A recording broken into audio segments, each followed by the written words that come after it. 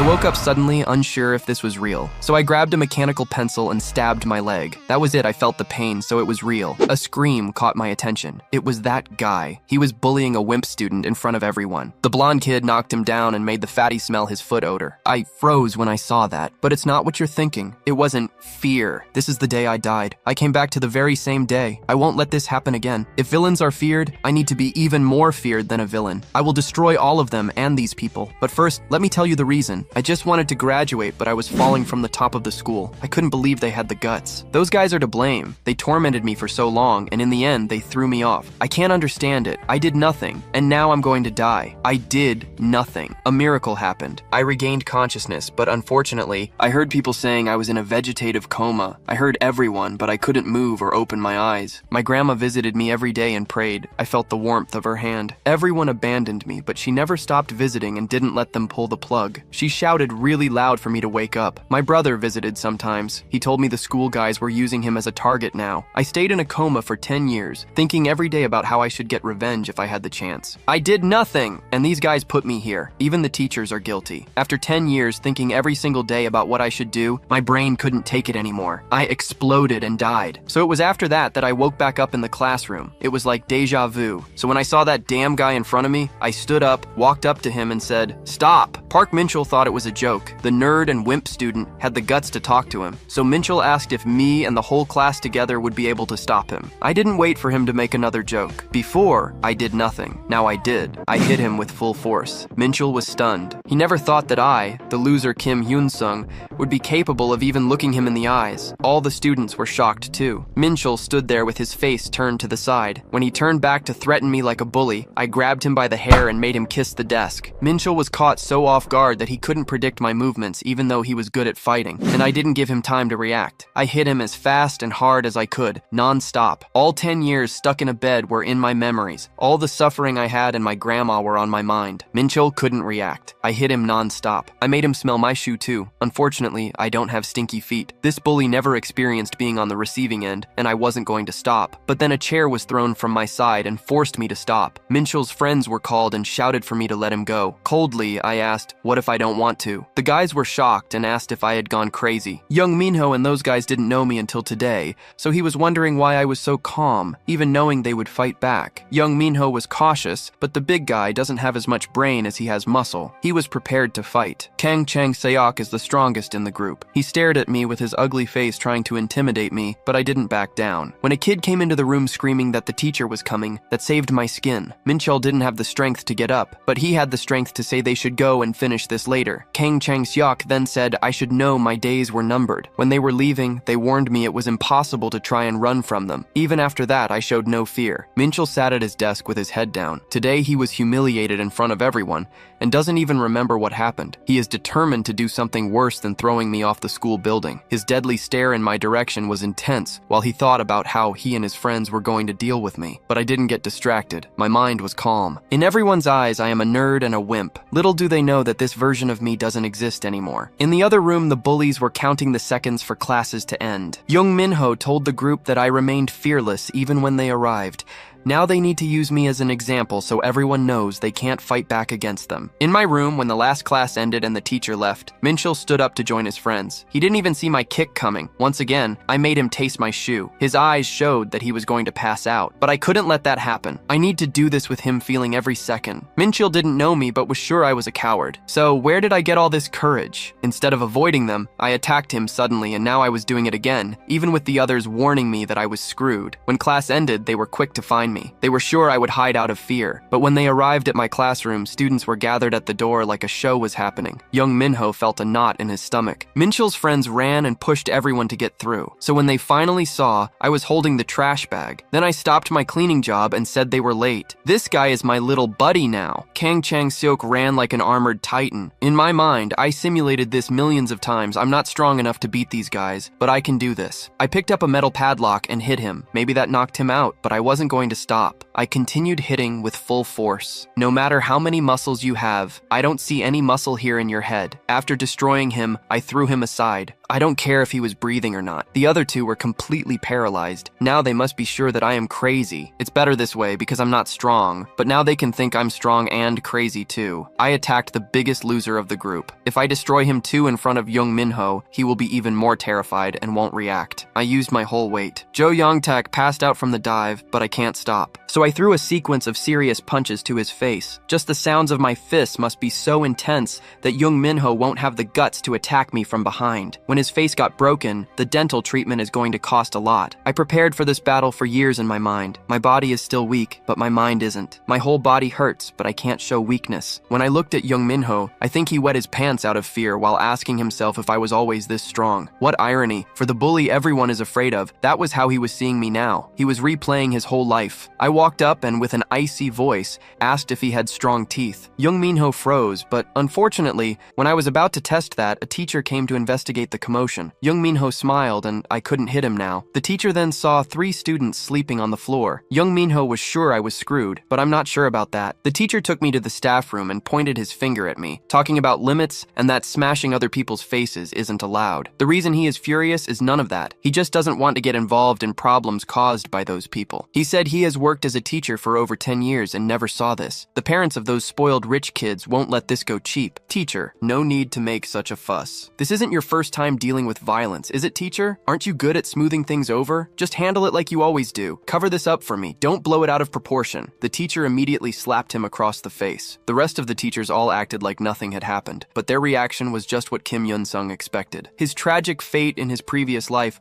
wasn't just caused by the bullies. It was also due to these despicable, willfully blind adults, especially the homeroom teacher, who had done countless disgusting things behind the scenes. Kim Yun-sung whispered a threat. If you keep making trouble, I'll have to spill the beans about you taking bribes. I know you're in regular contact with Young Minho's mother. You also have secrets with the foreign language teacher, so you'd better behave yourself, you sanctimonious fraud. People often ask why bullying victims don't go to their teachers. Kim Yun-sung had tried that in his past life, but the teacher didn't care in the slightest. He only told them, get along with your classmates. That pushed Kim Yun-sung deeper into the abyss. Even more vicious bullying from the school tyrants awaited him. He could never understand. As a teacher, if you find out your student is being bullied, shouldn't you at least try to get to the bottom of it? That day, the teacher had actually witnessed the beating with his own eyes. Kim Yun-sung was sure the teacher would finally take action, but to his shock, he simply turned away and pretended nothing had happened. He later discovered the homeroom teacher regularly accepted bribes. Jung Min-ho's parents were the teacher's biggest source of income. From that moment on, Kim Yun-sung was determined to rely on his own fists. That day, the conflict with the bullies reached a whole new level. Jung Min-ho's parents personally visited the school to exert pressure. As a result, Kim Yun-sung's grandmother was forced to apologize,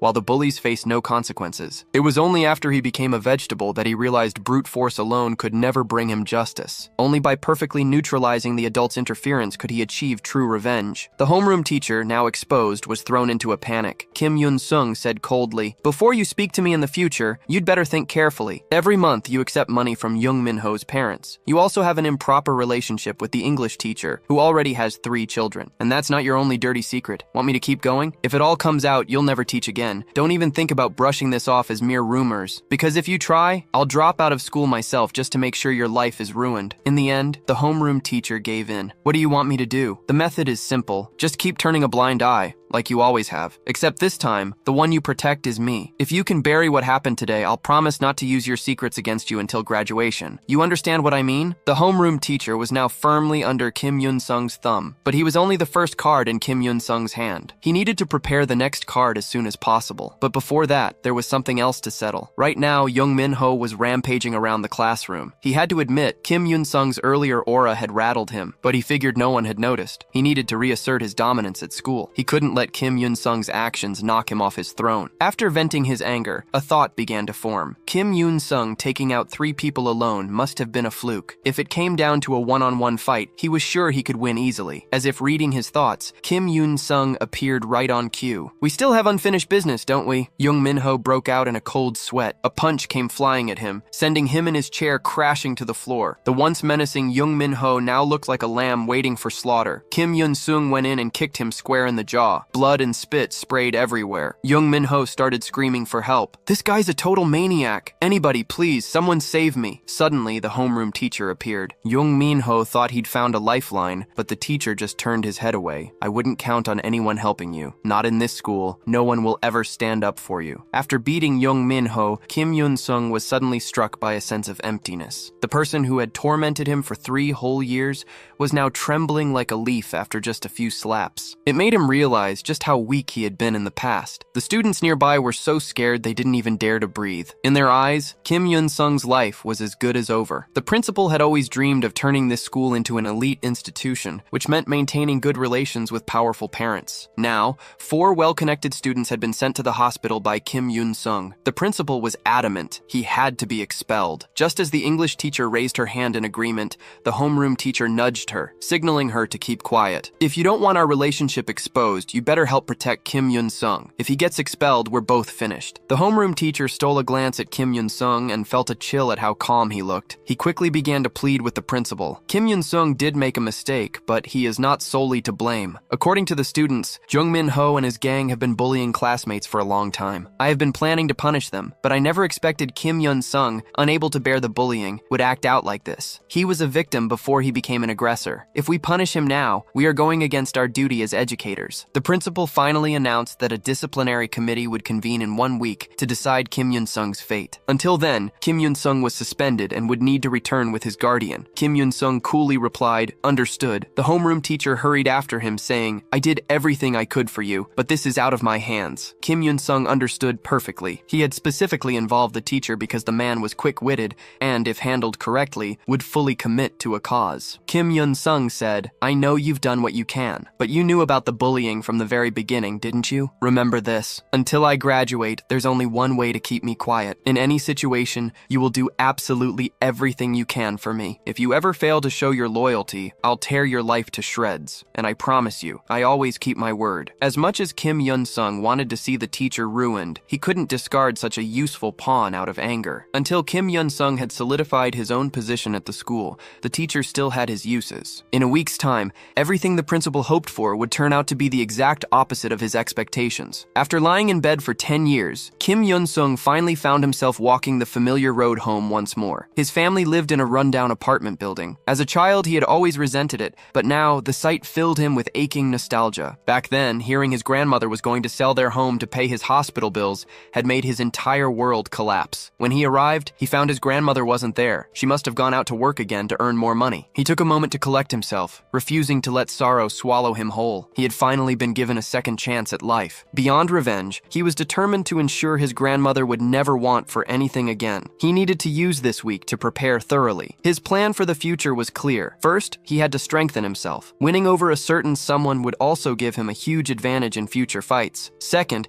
he needed to assemble a force strong enough to stand up to the school bullies. He was just a penniless student. He couldn't pull off his revenge on his own. Third, and most importantly, he needed to gain backing that could smooth over any trouble, ensuring his plans could actually be carried out. To deal with the upcoming disciplinary committee, this backing was his top priority. Luckily, during his years as a vegetable, he had heard the news on TV every day. The chairman of Myeongjin Construction was about to choose his successor. The eldest son, Go Chang-beom, only held a high school diploma. In contrast, his younger brother, Go Chang-seok, graduated from a top university and married into a powerful family, significantly expanding his connections. One day, Go Chang-beom was arrested for assaulting a civilian. He tried to explain that the other party initiated the altercation, but there were no security cameras at the scene to prove his innocence. The police knew the Ko family had deep connections. Releasing Go Chang-beom would undoubtedly offend his younger brother, Go Chang-seok. Go Chang-seok's influence now even overshadowed his brother's. Go Chang-beom knew this incident would significantly jeopardize his bid for succession. He found himself unable to clear his name. As he stood at a loss, a high school-aged boy suddenly appeared beside him. The boy pointed at Go Chang-beom. "I'm here as a witness for this gentleman." Once the police saw the footage, they finally believed Go Chang-beom had not started the fight. Since there was no surveillance at the scene, Kim Yun-sung had obtained dashcam footage from a nearby parked car. This gentleman was provoked by those people and had no choice but to defend himself. If he's guilty of anything, it's only that he knocked the other person out with a single punch. Go Chang-beom threw an arm around Kim Yun-sung. "You're not just good-looking, you've got a silver tongue too." With this conclusive evidence, the police had no choice but to release him. Go Chang-beom then grabbed the police officer her by the collar. "I'll remember your face. Your life's about to get very interesting." Once outside, Go Changbeom immediately wanted to thank Kim Yun-sung, pulling out a thick wad of cash as a token of his gratitude. He'd expected a boy his age to be dazzled by so much money, but Kim Yun-sung remained utterly composed. Clearly, this wasn't any ordinary boy. Suddenly, Kim Yun-sung asked sharply, "Do you really think what happened today was just a coincidence? Let me be blunt. I know you're Go Changbeom, the eldest son of Kang Song Group, locked in a succession battle with your younger brother, Go Chang-seok." Go Changbeom's expression immediately darkened. "Who the hell are you?" Kim Yun-sung remained unfazed. "I don't think today was an accident, and I have proof to back it up. If you're truly grateful, give me an hour of your time. I guarantee you'll lose nothing, and it might just change your future forever." They then went to a cafe together. Kim Yun-sung handed him the original dashcam footage. It revealed that 30 minutes before the incident, those men were already lingering in the area. When Go Changbeom appeared, they deliberately went to pick a fight. "Honestly, Mr. Go, you've suspected something, haven't you? Ever since the succession race started,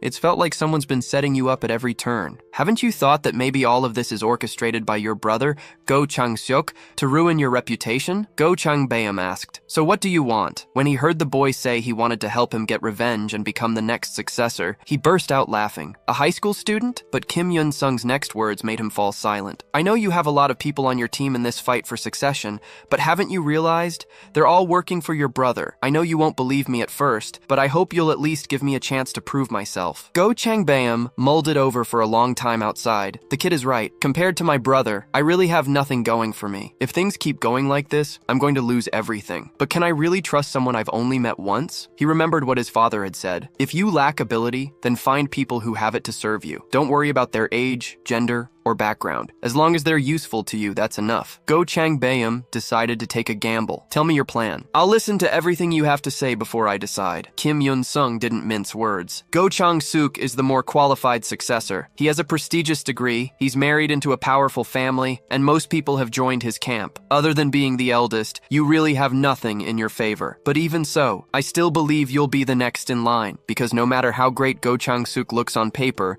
there's only one reason your father insists on the two of you to compete. He's old-fashioned and wants the eldest son to inherit the family business. If Go Chang-seok, who excels in every area, were suddenly dragged down to your level, who do you think your father would choose? There are 3 things you need to win. First is connections. On that front, you've already lost. Through marriage, Go Chang-seok has tied himself to the local elite. Second is reputation, and yours is that of a brash, reckless thug. Third is ability. While you've been living it up, your brother is already working in the company. Let's go back to the first point. We need to destroy his connections. You must drive a wedge between Go Chang-seok and his wife. Once she stops supporting him, your brother will be back at the starting line, just like you. Not long after, Go Chang-seok received devastating news. His wife discovered his secret villa. She then gave his mistress a good beating. The scandal dealt a heavy blow to the Go family's reputation. Chairman Go Myung-jin was furious. "I told you, a man who can't keep it in his pants will only bring disaster. If you're going to fool around, you might as well be like your brother. Live like a bum and stay single for life." And Go Changbeom, why did you end up at the police station again? Go Myung-jin had expected his eldest son to be defiant as always, but to his surprise, this time he admitted his mistake and promised it would never happen again. Go Myung-jin was actually pleased. "I know the other side started it, but you still did everything you could to avoid conflict. You did well. I'm proud of you." After the 2 brothers left the meeting, the younger one was seething with anger. "I don't know who gave my wife the address, but if I ever find out, I'll tear him to pieces." Meanwhile, the elder brother, Go Changbeom, was still basking in his father's rare praise. "My father usually just scolds me. He actually complimented me today. From now on, I want to keep earning his approval." Of course, all of this was thanks to Kim Yon-sung's coaching. After this incident, Go Changbeom had taken a real liking to Kim Yon-sung. He declared he would follow his lead from now on. Kim Yon-sung said, "Next, you should join the company and start from the bottom." At the mention of starting from the bottom, Go Changbeom frowned, but a moment later he relaxed. "Whatever you say, I'll do it." Then Kim Yon-sung raised a condition. "I'll help you, but you need to meet my demands too." Go Changbeom replied generously, "Just say the word, Heinzung. For you, I'll do anything." A week later, the school's disciplinary committee was about to begin. Young Minho's mother confronted the homeroom teacher and slapped him across the face. "If you want to keep your job, you'd better make sure the kid who hit my son gets expelled." The homeroom teacher found himself in an impossible position. He tried to persuade Kim Yon-sung to admit fault to receive the lightest possible punishment. Kim Yon-sung replied, "I know Young Minho's mother is putting pressure on you, but you better make your allegiance clear. If I go down, you go down with me." The homeroom teacher was utterly desperate desperate. No matter which side he chose, his future looked bleak. That was until he saw Kim Yeon-sung's guardian. He recognized that face from the nightlife scene. If he wasn't mistaken, it was Go Chang-bayum, the eldest son of the Kangsong group. In Daesan City, he was someone nobody dared cross. Jung Minho's parents couldn't even compare to his influence. But why was he here as Kim Yeon-sung's guardian? There was no time to dwell on that now. He was the only one who knew Go Chang-bayum's true identity, and he needed to switch sides fast. He immediately turned the tables, testifying that Jung Min-ho had been the bully, and Kim Yeon-sung had only acted in self-defense. When the principal heard the homeroom teacher's statement, he broke out in a cold sweat. "Mr. Kim Young-chul, you'd better tell the truth." But the teacher kept pointing the finger at Jung Min-ho. That day, Kim Yeon-sung saw a classmate being bullied and couldn't help but step in. "Stop fighting, we're all students here." But he was threatened by Jung Min-ho's gang. Imagine, if someone tried to hurt you, wouldn't you fight back? It's clear that Kim Yeon-sung was acting purely in self-defense. He only fought back to protect himself. If we ignore the real cause and punish Kim Yeon-sung harshly, then we are nothing but adults who refuse to see the truth behind violence. The principal was thoroughly unnerved. What kind of nonsense is this? We're dealing with the school's first violent incident. 4 students ended up in the ER. Violence can never be justified, no matter the reason. We have to punish the perpetrator severely. Only then can parents trust us with their children. So first, let's hear from Jung Min-ho. The victim's testimony should be the most credible. Jung Min-ho put on a frightened act, then began to lie. "All I saw was Kim Yeon-sung beating up classmates. You can ask anyone for proof. It's a fact that he started the fight. I only rushed in because I saw my friend getting beaten. I never expected Kim Yeon-sung to use a weapon. I don't understand why the teacher is blaming me. This isn't even his first violent outburst." The teacher called him to the office, and when he returned, he attacked me in front of everyone. "I didn't do anything. How is that my fault?" Jung Min-ho's mother immediately fanned the flames. "Just look at my son's face. He's been beaten beyond recognition. How can such a terrible act of violence happen in a supposedly noble school? If it can happen to Min-ho, it can happen to any child here. We must punish the student responsible, or our school will never be safe again." Her words riled up the other parents. Soon, they were all calling for Kim Yeon-sung to be punished. Suddenly, a loud thump silenced the room. A new voice erupted. "A bunch of useless cowards talking nonsense. Are you all pretending not to know what's really going on? Don't you see that those so-called students are nothing but monsters in human skin?" The principal snapped. "How dare you call our students monsters?" the voice retorted. "If they're not monsters, what are they? I've done my research. Jung Min-ho's gang is notorious for extorting and stealing from others.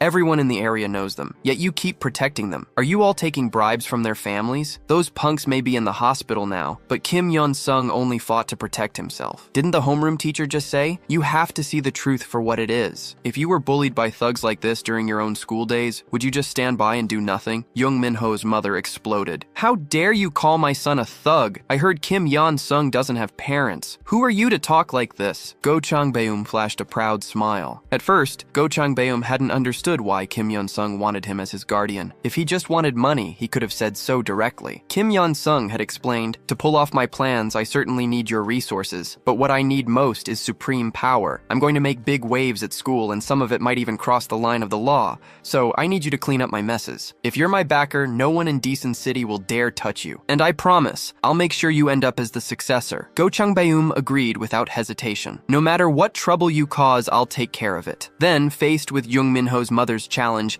he declared forcefully, "I'm Hyun-jung's guardian, and also the eldest son of Kangsong Group. Hyun-jung is my most cherished little brother. He would never make trouble for no reason. The moment I heard he'd been called to this committee, I dropped everything and came running. I was even planning to donate to this school in Kangsong Group's name, but now I see there's no point. Not only is this place poorly managed, the atmosphere is rotten. He's been bullied every single day. Should he be punished just for finally fighting back? Why did the school turn a blind eye when he was the victim? If you ignored him because he had no money or status, I'll make sure this so-called prestigious school is ruined. Every last bully and every adult who protected them will be finished in Decent City. I'll use every resource at my disposal to ensure it." Everyone in the room was stunned by Go Chang-bayum's presence. The principal never expected the eldest son of Kangsong Group to be Kim Hyun-sung's guardian. If he insisted on siding with Jung Min-ho now, he would lose all connection to Kangsong Group. The school would also be shunned by other powerful circles. However, if he broke with Jung Min-ho's family, it was the perfect chance to win Kangsong's favor. This would make his dream of a top-tier school only a matter of time. The principal immediately shifted all the blame onto Jung Min-ho. In fact, I've also heard that he's the ringleader of that delinquent group. Kim Hyun Yeon-sung is someone I recognize as the most outstanding student at Chunil High. For a top student to do something like this, there must be a reason. So, let's hear from Kim Hyun-sung himself. Kim Hyun-sung spoke up. My friends have reported this countless times to the teachers, but every time, the teachers would say, the Young Min-ho I know isn't that kind of student. Even when the truth came out, all they ever did was give them a verbal warning. That only made Young Min-ho's gang more brazen with their violence. Yes, I hit Young Min-ho, and I sent the others to the emergency room. But why is it that after just one act of violence,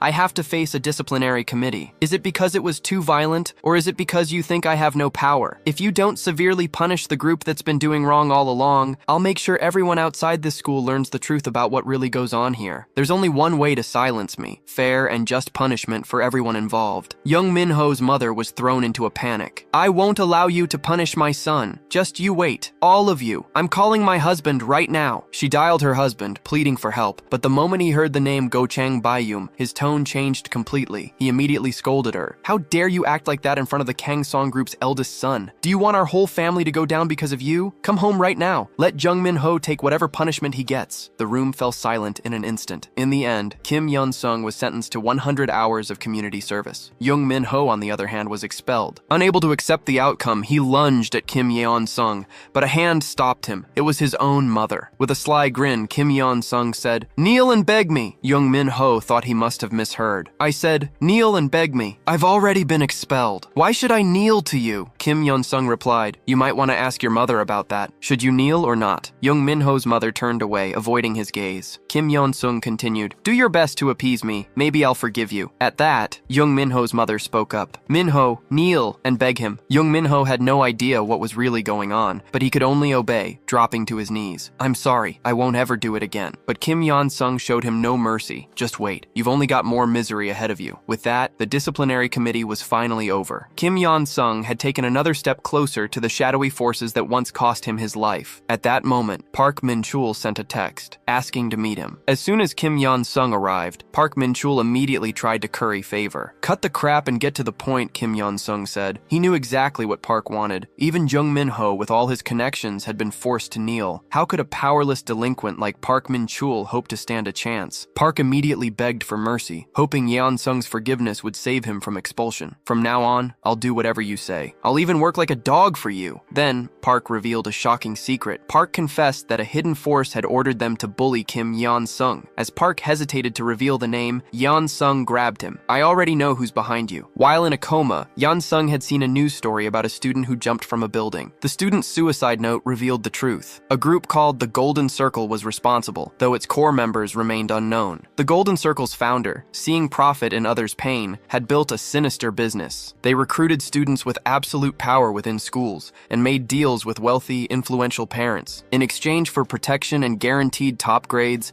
these students were ordered to eliminate anyone who performed better. For his revenge to be complete, Kim Yeon-sung vowed to drag out every last member of the Golden Circle and destroy them all. "Tell me, how did the Golden Circle find you?" Park Min-chul was stunned by Yeon-sung's knowledge. "Senior Shin Young-min contacted us," he stammered. Shin Young-min, the ultimate school tyrant, controlled the entire school. While not necessarily a core member, Shin Young-min was certainly the Golden Circle's gateway into the school. However, he wouldn't be easy to handle. Shin Young-min was set to become a professional MMA fighter, and challenging him now would only result in a severe beating. For now, Kim Yeon-sung had to decide how to deal with Park Min-chul. Ever since his coma, his hatred for Park had never faded. His grandmother had once groveled for forgiveness, only to be met with insults and humiliation. "Let me show you what will happen every time you see me from now on." Kim Yeon-sung slapped him hard across the face. In his past life, Park had married and become a model husband, while Young Min-ho and the others lived comfortable lives. "I never believed in evil being punished by evil. Only an eye for an eye is the eternal law. I hope you all carry scars you'll never forget for the rest of your lives." After Young Min-ho's expulsion, Kim Yeon-sung became the talk of the school. It turns out the quiet ones are the scariest when they finally snap. Once they snap, they go pitch black inside. Just then, Kim Yeon Sung walked in. The once noisy classroom went completely silent. After he sat down, someone approached from behind and whispered, "Thank you." It was the chubby kid Yeon Sung had saved from Park Min-chul. He gratefully thanked Kim Yeon Sung for standing up for him and promised to help whenever needed. Yeon Sung replied coldly, "Before the disciplinary committee, you pretended you didn't know anything. You said you were scared and refused to testify for me, but now you want to say thanks? From now on, whatever happens to you has nothing to do with me. Get out of my sight, I don't want to see your face." Meanwhile, Shin Young-min was seething. He had thought Kim Yeon Sung was a nobody. His guardian turned out to be Myeongjin Construction's heir. In Daesan, no one could go up against someone like Kang Song, but Shin Young-min wasn't ready to give up. Now he had an excuse to squeeze more money out of Golden Circle. He ordered the year's top dog to come see him. First-year boss Park Jin-woo soon arrived on the rooftop, trembling. Shin Young-min slapped his face and said, "There's a guy in your year named Kim Yeon Sung. I want you to cripple him. Make sure he never walks again." At the same time, Kim Yeon Sung was preparing for the dangers ahead. He had to keep his grades up. Only then could he become a thorn in the side of a Golden Circle member. He already had some suspects, but without hard evidence, he couldn't make a move yet. His first priority was to improve his physical strength. So after school, he went to Young Do-chul's gym. Young Do-chul had once been Korea's first world champion in MMA, but now he was an unpopular retired athlete. Young asked him what kind of training he wanted. Yeon Sung replied, "I want to get better at fighting to the point where I can crush every bully in school beneath my feet." Young's face darkened instantly. "If you're only here to learn how to fight, I can't teach you." Young Do-chul, the country's first UFL champion, was now running a tiny gym. His career ended after he failed a drug test following a match. He never explained himself, simply walking away from the sport. Despite this, he later spent a year training another fighter who went on to reach the championship. "If I could get your personal training, my fighting skills would skyrocket," Yeon Sung stated bluntly. "Didn't you also do whatever it took to win? I'm just doing whatever it takes to reach my goal too. What's wrong with that?" Young replied, "That was a stupid mistake. If I had another chance, I'd never make the same choice. I don't want you ending up like I did. Go home. I can't help you. 100 million won. If you agree to train me, I'll transfer 100 million within a day. I'll pay up front, so even if I back out, you won't lose a thing. You should have thought of the consequences before taking those drugs, but you made your choice anyway. I'm choosing to fight bullies, even if I end up crippled or in jail for life. But I've already accepted that risk,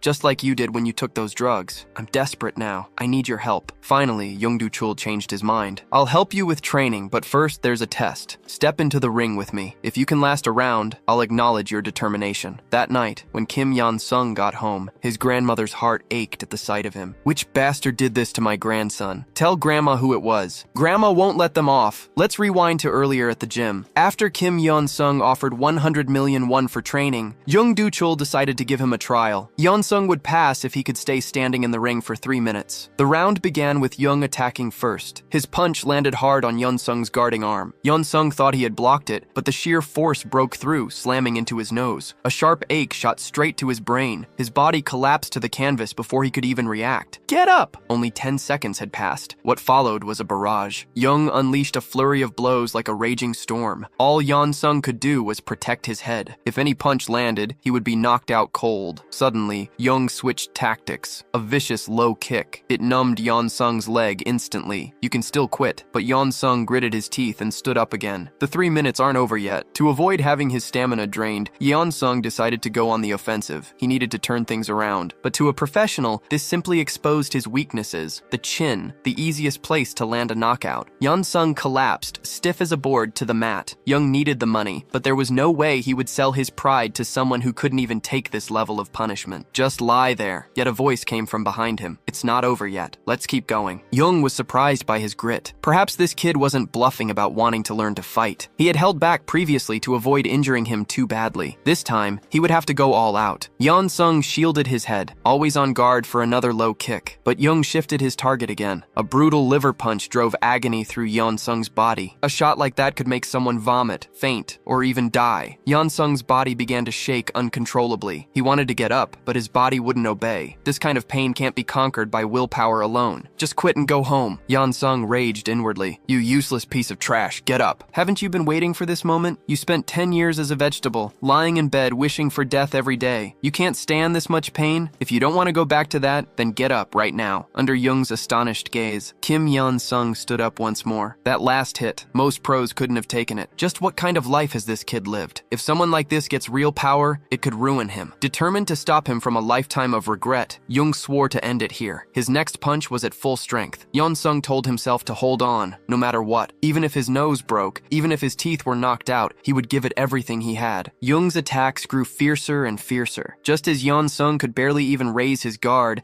the timer's alarm saved him from the brink of death. Jung couldn't help but curse. Damn, this kid really made it through. When you get home, don't go telling people I beat you up. I'll send you my bank account later. His grandmother's heart nearly broke seeing his battered, swollen face. Yeon-sung reassured her he'd just had a run-in at school, but it was all sorted out. During dinner, he asked if she had any bank books. Myeongjin Construction has a new housing project. Go apply for a spot. Maybe we'll get picked, and it'll definitely be worth more in the future. He wanted to just give his grandmother the 100 million directly, but she'd only ask where the money came from. This way, she wouldn't suspect a thing. The next day, school tyrant Shin Young-min called Park Jin-woo up to the roof. He patted Park on the shoulder, praising his efficiency. I just gave the order, and you already beat up Kim Yeon-sung. I'm impressed. From now on, tell everyone you're my sworn brother. Park Jin-woo was confused. He then saw Yeon-sung's bruised, battered face. What happened to that kid? Was he too cocky and got beaten up outside school? Shin Young-min seems to think I did it. But if Yeon-sung can get beaten up like this, maybe he's not as tough as everyone says. Shin Young-min then ordered his lackeys. Anyone close to Kim Yeon-sung,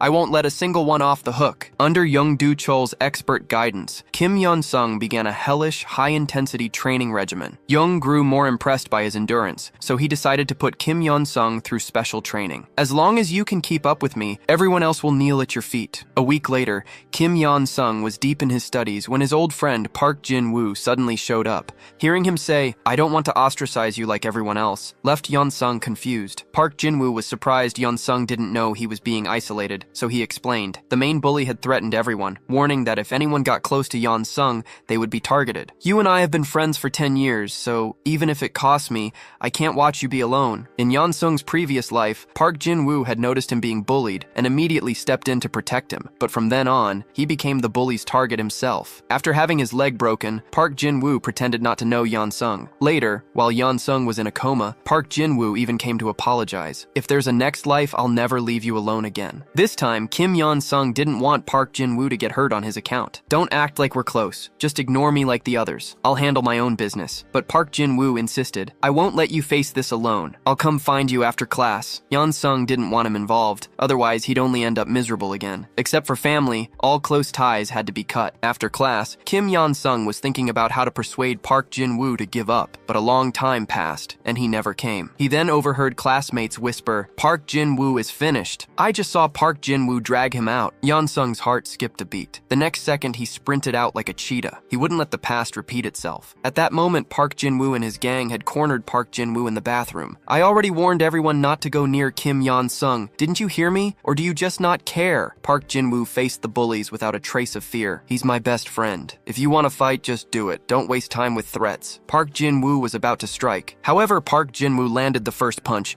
humiliating him in front of his lackeys. Enraged, Park ordered everyone to attack at once. Facing the group assault, all Park Jin-woo could think about was Kim Yeon-sung. He knew Yeon-sung was pushing him away to protect him, but in the end, he had gotten involved anyway. Even if Yeon-sung was angry, he couldn't regret standing up for him. To Park Jin-woo, Yeon-sung was more than a childhood friend. He could never abandon him. Park Jin-woo seized the chance and kicked him hard in the chest. I heard you practice taekwondo. There's always some show-off like you everywhere. Just because you learned a few moves, you think you're tough? This world is about background. Your problem is you think you're special. From now on, you and Kim Yeon-sung are going to wish you were dead every day. Anytime I can call you out, you better get used to it. Just then, the bathroom door was kicked open. Kim Yeon-sung stormed in, furious. What are you doing? He had wanted to deal with Park Jin-woo for a while, and now was the perfect opportunity. But the two of them were a mismatch physically, so Yeon-sung decided to provoke him into losing control. Everyone is saying you beat me up. It's humiliating. You're nothing but a fat pig. If you have to gang up on Park Jin-woo, what does that say about you? Park Jin-woo, a brute who only knew how to use force, took the bait. He insisted on a one-on-one fight, but his moves were big and easy to counter. Yeon-sung kept taunting him. What a waste of muscle. Losing his temper, Park Jin-woo charged in with everything he had, confident in his strength. But Yeon-sung remembered Jung Do-chul's lesson. Keep your distance, strike repeatedly until your opponent can no longer stand. Today, Yan-sung had to instill real fear in everyone. Soon, Park Jin-woo was beaten within an inch of his life. No matter how strong a bully, he was still just a student. Faced with the demon-like Yan-sung, Park finally broke. "Tell me honestly, were you the one who jumped me before? Say it out loud for everyone." Park Jin-woo was scared out of his wits. He stammered, "It was all Shin Young-min's idea. I could never beat you. If it weren't for him, none of this would have happened. Please don't hit me again. I'll never mess with you again." Yan-sung then turned to the others. "Don't you ever lay a finger on Park Jin-woo again?" Then Yan-sung kicked Park Jin-woo hard in the jaw. "If I see you touch him again, I'll come for every single one of you." After this, Yan-sung warned Park Jin-woo to stay away in the future so he wouldn't get dragged into more trouble. But Park Jin-woo grabbed Yan-sung's hand and insisted, "Even if it happens again, I'll still stand up for you." Seeing he couldn't change Park Jin-woo's mind, Yan-sung laid it all out. "You think these fights are accidents? I'm the one provoking them. They all deserve it. This is just the beginning. I'm going to wipe out every single bully, even if I lose everything I have. I can't tell you the whole truth yet. Just know I'm out for revenge. If you keep being my friend, you'll keep getting dragged into things like today. If you can't even beat someone like Park Jin-woo, it's better you stay out of my business. Let's end things here. You just wouldn't be able to handle it." At that moment, Shin Young-min was racking his brain, wondering how to spend all this money. He couldn't believe bullying a few students had earned him hundreds of thousands so easily. Suddenly, the back door of the classroom was kicked open. It was Kim Yan-sung. He stared at Shin Young-min, his voice cold and vicious. "Are you that bastard Shin Young-min?" Shin Young-min had never been insulted like that before. He was about to explode, but Kim Yan-sung didn't give him a chance, launching a kick straight at him. Shin Young-min quickly raised his arms to block. "Who the hell are you? How do you just attack someone without even introducing yourself?" Kim Yan-sung said nothing, charging in with his fists. Shin Young-min cursed furiously. "Who the fuck are you?" He noticed the guy seemed to have some fighting skills,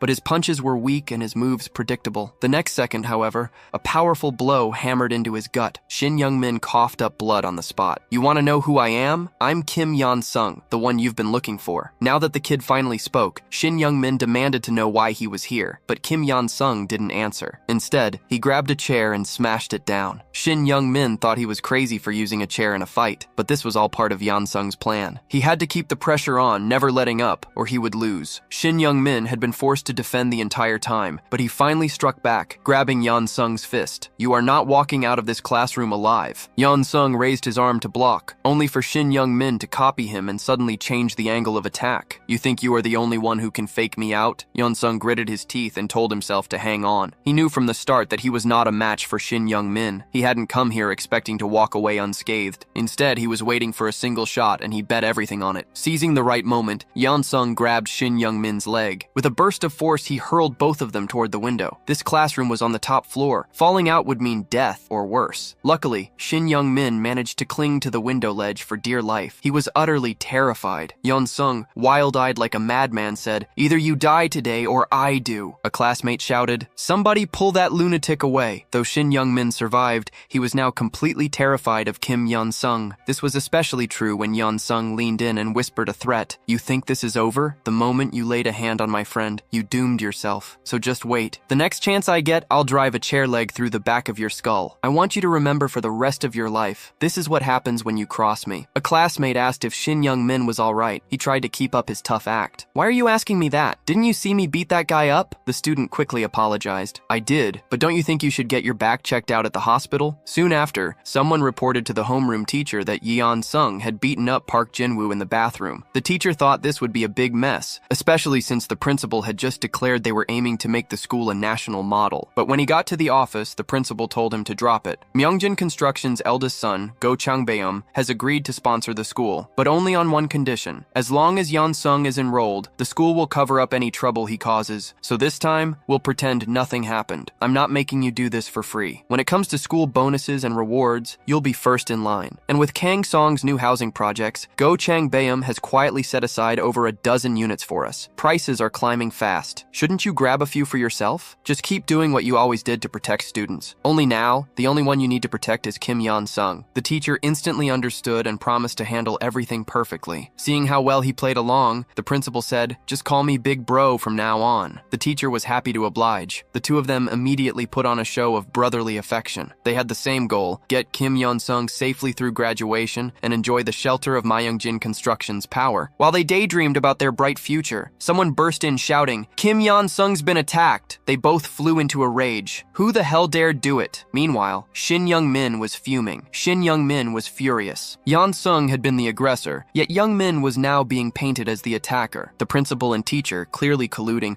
refused to listen to a word he said. I almost got thrown off the top floor. Tons of people saw it. The teacher patted him on the shoulder. Maybe. But what matters is whether anyone believes those witnesses. Kim Yeon-sung is the model student of the entire school. Who do you think people will side with? Shin Young-min swore under his breath. The teacher grabbed his collar. You dare yell at me? Keep this up, and your punishment will get even worse. The teacher's brazen corruption was both familiar and strange. He realized these two adults were as rotten as the system they upheld. Going after Kim Yeon-sung would be far from easy. In the end, he lowered his head and admitted fault. But Shin Young-min wasn't ready to give in. He decided to use some of his payout to hire Choi Tae-jun for help. Choi Tae-jun was the intermediary responsible for recruiting muscle for Golden Circle. If the hired thugs failed, the responsibility would fall entirely on him. Golden Circle never tolerated failure. This tactic of using connections to cover up trouble was precisely Golden Circle's style. Any student who crossed Yeon-sung was expelled, with the principal and teachers protecting him at all costs. Choi Tae-jun went to the principal himself. I heard 4 students were recently sent to the ER and expelled from your school, but the one who hurt them, Kim Yeon-sung, only got a slap on the wrist. Frankly, this is serious enough for a police case. Are you giving Kim Yeon-sung special treatment? If so, I'll pursue this to the very end. The principal was unfazed by the threat. We only wanted to protect the students' futures by not involving the police. We've already reported everything, so do whatever you want, Choi Tae-jun replied. I'm a man of my word. The principal's face remained unchanged. Here in Daesan, threats like yours don't amount to anything. Choi Tae-jun then went to the police station. However, the police stated that Kim Yeon-sung's actions were entirely self-defense. Furious, Choi Tae-jun threatened to expose the incident. You know how powerful the internet can be, don't you? But the officer, like the principal, remained unfazed. This is Daesan. Even if you cause a stir online, people will forget after a few days. Choi Tae-jun was now completely out of options. He hadn't expected this place to be so corrupt. He tried to use money to uncover Kim Yeon-sung's connections, but found that no one would take the bait. Every public official openly protected Kim Yeon-sung. If he couldn't find another way, this mission would surely end in failure, and Golden Circle never let a failure go unpunished. His whole life could be ruined. So, he shifted all the pressure onto Shin Young-min. Our objective isn't to eliminate Kim Yeon-sung, but to drag his grades down. I don't care how you do it. Just lower his scores and the job is done. If you give up or fail, we won't just go after Kim Yeon-sung, you'll pay a heavy price too. Shin Young-min cursed under his breath. That bastard promised to back me up, but now he's chickening out and dumping everything on me. Just as he was stewing over what to do next, someone smacked him in the back of the head with a brick. A familiar voice said, I told you to watch your back, Shin Young-min. He spun around, ready to punch, but Kim Yeon-sung's words made him freeze. Is that job really more important than your own life? I heard the client went to the principal, so I know exactly what situation you're in. But let me remind you, Manhua Construction's eldest son is my guardian. I never planned to settle this with just you. You've bitten off more than you can chew. Don't think expulsion will save you. I'll do everything I can to open a criminal case against you. You'll have a permanent record, and once you're out of jail, Manhua Construction's people will come for you. They'll make sure you can't survive in Daesan. If you want to live like a human being, you'll have to leave Daesan for good. But even if you run, I won't let you go. My goal is simple. Whoever lays a hand on me, I'll destroy them. If you want to live like a person here, grit your teeth and endure it. Learn from those you used to beat up. The next day, Shin Young-min came to school covered in bruises. Everyone whispered Kim Yeon-sung must have jumped him after school. There's no way he could have won otherwise. In reality, Shin Young-min could have easily defeated Yeon-sung if he chose to fight back. But Manhua Construction's power had made him untouchable in the city, and now it was his cage. If he simply let Yeon-sung go, the Golden Circle would destroy everything he had. Better to be expelled and have a criminal record than lose everything. Losing control, Shin Young-min slammed his head against his desk in frustration. He never should have taken the money or the job. He silently prayed for Kim Yeon-sung to slip up on the next test. Even a small drop in grades could buy him time. Meanwhile, Kim Yeon-sung was waiting for midterms. When I get overwhelmingly top marks, all the hidden resentment will explode. Shin Young-min, desperate to survive, the Golden Circle forced to complete their task, and the furious client who gave the order. When all of them explode at once, I'll finally get what I want. It might be dirty to use the principal and Manhua Construction's tricks, but as long as I get what I want, it's worth it. After that, no one at this school will dare touch me. The fortress I've built with violence gives me a peace of mind I've never felt before. At the same time, he was working hard to improve his fighting skills. Jung Do-chul was very satisfied with his pupil. If it weren't for the money between them, he might have told him to go pro. Just as Kim Yeon-sung finished training and was was about to leave, a familiar voice called out from the doorway. "My name is Park Jin-woo. I'm the one who booked a consultation for fighting lessons." When Park Jin-woo learned that Yeon-sung had provoked Shin Young-min and that the two had nearly fallen out the window, he realized Yeon-sung was sending a clear warning to the entire school. "If you touch anyone close to me, you'll bring disaster upon yourself." Park Jin-woo couldn't understand why Yeon-sung had become so different. He used to say he wanted to give his grandmother a good life. Now his only goal was to risk everything to wipe out the bullies. Still, since Yeon-sung had chosen this path, how could his best friend abandon him? So Park Jin-woo came to Jung Do-chul's gym. Kim Yeon-sung tried to persuade the coach not to take him, offering to pay the extra tuition himself. Young had already guessed at their relationship. In fact, Yeon-sung needed a friend by his side to keep him out of trouble. But what Young didn't expect was that Park Jin-woo wanted to help Yeon-sung take down the bullies. Young was exasperated. "Do you think my gym exists to teach people how to use violence to solve their problems?" Park Jin-woo tore off his bandage,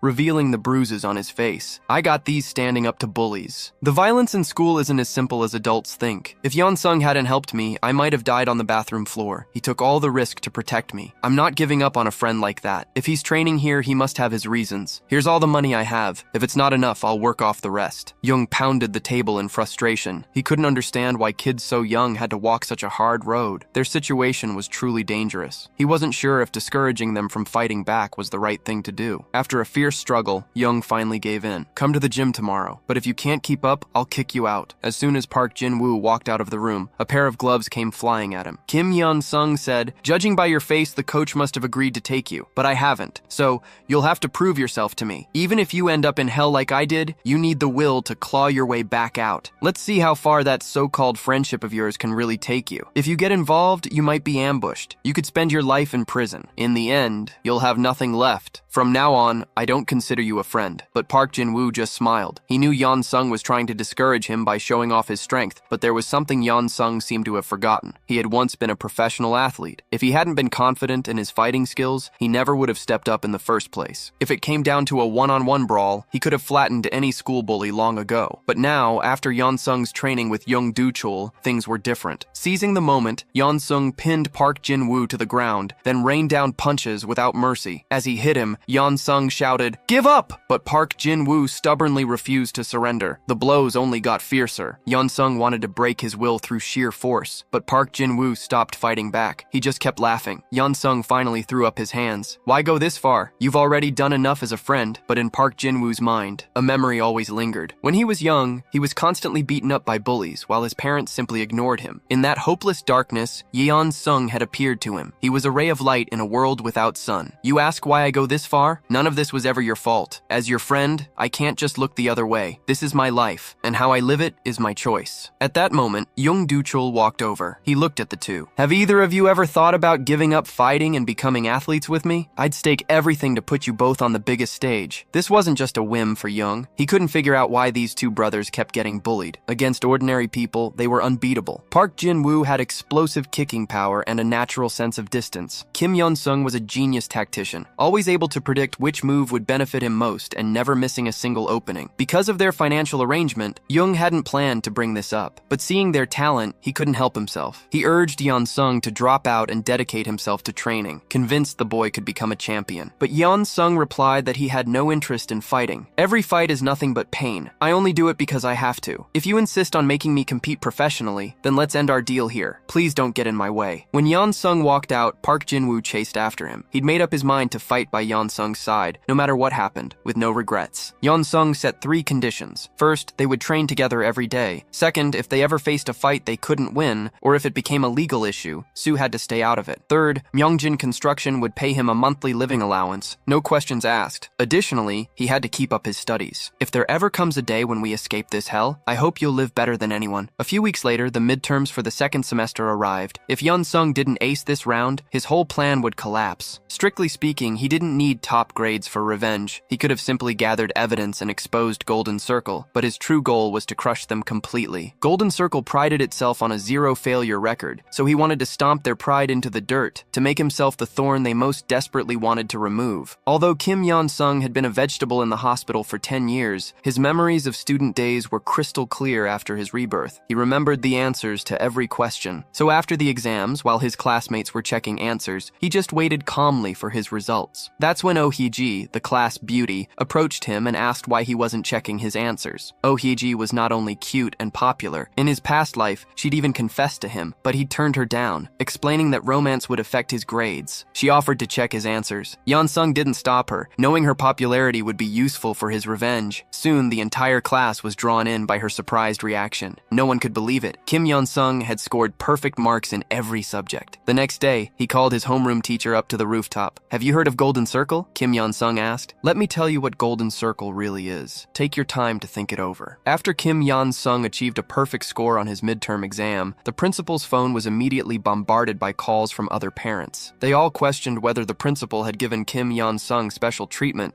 or if he had secretly enrolled in extra tutoring classes. The homeroom teacher also remarked that the test had been particularly difficult this time. It should have been impossible for anyone to get a perfect score, but the principal replied, "I have high hopes for him. I can already picture Kim Yeon-sung becoming the top scorer in the college entrance exam. He'll get into a prestigious university with exceptional marks. Our school will finally have the chance to rise to national fame." With the backing of Myeongjin Construction and Kim Yeon-sung's academic excellence, my lifelong dream can finally come true. But I have a bad feeling. Kim Yeon-sung might stir up trouble again. That could seriously hurt our school's reputation. So, my brother, I need you to keep a close eye on Kim Yeon-sung. Make sure he becomes a model student, both in character and academics. Now that your class has produced the top student in the school, here's a little reward for you. I hope you'll keep up the good work until Kim Yeon-sung graduates. After that, I'll make you a core leader of our school. The money-hungry homeroom teacher immediately replied, "You can leave everything to me." Later, Kim Yeon-sung called the homeroom teacher up to the rooftop and revealed a secret, warning him, "If anything happens to me, you'll go down too." The homeroom teacher realized how powerful the Golden Circle was, but at this point, he was already tied to Kim Yeon-sung's fate. He asked, "What should I do now? Should I try to stop Shin Young-min from coming after you?" But Kim Yeon-sung said, "No need. Whether in the past or now, my only request remains the same. No matter what I do, you keep your hands off. As long as you adults pretend nothing has happened, that's all I ask.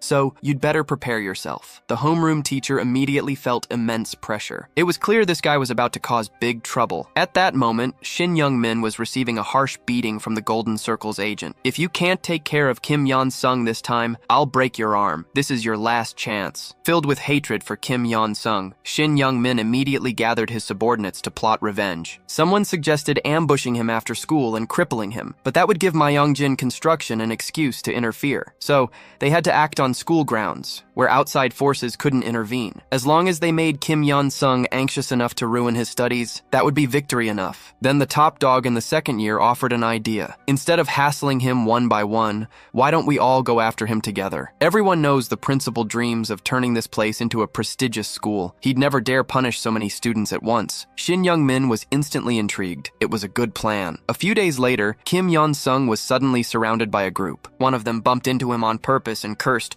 "Watch it, asshole." Immediately, another came up, slapped him on the head and shouted, "Are you blind or just stupid?" Then the crowd closed in, saying, "You bumped into someone and didn't even apologize. What's your problem?" Without a word, Kim Yeon-sung threw a punch. He'd been wondering why no one had come for him yet, so this was their plan. He was practically itching for this. Bring it on. Only then will I find true meaning in trampling your lives. After teaching them a harsh lesson, he spat out a threat. "Tell your boss to bring everyone here now. I'll take all of you on at once." Soon, the second-year boss arrived with his gang to face Kim Yeon-sung. Kim Yeon-sung said, "Fighting in the classroom doesn't do you any good. How about we move somewhere teachers rarely go?" They ended up at the trash sorting area behind the academic building. Facing so many upperclassmen, Kim Yeon-sung clearly wasn't their match. He pointed at the students watching from above. "I assume you guys care about your reputation. A whole gang beating up one person would be humiliating if word got out, right? Why don't you come at me one at a time? Of course, if you're scared, then never mind." His taunt worked perfectly. The second strongest bully in the year stepped out first. "You want one-on-one? Fine. But once I'm done with you, no one else will be needed." He put everything he had into his first punch. He expected Kim Yeon-sung to go down immediately, but in a split second, Kim Yeon-sung blocked the attack with his arm. The bully clenched his fist again. "Let's see you dodge this time." But Kim Yeon-sung easily slipped away again, a sly grin tugging at his lips. Then, with a sudden heavy punch, he floored the bully. Watching from upstairs, Park Jin-woo couldn't help but break out in a cold sweat. This lunatic really knocked out the infamous upperclassman with a single punch. Maybe it wasn't just luck that I lost to him last time. Just as Park Jin-woo resolved never to cross him again,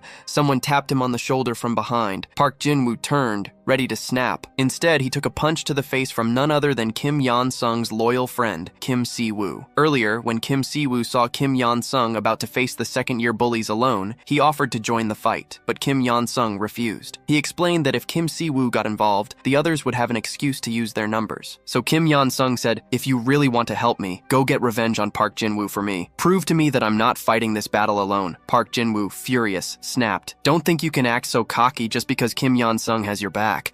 I'd rather cripple you and get transferred than keep living like this." But the next moment, Kim Si-woo kicked him hard in the chest. Park Jin-woo couldn't help but question his whole existence. Can I not even beat this guy? No way could he lose face in front of so many classmates. He charged at Kim Si-woo like a madman, only to be sent flying by a flying knee to the jaw. Kim Si-woo quickly followed up, lifting his leg high and smashing it down on Park Jin-woo's face. Meanwhile, Kim Yeon-sung was busy slapping the second-year boss silly. The upperclassmen hadn't expected Kim Yeon-sung to be so cunning. Kim Yeon-sung had planned all along to challenge them one-on-one. Now, in front of the whole school, he was beating every second-year bully. The boss realized his own reputation would be completely stolen. Bai Seong-ho stepped forward. "Enough. Now I'll be your opponent. Honestly, I respect your strength, but trying to beat us all single-handedly is just an insult." Kim Yeon-sung replied coldly, "That's exactly what I want, to humiliate all of you." Furious, Bai Seong-ho threw a punch. This time, Kim Yeon-sung didn't dodge. He countered with a punch of his own. Bai Seong-ho struck again. To his shock, Kim Yeon-sung actually started laughing. The two traded blow for blow. Bai Seong-ho never expected his opponent to go toe-to-toe with him. Didn't Kim Yeon-sung realize the difference in their size? Bai Seong-ho began to tire, but he knew giving up would earn the entire school's scorn. When would this guy stop? Kim Yeon-sung landed a punch directly on his front teeth. The sharp pain made Bai Seong-ho feel dizzy, but Kim Yeon-sung didn't let up. He grabbed his opponent's hair. He slammed Bai Seong-ho's face down with all his might. Seeing Bai Seong-ho collapse unconscious, the other lackeys were too scared to move. Kim Yeon-sung told them, "Don't just stand there. Go get Shin Young-min now." When Shin Young-min heard that Kim Yeon-sung had beaten up all the second years, he ordered his followers to proceed as planned. Kim Yeon-sung had injured so many people, no matter how much the principal liked him, there was no way to cover it up. Soon, students ran to the office to alert the teachers, while others called the police directly. Not long after,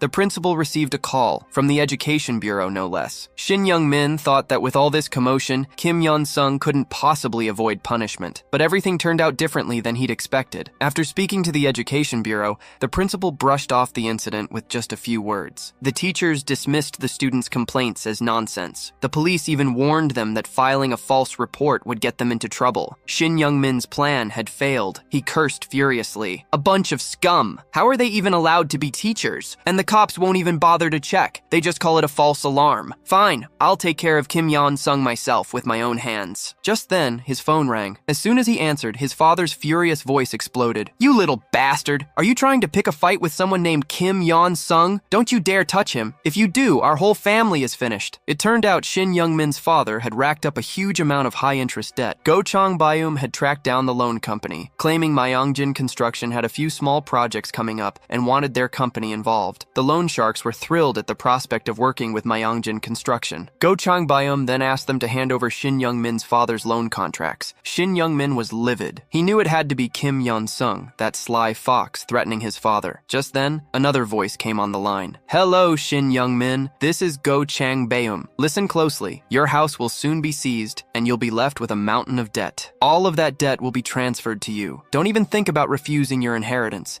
The loan sharks won't let you off. From this moment on, your life is over. Don't say I didn't give you a way out. If you're willing to let Kim Yeon-sung beat you to a pulp and make sure no one notices you're letting him, you might get a break." Shin Young-min protested. "That's so dirty." Go Chang-byum snapped back. "Are you stupid? This is a fight. Nothing else matters. Winners make the rules. Remember, I always keep my promises." When the students saw Shin Young-min show up, everyone anticipated a good show. Kim Yeon-sung grinned wickedly. "So you finally showed up. What are you waiting for? Come on, hit me." Fuming with pent-up rage and under threat, Shin Young-min charged at him without hesitation. To his surprise, Kim Yeon-sung just stood there unmoving. At the last second, Shin Young-min pulled back his punch. After all, Go Chang Byum had warned him, if you leave so much as a scratch on Kim Yeon-sung's face, you're finished. Kim Yeon-sung taunted him, you got my call, didn't you? Then, he landed a punch right on Shin Young-min's face. Did he tell you not to lose too obviously? Well, that's not what I want. You have two choices. Either kneel like an idiot and beg me, or stake your whole life on this. Hang on to your pride and fight me with everything you've got. Kim Yeon-sung already knew which option Shin Young-min would choose. If there hadn't been so many classmates watching, maybe Shin Young-min could have held back. But at his age, with everyone's eyes on him, there was no way he'd stay rational. Shin Young-min had already decided to go all out, no matter the cost. Kim Yeon-sung, however, had done his homework. He had watched all of Shin Young-min's amateur fighting videos and analyzed his moves with Jung Do-jul. Together, they discovered several tells. When Shin got excited, he would expose his face. His counterattack was always a left hook. Whenever his footwork grew bigger, it meant he was trying to end the fight quickly, channeling all his strength into one punch. That was the best time to strike back. Kim Yeon-sung dodged to the side, then landed a heavy punch squarely on his face. The students watching could hardly believe what they were seeing. Kim Yeon-sung locked his legs around Shin Young-min's shoulders, twisted his arms, and pulled up with all his strength. The sound of bones snapping and Shin's screams echoed across the campus. The crowd broke into a cold sweat, terrified by the demonic display from Kim Yeon-sung. Regardless, he had proven his strength to the entire school. Both Kim Yeon-sung and his ally, Kim Si-woo, had beaten the bullies to a pulp. Still, Kim Si-woo worried for Han-sung, as Han-sung had broken Shin Young-min's arm. Kim Yeon-sung brushed off his concerns. Don't worry, even though everyone saw it, nobody is going to speak up. This world doesn't have sympathy for the weak. At that moment, the homeroom teacher walked silently past them. He cursed Kim Yeon-sung 1,000 times in his heart. This kid was insane. After such a disaster,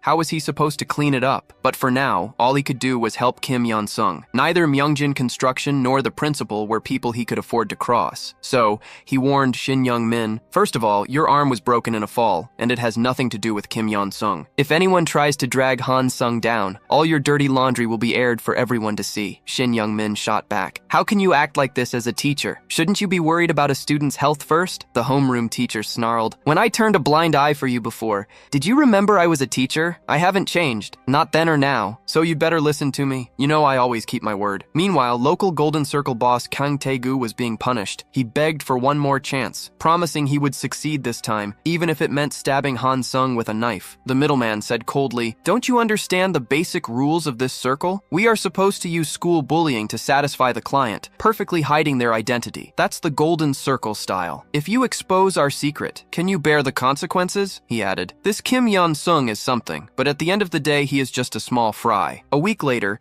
as soon as Shin Young-min got out of the hospital, he received some news. Kim Yeon-sung said, if you tell me who really hired you, I'll let you off here. Shin Young-min hadn't expected Han-sung's revenge to continue. Kang Tae-gu had only sent a single terse message. The commission was over. Nothing more. Shin Young-min felt a surge of desperation. If you want to punish me, do it now. I'm sick of living in fear every day. Both men terrified Shin Young-min. He arrived home to find the place a wreck. His father, seeing him, immediately started beating him. Didn't I tell you to stay away from that Kim Yeon-sung kid? Now our family is finished. This is all your fault. Even if you want to be a bastard, know your limits. You've destroyed everything I worked so hard to build. For the first time, Shin Young-min felt true fear. He couldn't believe this was happening. How could a single student destroy his family? At that moment, his phone rang. It was Kim Yeon-sung calling. Before long, Shin Young-min was kneeling on the ground, begging for forgiveness. I shouldn't have taken the Golden Circle's job. I thought too highly of myself. I truly want to tell you who hired me, but I'm just a nobody. I honestly don't know. Please, just let me off this time. I'll even be your underling if you want. Kim Yeon-sung replied, why should I forgive you? I warned you long ago. Don't touch anyone close to me, yet you still let your lackeys act. If you make a mistake, you pay the consequences. I do believe you genuinely don't know who the client is. The Golden Circle would never trust a small fry like you with that kind of information. Still, since you're begging so pitifully, I'll give you a chance. From now on, all you have to do is survive for 1 month. Show me your sincerity, and perhaps I'll consider forgiving you. But I won't tell you what exactly you have to endure. You'll just have to find out for yourself. The next day, the entire class was laughing at Shin Young-min. What a disgrace, showing his face at school after all that. The class muttered, look at him. still calling himself a boss. But when Shin Young-min glared back at them, they all quickly fell silent, afraid. If this was all Kim Yeon-sung had in mind, Shin Young-min figured he could endure it for a month. After that, he could settle scores and restore his reputation. Then he noticed even the class coward was staring at him. He thought, how the mighty have fallen. Even a loser like Han Myung-hoon dares to look me in the eye now. Shin Young-min forced himself to hold back. Just endure it. But Han Myung-hoon marched straight up to him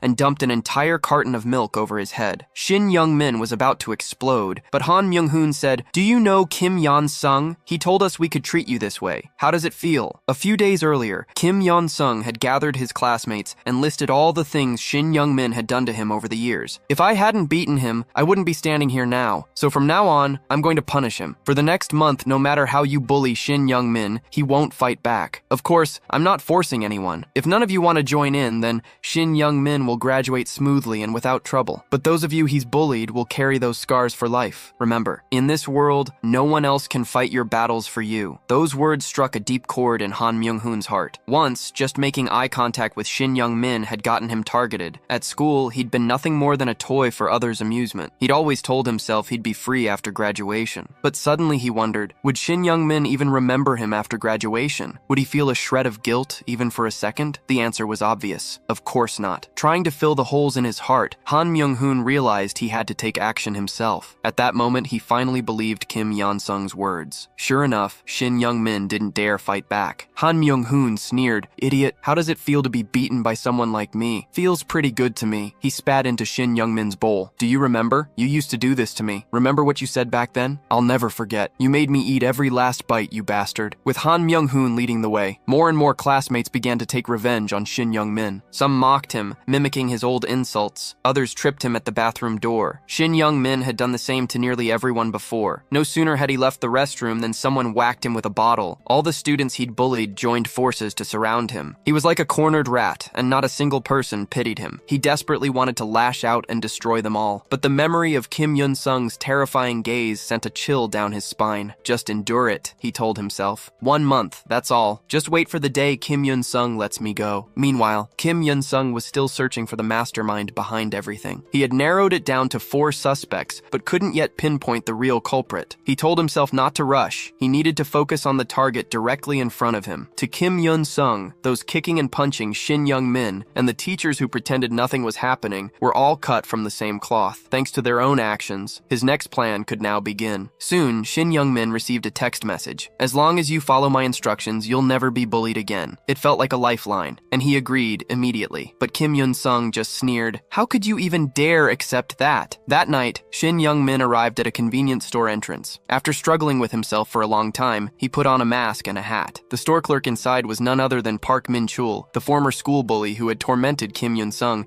and eventually dropped out. Shin Young-min walked in without a word, grabbed Park Min-chul by the hair, and slammed his head down hard onto the counter. Park Min-chul asked nervously, "Are you trying to rob me?" Shin Young-min ignored him and punched him again. At that moment, Park Min-chul realized the guy looked familiar. Even with the mask, that hair and those eyes were obviously Shin Young-min's. The other two who had dropped out after bullying Kim Yeon-sung were also beaten up by him. They couldn't understand why Shin Young-min was now coming after them. One of them wanted to call the police, but Park Min-chul stopped him. "This guy is crazy. If we provoke him, we'll only get into more trouble. Let's just consider this bad luck. If we ever see him again, pretend we don't recognize him." Just then, a familiar voice came from the side. "So all the little thugs have gathered here. I assume you know it was me who did this to you yesterday," Park Min-chul asked. "Why are you doing this? We never did anything to you." Shin Young-min replied, "Because Kim Yeon-sung caught me by the leash. As long as I make you guys live in hell for a month, he'll let me off. Do you know what that means?" With that, Shin Young-min charged at them. "Sorry guys, if you don't go to hell, it's my turn." As he beat them, he said, "Don't blame me. You brought this on yourselves." One of them protested, "Why are we the ones paying for it?" That sent Shin Young-min into a rage. "You still don't get what you did wrong? If you'd handled him back then, I wouldn't be the one getting bullied now. And now you dare fight back? Have you forgotten who I am? I'm Shin Young-min, the king of the school. If I can't have a good life, then nobody gets one." Just as it seemed Shin Young-min was seriously going to kill them, Park Min-chul, driven to desperation, grabbed a knife and stabbed him from behind. "You've gone too far. We already dropped out and are working because of you. Why are you still after us?" At that moment, Shin Young-min finally understood Kim Yeon-sung's true purpose. He wanted them to destroy each other, to tear themselves apart without him even lifting a finger. The next day, news that Shin Young-min had been stabbed stabbed spread throughout the school. What surprised the students most was that the culprit was Park Min-chul. Not only did both of them admit to everything, they even begged to be sent to jail as soon as possible. They said they never wanted to stay in Daesan City again. But Kim Yoon-sung wasn't done with them yet. He told Go Chang-bayum, when these four get out of prison, make sure they go right back in. I don't want them to live a single normal day in this society. Go Chang-bayum was shocked. This guy was even scarier than him. I never want to be your enemy. I've been working at the bottom for a month now, just as you instructed. I haven't gotten anything out of it yet. I don't have the patience to climb my way up step by step. Kim Yoon-sung urged him to stick it out a little longer. Just do as I say. Back when Kim Yoon-sung was incapacitated, the real estate industry was booming. Unfortunately, a fatal accident occurred at one of Myeongjin construction sites. A worker was struck by falling rebar. People wanted to call the police and an ambulance, but the foreman stopped them. He didn't want any delays that might disrupt the schedule. So, the foreman insisted on reporting up the chain before taking any action. It wasn't until 2 hours later that the worker was finally taken to the hospital. By the time his son arrived, his father was already dead. The real estate company refused to classify it as a workplace injury or pay any compensation. This caused a massive hit to Myeongjin Construction's reputation. At that time, Go Chang-bayum was wandering around the site, unaware that he was about to face the turning point of his life. He was itching to go to a bar instead, but he knew Kim Yoon-sung wouldn't have sent him there without a reason. Watching Kim Yoon-sung deal with all those school bullies so decisively, Go Chang-bayum couldn't help but imagine his own brother, Go Chang-seok, suffering a similar fate. Suddenly, a loud crash rang out outside. Go Chang-bayum rushed out to investigate. There had been a collapse during a concrete pour. The foreman reported,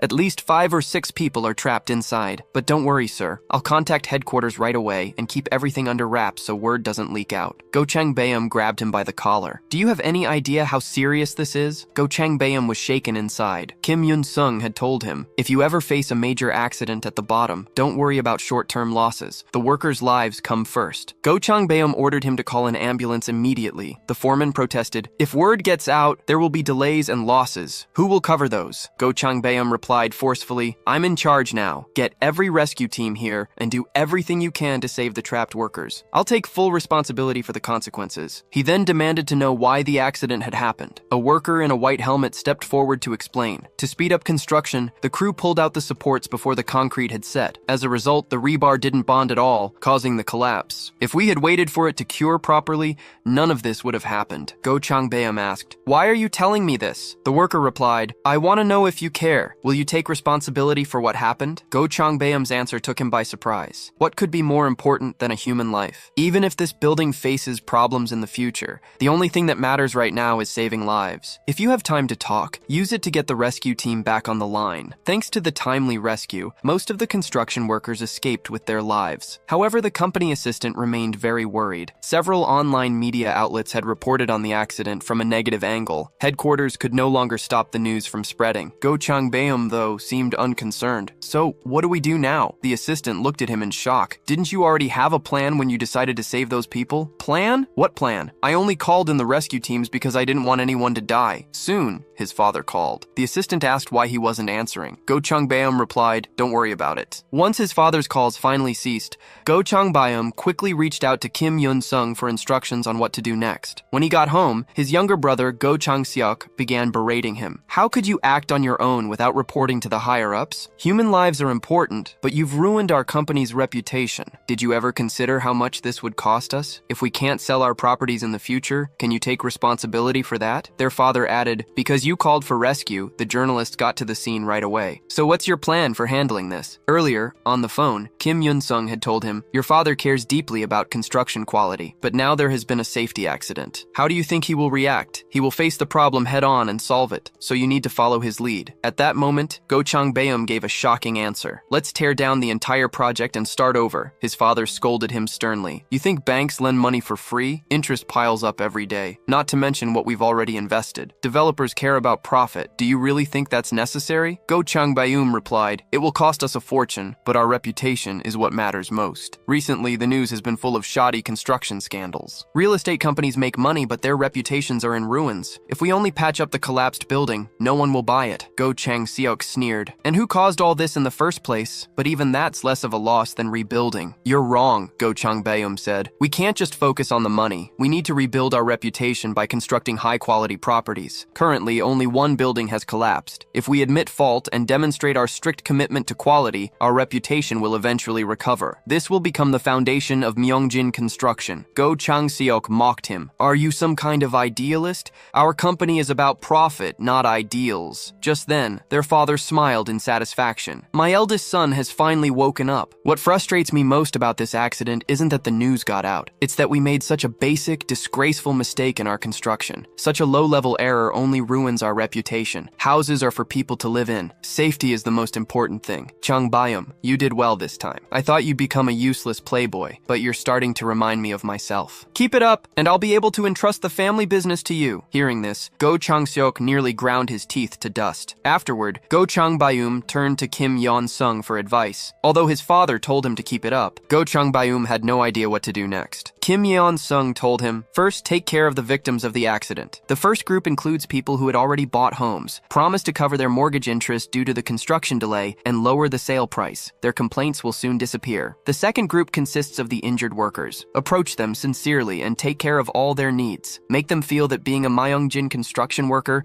is something to be proud of. Following this advice, Go Chang-beom not only gave them generous compensation, but he also promised to assign them to important positions at headquarters once they recovered. The workers' families were moved to tears. Through all this, Go Chang-beom learned a lot. He told his assistant, I used to see this company as nothing but a money-making machine. I just wanted to finish buildings and sell them as fast as possible. But now I see how many people devote everything to this job. They want to support their families, and they spend their life savings to buy our homes. I used to take my position for granted, living only for pleasure. From now on, I can't live that way anymore. The assistant hadn't expected the young master to change so much. It felt a bit strange. Suddenly, someone shouted, Why are you smoking here? Put it out right now. Go Chang-beom instantly reverted to his old ways. There goes my serious mood. Get lost, or I'll smash up the whole hospital. Thanks to Kim Yeon-sung's guidance, Go Chang-beom not only won his father's approval, but also earned the heartfelt gratitude of the workers. As someone who had always been arrogant and brash, the praise took some getting used to. This was especially true when one of the workers' families even brought him homemade snacks. Go Chang-beom complained that it made him uncomfortable, but he ate heartily nonetheless. Just then, a subordinate came running. Sir, there's a visitor for you. They said it's a TV crew, and headquarters has already approved it. Go Chang-beom replied, then show them around for the shoot. But the worker replied, they want to interview you. This caught Go Chang-beom completely off guard. Had he done something wrong? At that moment, Go Chang-beom's father was watching the news report. Myeongjin Construction's decision to rebuild the complex shocked everyone. While this decision would increase the company's losses, it also demonstrated their commitment to quality. Next came the interview with Go Chang-beom. We've heard you say that human life matters more than monetary loss. Not only that, you've taken responsibility for the accident by ordering a complete rebuild. Why did you make such an unusual decision? Go Chang-beom answered, I was simply following my father's teachings. Since I was young, he always told us that our work isn't just about making money, but about building a family business that must be carried on for a lifetime. Just then, his father's phone rang. On the other end, someone praised him for raising such an outstanding eldest son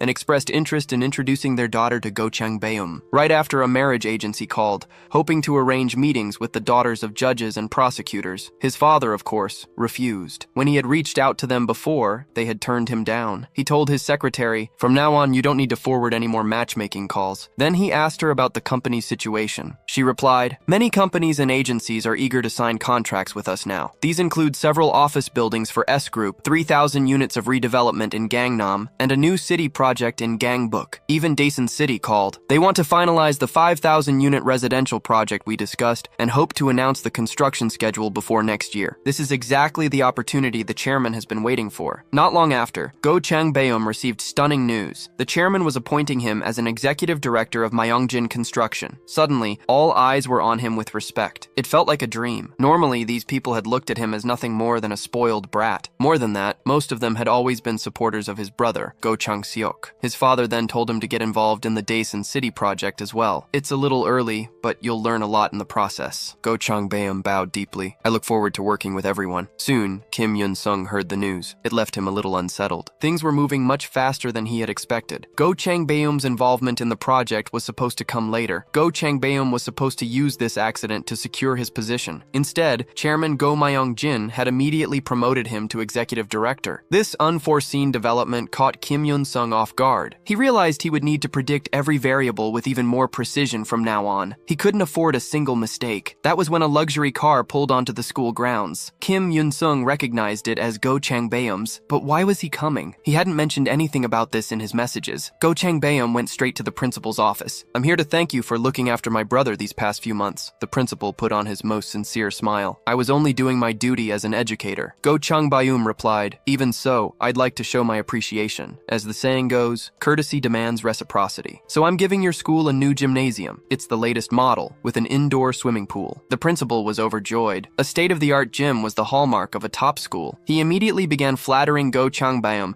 promising that the whole school would support Kim Yun-sung unconditionally in the future. Then, Go Changbeom said, "Could you call someone else in for me? I mean Kim Yun-sung's homeroom teacher." Lately, rumors had been spreading that the teacher had taken bribes, all because he'd publicly disciplined Shin Young-min. Go Changbeom told him, "Don't worry about what others say. You chose to stand with me, so I'll make sure you rise through the ranks here. I hear you like to relax after work at the bar. I've already arranged things with the city's biggest club. Bring your friends, and the tab goes on my account. I've also prepared a crate of vitamin drinks stuffed with cash. Don't forget to take it home with you. From now on, remember, the one backing you isn't just some rich parent, but the most powerful successor in all of Daesan City." Once everything was settled, Go Changbeom met Kim Yun-sung face to face. "If you want to help me become chairman, you'll need my power sooner or later. So let's work together and give each other as much support as we can. If you need anything right now, just say the word. Whatever it is, I'll make it happen for you." Kim Yun-sung didn't hold back, directly asking, "How much money are you willing to spend for me?" Not long after, the homeroom teacher announced a major piece of news. Myeongjin Construction had invested a huge sum in the school. As a result, the school would award a 10 million won scholarship fund. Any student who paid attention in class and showed real potential would be eligible to receive a portion. The moment students heard about the 10 million won, their faces lit up with anticipation. But when the teacher announced that the first scholarship recipient was Kim Yun-sung, disappointment swept across the room. Everyone knew that Kim Yun-sung's guardian was the eldest son of Myeongjin Construction. Many students wondered, why bother with such theatrics? They might as well just hand him the money. This sentiment grew stronger when the teacher then named Kim Si-woo as the second recipient. Now, everyone was convinced there was something fishy going on. Sure, Kim Yun-sung had Myeongjin Construction behind him, and he'd also topped the midterms. But what did Kim Si-woo have to offer? How did he deserve a scholarship? Was it just because he was Heinzung's friend? Soon, rumors began swirling about Kim Yun-sung's connection to Myeongjin Construction. Some whispered, could he be the chairman's illegitimate son? The student who said it instantly turned pale. He tried to slip away quietly, only to find Kim Yun-sung waiting for him just around the corner, having overheard every word. Heinzung crooked a finger, beckoning him over. The student, who turned out to be Jo Jae-in, known as the school's loudspeaker, broke out in a cold sweat, already imagining the worst. But Heinzung didn't beat him up. Heinzung then said to Jo Jae-in, "No need to be scared. As long as you do me a favor, you'll be safe. Yes, the scholarship selection is unfair, but you should know there's no limit to the number of recipients. Anyone could win one, even someone with grades as bad as yours. So, I want you to spread this message to every student and add one more detail." The next day, all sorts of rumors were flying around school. Supposedly, Myeongjin Construction's scholarship existed to reward those close to Kim Yun-sung. The new rumor claimed that only Kim Si-woo had stood up for him in the past, which is why he received the scholarship. The scholarship had no cap on recipients. Anyone who stood with Kim Yun-sung could receive one. Word was, he planned to use the school as a base to wipe out every school bully in Daesan City. Rumor also had it that he would welcome any student willing to help him, regardless of past grievances. Most students took the gossip with a grain of salt. However,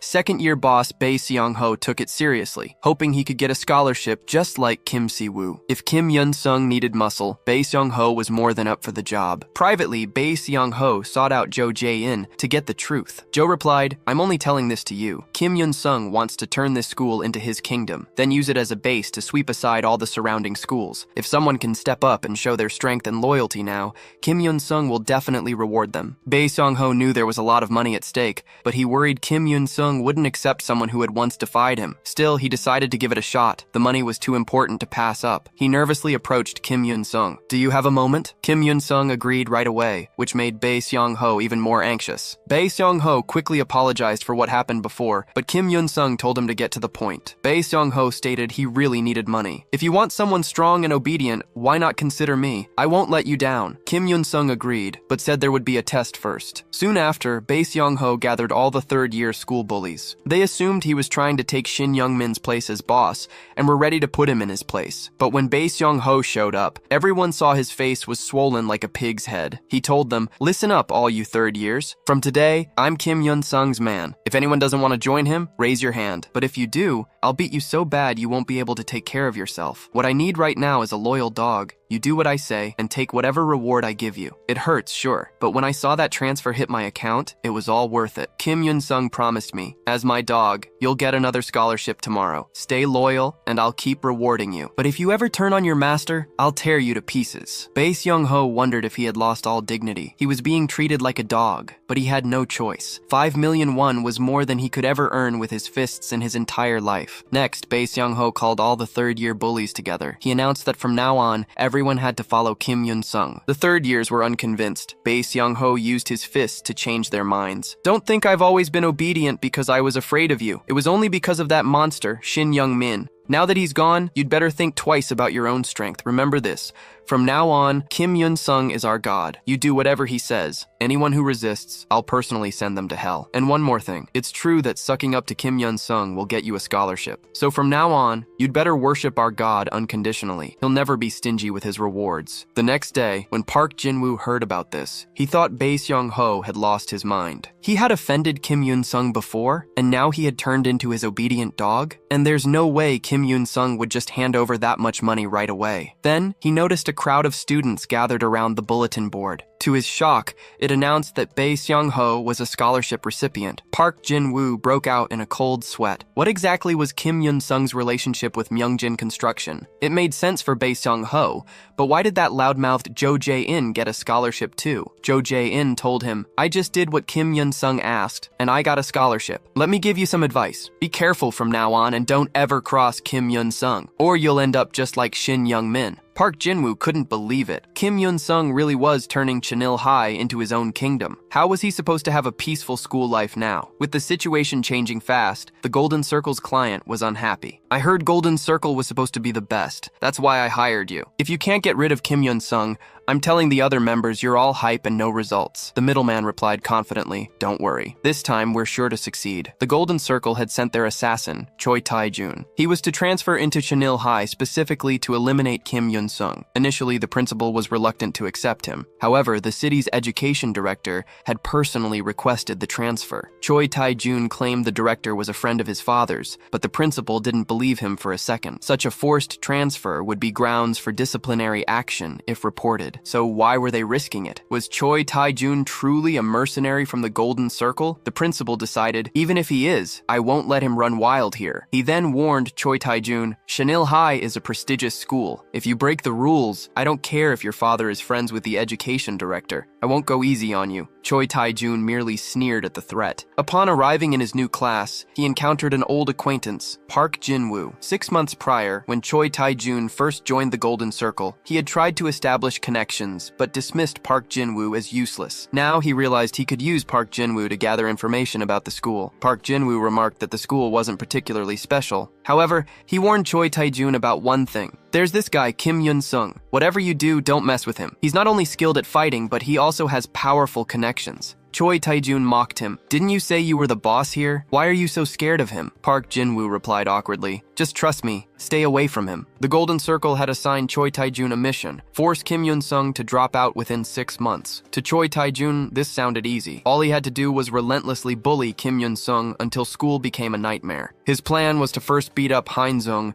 then incite everyone to ostracize him. He believed he wouldn't even need 6 months. 1 month would be sufficient. His confidence wasn't unfounded. Within the Golden Circle, an S rank was nearly impossible to achieve nationwide. An A rank was reserved for the top 1%. Even a B rank indicated an individual was already above the national average. Despite being only a first year, Choi Tae-jun had achieved a B rank in their testing. He asked Park Jin-woo to show him Hein-sung's classroom. Unfortunately, Kim Yun-sung happened to be there. Park Jin-woo felt a surge of dread. Choi Tae-jun immediately tried to pick a fight. "Hey, asshole, what are you staring at?" Park Jin-woo's face went white with fear. Kim Yun-sung replied, "That's a bit obvious, don't you think? I wasn't even looking at you. Are you just trying to pick a fight with me? You'd better think carefully about whether you can handle the consequences." Before Choi Tae-jun could answer, someone punched him. Choi Tae-jun was completely stunned. Park Jin-woo was kneeling on the floor, begging for forgiveness. "I didn't mean anything by bringing him here. He's the one who started it. Please, just let me off this time." Choi Tae-jun was bewildered. What the hell is wrong with this guy? Ever since Bae Seon-ho publicly declared his loyalty to Kim Yun-sung, the atmosphere at Chunil High had changed dramatically. Now, if anyone so much as spoke ill of Kim Yun-sung behind his back, Bae Seon-ho would immediately show up with his crew for a friendly visit. Surprisingly, the students didn't resent this change. In fact, they rather enjoyed it. After all, back when Shin Young-min ruled the school, violence and bullying were everywhere. But ever since Bae Seon-ho received his scholarship and became Chunil's guard dog, the bullies who preyed on the weak were finally being dealt with. The school experienced a long-lost peace. Now, however,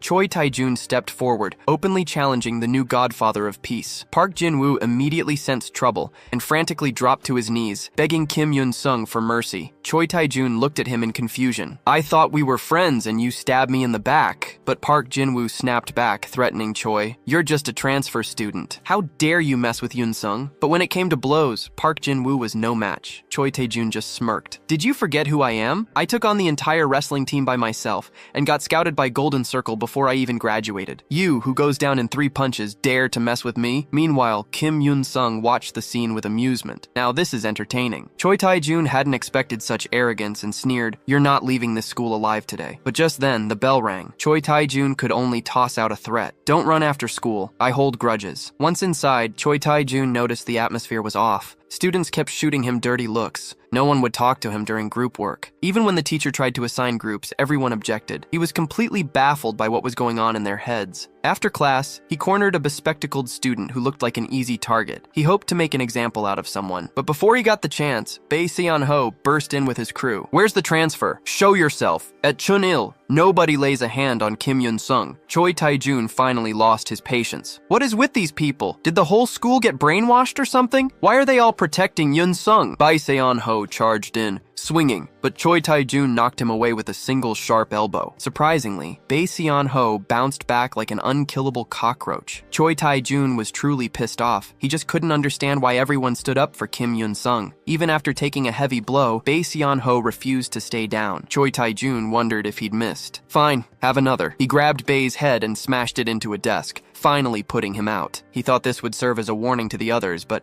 unexpectedly, the onlookers all rushed him at once. Choi Tae-jun was speechless. Wasn't one-on-one fighting supposed to be the rule? But these guys shamelessly ganged up on him. Cowards. Even if you all attack, it won't matter. Yet there were sneak attacks from behind as well. Choi Tae-jun roared, "You'd rather lose your dignity than lose a fight. Is it just you left now?" But as soon as he finished, 3 more guys jumped in. Someone shouted, "He knocked out Bae Seon-ho! We have to gang up or we're doomed." Choi Tae-jun sneered, "Bring it on. I'll take you all at once." Just then, Bae Seon-ho got back up yet again. Choi advised, "Just stay down." "Why are you so loyal to a first year?" Bae Seon-ho answered, "Don't talk to me about loyalty. That's not it." Turns out, after beating up the third-year bullies, he had received a generous red envelope from Go Chang-beom that night. He thought, if I beat up Golden Circle guys, will the reward be even bigger? And even if he lost, the big boss wouldn't mind. Bae Seon-ho told everyone, "This guy's even scarier than Shin Young-min. We might not win, but even so, we can't back down. Otherwise, Yun-sung would be disappointed." disappointed. In truth, being Yun Sung's punching bag had already earned him 5 million won, plus a 10 million won scholarship, plus a million won in pocket money. With that kind of cash in just a few days, how could he ever give up on Yun Sung? Bae Seon-ho led 10 second years into the fray, but they still weren't a match for Choi Tae-jun. This brawl made Choi Tae-jun hate the school from his very first day. This place was like a cult. Normally, when someone lost a fight, it was over. But these guys fought like maniacs, never letting up. If there were any more crazies like this, he'd really be in trouble. Choi Tae-jun thought to himself, this guy has turned the school into a fortress. If that's the case, I'll just have to go all out and break through. As long as I break one of Kim Yeon-sung's arms,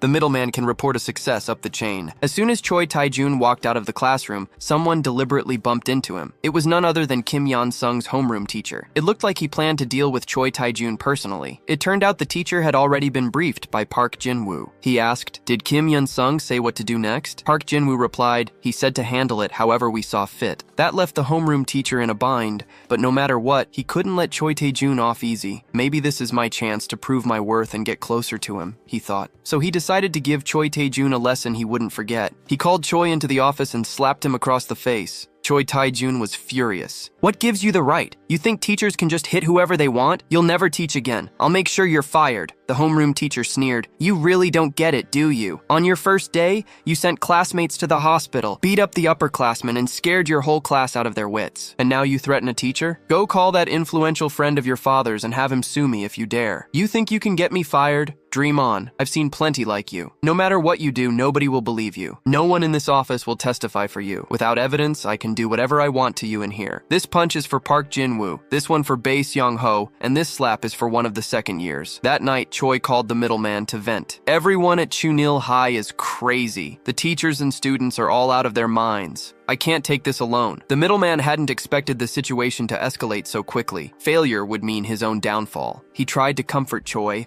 telling him to lay low while he devised a solution. Then the middleman rushed downtown to see Moon Chang-ho, the Education Bureau director. He complained that the principal was ignoring him, hoping the higher-ups could apply some pressure. Moon Chang-ho immediately phoned the Daesan education supervisor. I heard a teacher at Chunil is giving special attention to a certain student. Can you look into it? But the Daesan supervisor replied coldly, why are you, a city official, meddling in Daesan's business? Don't you know that's overstepping? Moon Chang-ho shot back. Don't think I don't know about the skeletons in your education system. If you don't cooperate, I'll blow the whistle. The Daesan supervisor then played his trump card. You know about Golden Circle, right? If you really want to fight, are you sure you'll escape unharmed? Don't push it. If we fall out, it won't end well for either of us. It turned out the Daesan supervisor was the principal's own brother. Even he was a little worried. After all, Golden Circle was no joke. The supervisor said, honestly, I'm afraid neither of us will escape punishment. The principal reassured him, don't worry, the real opportunity comes from Myeongjin Construction's successor, Go Chang Bayum. As for corruption, don't worry about being exposed. The kid we're protecting is smarter than you think. Your position is safe. The next day, for the first time, Choi Tae-jun experienced what it meant to be ostracized. When the class went to PE, no one told him. Wherever he went, people whispered behind his back. Choi finally lost his temper. He immediately texted his crew from the city, telling them to come to Daesan. He also reached out to other schools, hoping to pressure Chunil and completely isolate Kim Yeon-sung. That day at lunch, as Choi ate, Kim Yeon-sung suddenly sat across from him. Choi thought, maybe I should just deal with him right now. Yeon-sung said, heard the Daesan education supervisor gave you some trouble? Choi sneered, so you're the king of this little pond? Step outside and you're nothing. Suddenly, someone forced Choi's face into his lunch tray. If you know I'm the king here, how dare you even show your face? Who gave you the guts to act up on my turf? Choi was then dragged off to a secluded corner. Choi shouted, you guys need to gang up to win? Doesn't that embarrass you? Yeon-sung remained calm. You're strong. After all, you're a B-rank assassin. If we were evenly matched, I'd try to beat you fair and square. But right now, I can't. So, I'll close the gap. Get him. At Yeon-sung's command, the lackeys piled onto Choi. Park Jin-woo yelled, move over, let me. Choi's back was nearly broken. Before he could react, Bae Seon-ho's fists followed. No matter how tough Choi Tae-jun was, he couldn't fight off a crowd. He thought about focusing on just one opponent.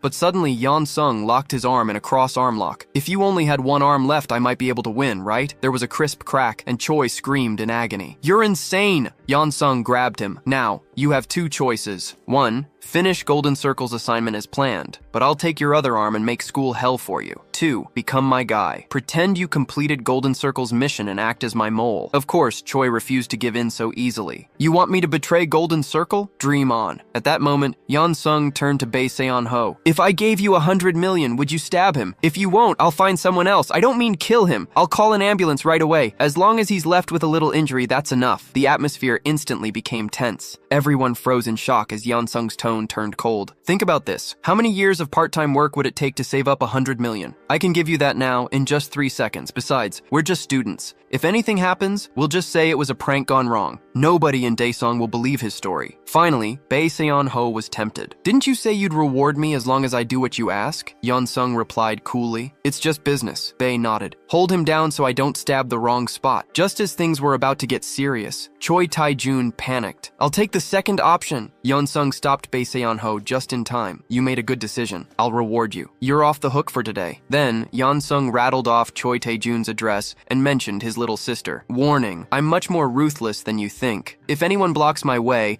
I'll spend my life making sure theirs is ruined. One last time. Which will it be? Stay loyal to Golden Circle or become my dog? At last, Choi Tae-jun was truly frightened and bowed his head. I'll be your dog. Yeon-sung patted him on the head like he was comforting a pet. Smart choice. Bae Se-yeon-ho was a little worried. Is it really okay to just let him go? Yeon-sung grinned. If he breaks our deal, he'll learn the consequences. Check your account after school. I'll transfer your reward. And bring Jo Hee-jin here, but make sure nobody notices. The next day, Jo Hye-jin, nicknamed the Loudspeaker, spread the word Kim Yeon-sung and Bae Se-yeon-ho had fallen out. Now, even if someone badmouthed Kim Yeon-sung, Bae Se-yeon-ho wouldn't stand up for him. Everyone quickly believed it and started wavering, wondering if they should ostracize Kim Yeon-sung. But in truth, this was all part of a trap Kim Yeon-sung had carefully prepared. He was just waiting for the big fish to bite. Meanwhile, ever since Go Chang-byum became an executive director at Myeongjin Construction, his younger brother, Go Chang-suk, finally couldn't sit still. He called an emergency meeting with the top brass. At this rate, their father was likely to hand the company over to Go Chang-byum. Director Kim Ki-il saw through it instantly. I'm sure there's someone helping him behind the scenes, someone we haven't identified yet. Your last scandal was leaked by someone, and only Go Chang-byum benefited. Now he's suddenly working his way up from the construction sites, diligently clocking in and out. His responses to accidents on site were perfectly in line with the chairman's values. Could the old Go Chang-byum have pulled that off? This is no coincidence. Someone is pulling the strings, and that person is the key. The problem is, we still don't know who this person is. We need to use every resource to uncover who is behind him. Over the next few days, Go Chang-suk had people tail his brother, but they found nothing. Go Chang-suk grew increasingly frustrated with his team. Suddenly,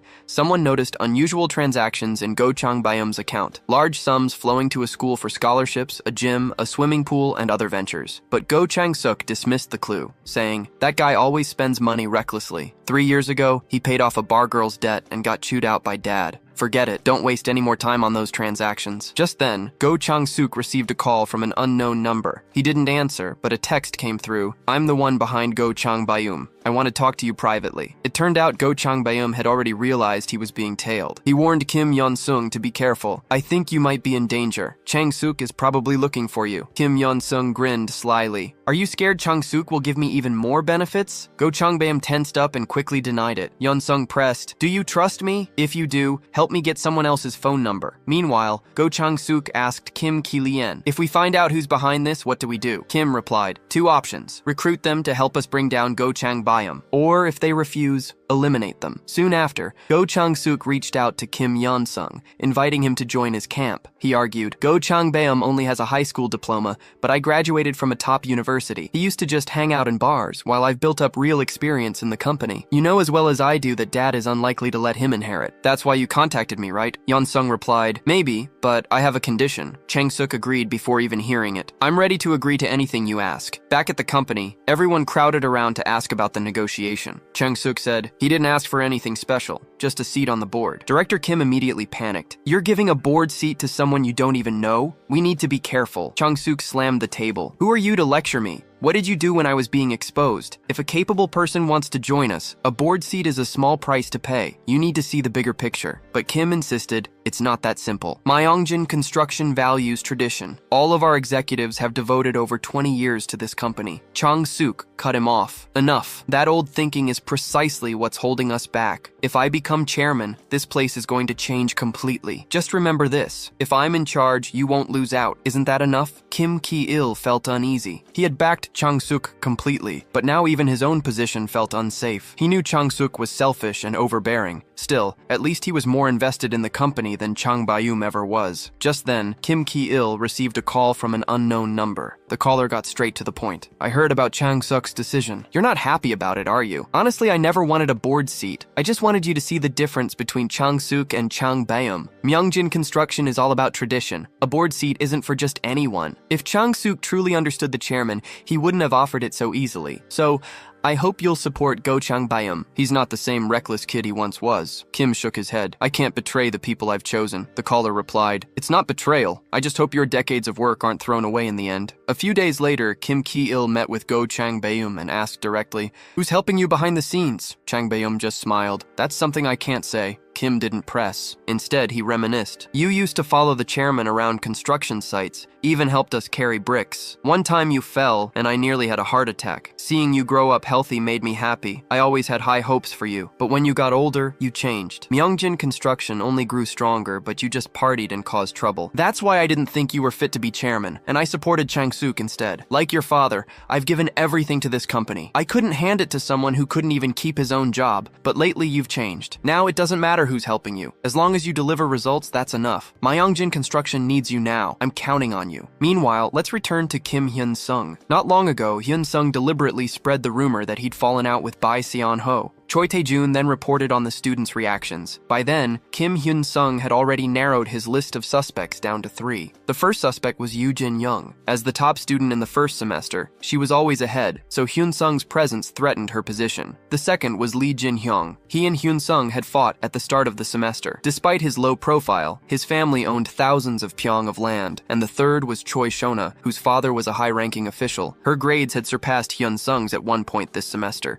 before he overtook her again. Hyun-sung decided to set his trap for these 3. After several days of observation, he narrowed his focus to one person. The next day, during soccer class, a girl nearby hesitated, debating whether to confess her feelings. It was Choi Shona, his main suspect. Oh, Haeji tried to dissuade her. Kim Hyun-sung isn't the good student he used to be. If you date him, he might lead you astray. But Choi Shona replied, it was other people who messed with him first. Then, summoning her courage, she approached him. Hyun-sung smiled slightly. I have something to say to you too. Let's go somewhere private. Class was about to start, but the two still hadn't returned. Oh, Hyeji grew worried. Suddenly, she received a text from Choi Shona asking for help. It turned out Hyun-sung had brought her to the equipment storage room. Shona was a little nervous at first, but she kept reassuring herself. Hyun-sung was a good student, she thought. He would never cross the line. Unexpectedly, he locked the door behind them. He asked, do you know why all these things have been happening to me lately? Actually, someone's been controlling things from the shadows. I've set up traps, sending different signals to 3 suspects. I told the first person I was exhausted and wanted to transfer schools. If she's the mastermind, she'd be thrilled. I told the second person I'd fallen out with Bae Seon-ho. If he's behind it, he'd come looking for trouble right away. And to you, I hinted that I'm tired but still holding on. If you're pulling the strings, you'd push Golden Circle to act faster. Now that you know all this, how do you feel? Before long, Oh Hye-ji rushed in, anxiously asking what had happened. Had Hyun-sung bullied Shona? At that moment, Hyun-sung, hiding nearby, spoke up. Shona, you can go. Baffled, Oh Hye-ji watched as Shona obediently left. Then Hyun-sung shut the door. Hye-ji, you stay. Even though Shona was suspicious, I had reason to believe she wasn't the culprit. It turned out I had asked Go Chang Bayum to investigate all 3 suspects. Shona had a critical detail. Her brother had taken his own life after being bullied. Her family had moved to Daesan to protect her, and because of that, she hated school violence more than anyone else. When she heard about my experiences, she had encouraged me to be brave. There's only one conclusion. Shona only passed along the rumors she heard. But the real mastermind is you, Oh Hye-ji. Hye-ji broke free and ran towards the door. I don't know why you suspect me, but it's not true. But the door was locked from the outside. With no way out, Hye-ji tried to reason with him. We've always been close. I have no reason to hurt you. I'm sure it was Shona's idea. She was upset when your grades improved. You know her dad's a high-ranking official, and Golden Circle has connections with people like that. But Hyun-sung wasn't fooled. He'd never mentioned Golden Circle in front of her. Once her cover was blown, Hyeji dropped the act. You brought this on yourself. If you hadn't always been so cold, it never would have come to this. It turned out that Oh Hyeji had met Kim Hyun-sung several months prior. From their very first encounter, she was smitten. He was handsome, top of his class, and an all-around athlete. He was practically flawless. However, many girls liked Kim Hyun-sung, but he turned every single one of them down. Afraid she would also be rejected, Oh Hyeji opted to test the waters instead of confessing outright. Every time Hyun-sung patiently helped her solve a difficult problem,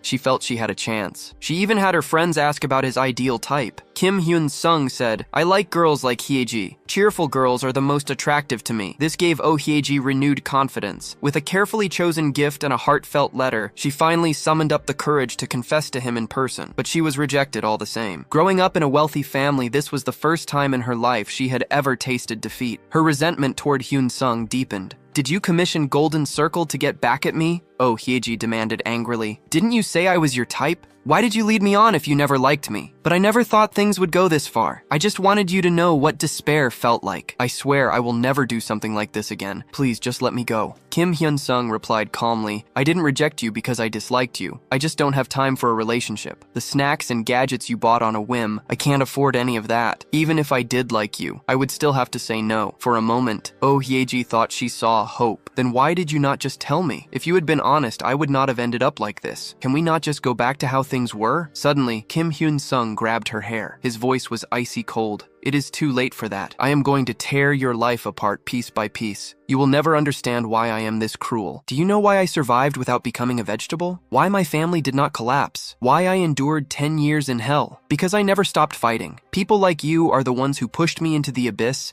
and then sat back to watch the show. You better start researching which plastic surgeon is the best in town." Just then, the homeroom teacher burst in, shocked by the scene. "You're even hitting girls now?" Hyun-sung replied simply. "She's the one who hired Golden Circle." The teacher's attitude flipped instantly. "If she truly is the client, then perhaps you went too far. However, she must pay for what she's done. I'll handle the fallout." But Hyun-sung said, "No need, just send her home." When Oh Hyeji's father, Oh Chun-sam, saw his daughter's battered face, he was furious. "I'll make you pay for this. Kim Hyun-sung and Chang Baeum, I'll see both of you in jail." Before taking action, Oh Chun-sam wanted to confront the Golden Circle middleman about the leak. "You said you never fail. I'll make sure every client hears about this." But the middleman, Jung Shansu, was unfazed. "Do whatever you want. Our business is finished. As you said, Golden Circle has never failed. If I broke the rules, what do you think would happen to me? So I've already given all the evidence of our deal to Kim Hyun-sung. It's my insurance in case I want to stay alive." Oh, Chun-sam shouted. "Then let's all go down together. I'll report you and expose Golden Circle for what it is. No one will get out of this unscathed." Jung Shansu said nothing more and hung up. Jung Shansu had done this because Kim Hyun-sung had contacted him before Oh Chun-sam ever did. "You're Golden Circle's local middleman, right? I've already sent Oh Hyeji home safely." Jung Shansu was stunned. Not only did Hyun-sung know the client,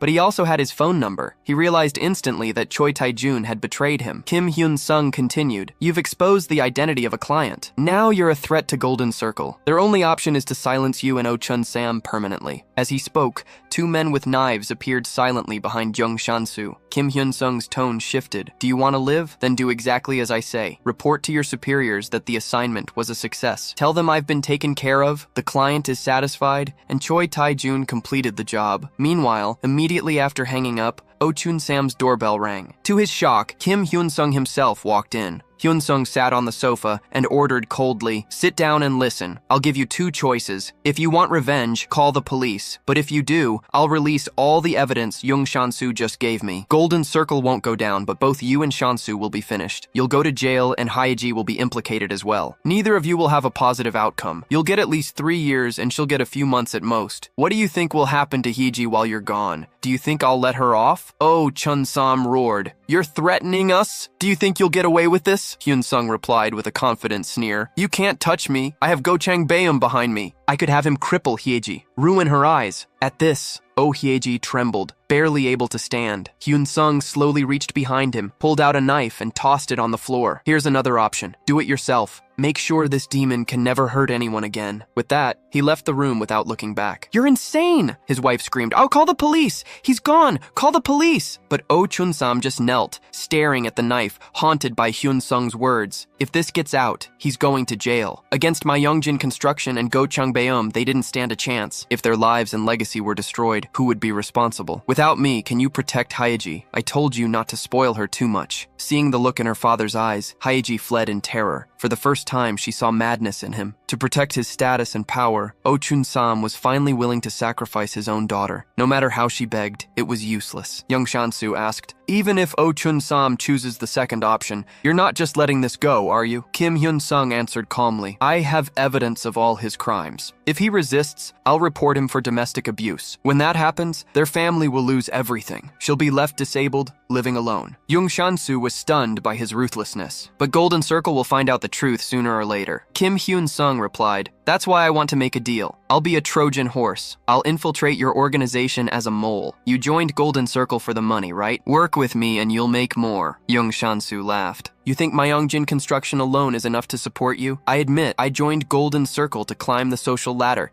and Golden Circle has the power for that. I'm betting my life on you because I'm scared of them too. But you want me to trust you and Myeongjin Construction to take on this kind of risk? Forget it." Then Kim Hyun-sung uttered a single word: top tiers. "What if, for the next 2 years, I only have you handle the top tier members?" The top tiers were Golden Circle's most elite clients, the creme de la creme of Korea's chaebol families. Golden Circle had special middlemen just for them, and the pay was astronomical. Most crucially, the top tier's middlemen were considered top tier members themselves. Young Shansu was stunned. He hadn't expected Hyun-sung to know so much. "How could you possibly get me a top tier only middleman position?" Hyun-sung replied coolly, "You just need to keep your mouth shut for the next month. After that, you'll get what you want." He knew all of this because, in just a few years, everyone would know about the coming storm. Society would call it the Golden Gate Scandal, but the top tier's member list would never be revealed. The whole thing would quietly fade away. Just taking down Golden Circle wasn't enough, because the wealth and power behind them would never crumble so easily. Now, he was ready to set the next phase of his plan in motion. To utterly destroy Golden Circle, Kim Hyun-sung decided to recruit a Prosperity Party congressman as his new backer. Kim Pan-ho, once a university professor, had leveraged his connections to become a member of the National Assembly. He gained these connections by opening doors for the children of the elite. However, a twist emerged. Congressman Jang Ho-il from the rival party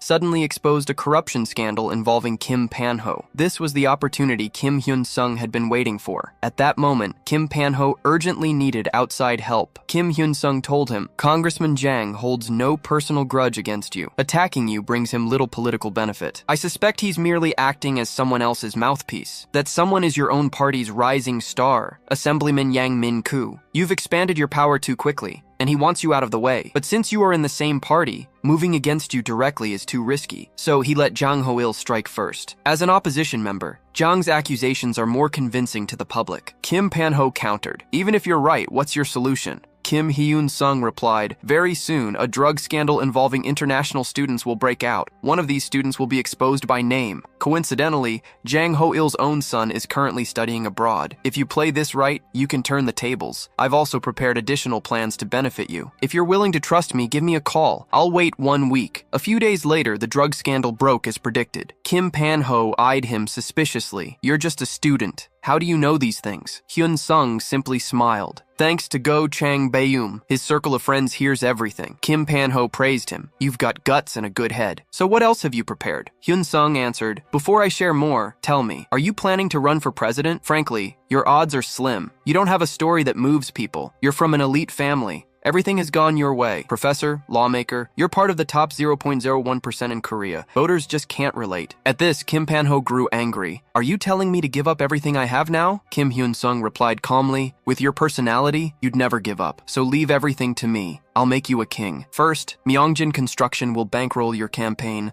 I'll help craft your presidential image, building a story that inspires respect. You'll become the political hero who brings down the Golden Circle. Once the Golden Circle is condemned by society, if you can swiftly clean up the mess, you'll become a star overnight. I'll handle everything, even unexpected crises. You just need to help at the critical moments. I know you're wary of trusting a student, but I suggest you investigate me quietly during this time. You'll discover I'm not just a student. I'm the strategist behind Go Chang-beom, the very advisor his younger brother has been desperately searching for. Back at school, students whispered about Oh Hye-ji's sudden withdrawal. Some said she'd been hospitalized just days before, so badly injured she couldn't even walk. Kim Hyun-sung hadn't expected Kim Pan-ho to go so far against his own daughter. Now, all that's left is for this power-hungry man to accept my proposal. If he refuses, I'll activate my backup plan. I'll eliminate him if he learns my real identity, and then recruit someone new. Maybe I'll face an even tougher opponent. Worst case, he joins forces with the Golden Circle. Just then, someone called out to him from behind. A burly man threatened, "Go in by yourself or we'll drag you." These were Kim Pan-ho's men. He already knew Hyun-sung was Go Chang-beom's secret strategist. "I don't get it. You were never a Golden Circle victim. Why do you hate them so much?" Hyun-sung shot back. "Have you ever felt the despair of being targeted for no reason? Completely powerless to fight back? Maybe someone like you, with power, could resist. But the Golden Circle never goes after people like you. They pick those with no strength, no way to defend themselves. Victims can't even transfer schools because that would ruin their future. There's no help from teachers or adults. The Golden Circle has already infiltrated, and the grown-ups just look the other way. At school, you get beaten. After school, you're never safe. You can't do anything except endure. It's hell. I'm going to break this endless cycle of violence once and for all. Violence might never vanish, but Golden Circle, which profits from it, must be wiped out." Kim Pan-ho was silent for a moment, then spoke. "Tell me your plan. Afterward, I'll give you my answer. Golden Circle maintains their ties to the powerful only because they've never failed. But I've already convinced a middleman to submit a false report. Next, I'll transfer to a top high school in Gangnam for my senior year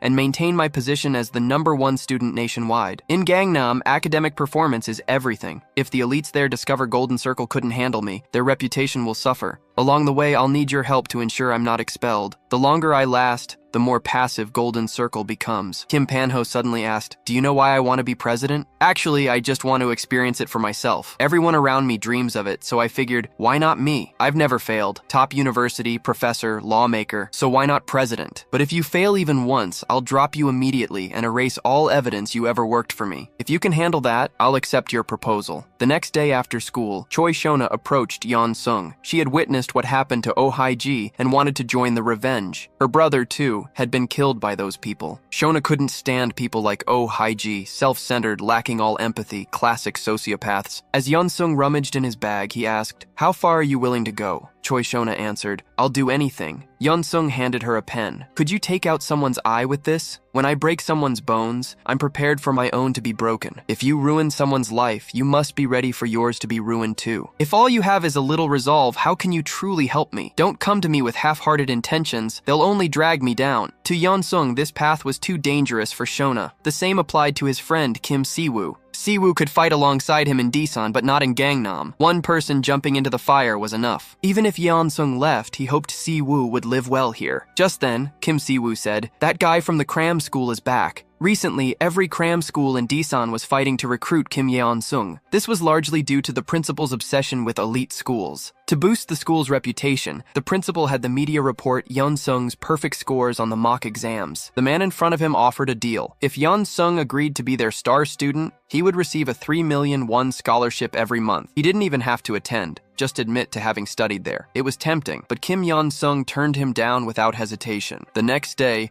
a new face appeared at the school gate, Lee Miso. She introduced herself as the administrator of the Daichi Area Sky Mom Forum. This forum served as a hub for Daichi area parents to share educational information, making it a crucial intelligence network in the local education scene. Lee Miso hoped Kim Yeon-sung could tutor her and several friends' children after school. She offered 4 sessions per month at 2 million won per student, with all lessons to be held in Daesan. Unfamiliar with the forum, Yeon-sung said he would need a few days to consider. That evening, he researched the forum online. He found that most posts were parents discussing daily study routines, nothing that seemed to offer significant value. Then Lee Miso discreetly handed him a premium membership account worth 10 million won. She claimed it offered access to a secret message board, visible only to paying members. Once inside, Yeon-sung's interest was piqued. During the last Life's Golden Gate incident, the fiercest backlash hadn't come from politicians. Instead, it came from parents fiercely protective of their children's futures. Their rage wasn't about Golden Circle's unfairness, but that their own children couldn't access those resources. Kim Yeon-sung instantly realized how valuable this group's influence could be, so he agreed to Lee Miso's request without hesitation. The next day, Lee Miso's son and a group of wealthy kids arrived in Daesan as scheduled, but they didn't buy into Yeon-sung's reputation. Why should a student from a small town be #1 in the country? Kang Min-woo immediately suggested, "Let's ditch class." Some worried their parents would take away their phones and allowance, but Kang Min-woo reassured them, "If we all skip, They'll just fire the teacher. Even the top student in Korea can't do anything to us. When class time came, the classroom was empty. The group was hiding out in a club. Kim Yeon-sung tracked them down quickly. Just as Kang Min-woo was about to lose his temper, Yeon-sung slapped him hard across the face. When a teacher arrives, shouldn't you at least say hello? Kang Min-woo roared. Do you know who my parents are? One phone call and you're finished. Kim Yeon-sung replied coolly. Then call them right now. Tell them your first day at cram school. You got smacked by the teacher like a dog. Yeon-sung's attitude was pure street punk. Kang Min-woo never imagined the country's top student could act like this. He thought the teacher would be bookish and cold. Kang Min-woo immediately called his mom to complain. But when she learned he'd been hit for skipping class, she blew up. Didn't I tell you to listen to your teacher? Skipping on the first day? When will you ever learn? Kim Yeon-sung grabbed the phone and put it on speaker. Lee Mi-so apologized profusely. Please forgive him just this once. I promise it won't happen again. Yeon-sung reminded her. Remember what I said about punishment rights? She promised instantly. Of course. If Min-woo messes up again,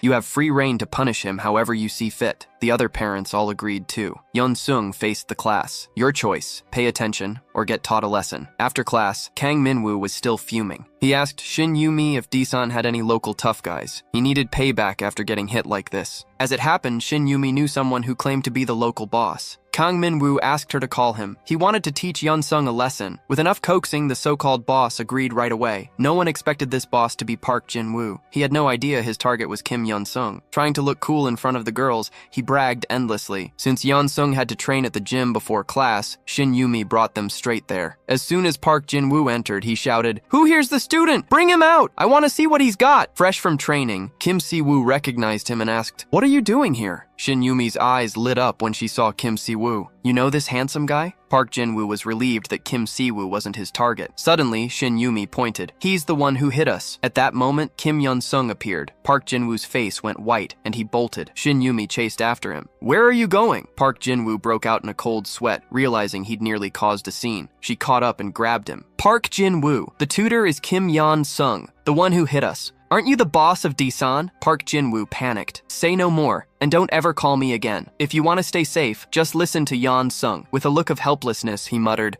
I knew this would happen. In the end, nothing's worth more than your life. After that, the spoiled students could only quietly return to class. During the lesson, someone started nodding off. Yeon-sung raised his voice. Wake up! I know commuting to Daesan 3 times a week is rough, but you should at least try to understand your parents. After you finish my course, if your grades don't improve, what do you think will happen? You'll just get even more tutoring. Accept it. But if your grades go up this semester, we'll cut back to once a week. I'll even talk to your parents so you can drop other cram schools. If you follow my method, your grades will rise, and getting into college won't be a problem. Do you want to live at cram school every day or just take my class once a week and have free time? Half a month later, everyone's final grades had jumped a whole tier. Lee Mi-so was thrilled and asked Yeon-sung to keep tutoring them once a week. We'll pay you 10 million won per student every month, and if scores go up again, there's a bonus. Yeon-sung didn't care about the money. As long as you keep your word, I'll do it, she agreed immediately. Just as she was about to leave, Yeon-sung suddenly asked, what does Min-woo's father do? The truth was, he'd taken this job to get close to Kang Min-woo's father. These families had money and power, but had never joined Golden Circle. The reason was simple. Kang Min-woo's father was the deputy chief prosecutor at the Central District Prosecutor's Office. After finals, winter break arrived. Yeon-sung and Si-woo asked Coach Jung to evaluate their current skills. Jung said, Si-woo's boxing is at a pro level, but his grappling is still weak. He can only compete with amateurs. As for you, Yeon-sung,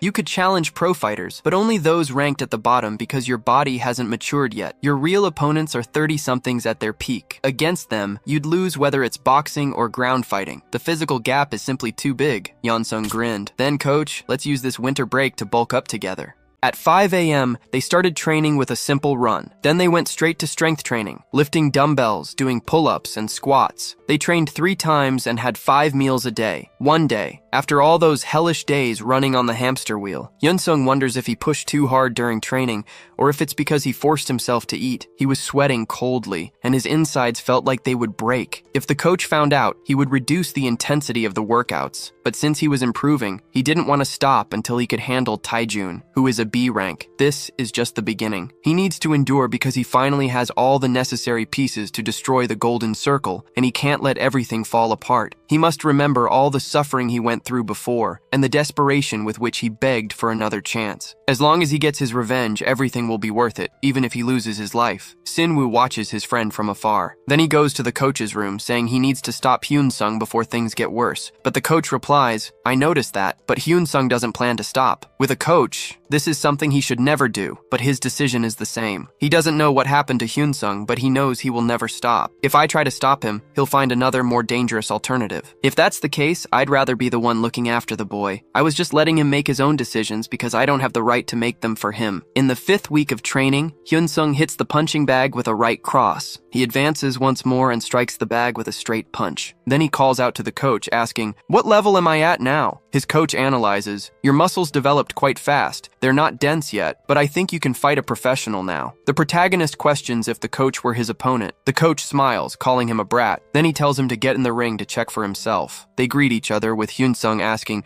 "Don't go easy on me." His coach evaluates, "Your reaction time is good." He was holding up well, and his focus was better, until the coach spots an opening and strikes the protagonist's knee. With his confidence so high, it's easy for him to misjudge his level, so the coach must show him his place. He hits him in the face with his glove, so that he doesn't do something dangerous because he's in a hurry, but Hyun-sung lands a hit to the stomach. The coach instantly retreats, and the protagonist thinks, "I need to create opportunities and not lose them, because no matter who he faces or under what conditions, he has to win at any cost." If he keeps making excuses about them being stronger or outnumbering him, the coach quickly advances to strike his face, but Hyun-sung blocks the blow, landing a hook to his chin. His coach responds, "Impressive," then retaliates with the same attack, but with greater intensity. Hyun-sung falls to the ground unconscious. His coach says, "I have no doubt that he has talent, but there are still worlds you can't reach." The protagonist loses consciousness after this, and minutes later wakes up with Sin-woo asking, "Are you okay? Because you're not weak. The coach is a monster. He took all your blows and still overpowered you in the fight." However, Hyun-sung starts to laugh, and Sin-woo asks, "Did you finally go crazy?" The protagonist responds, "The first time I fought the coach, I couldn't even land a single blow. But this time, it was different. He lost the same way, but the trainer fought seriously. He still has another year. He can become even stronger than this." Later at the construction site, Chang-beom asks, "Did something happen to you?" "You're scary," Hyun-sung replies. "I just trained a lot." Chang-beom changes the subject. The house he mentioned was for sale. He questions, "Why do you need it?" "The neighborhood is empty. It can't be for a shopping mall. There are better places for a factory." Hyun-sung thinks he'll have to reveal his name to convince him. He reveals he got this information from Senator Kim Panho. The next day, the seller signs the papers. He says, "You made an excellent decision." He was worried if he could sell it, even if he lowered it to 500,000 won per square meter. But director Chang-beom doubled the price. Previously, the director commented that it would become an industrial zone, and a part of the land would become an expressway. The protagonist confirms it's a prime location. They should consider the Myungjin building as a complex. Chang-beom then analyzes the profit he can obtain. In Hyun-sung's past life, these 1,000 pyong of land were sold for 2,000% of the original price. But there was a more important reason. He asks, "Did Chang-beom see the cadastral map? There's a limit to development. Instead, there are about 20,000 pyong of land in this area that would be useless now." But he questions, what if they buy this land and combine it with that? Even if it starts as low as 500,000 won per meter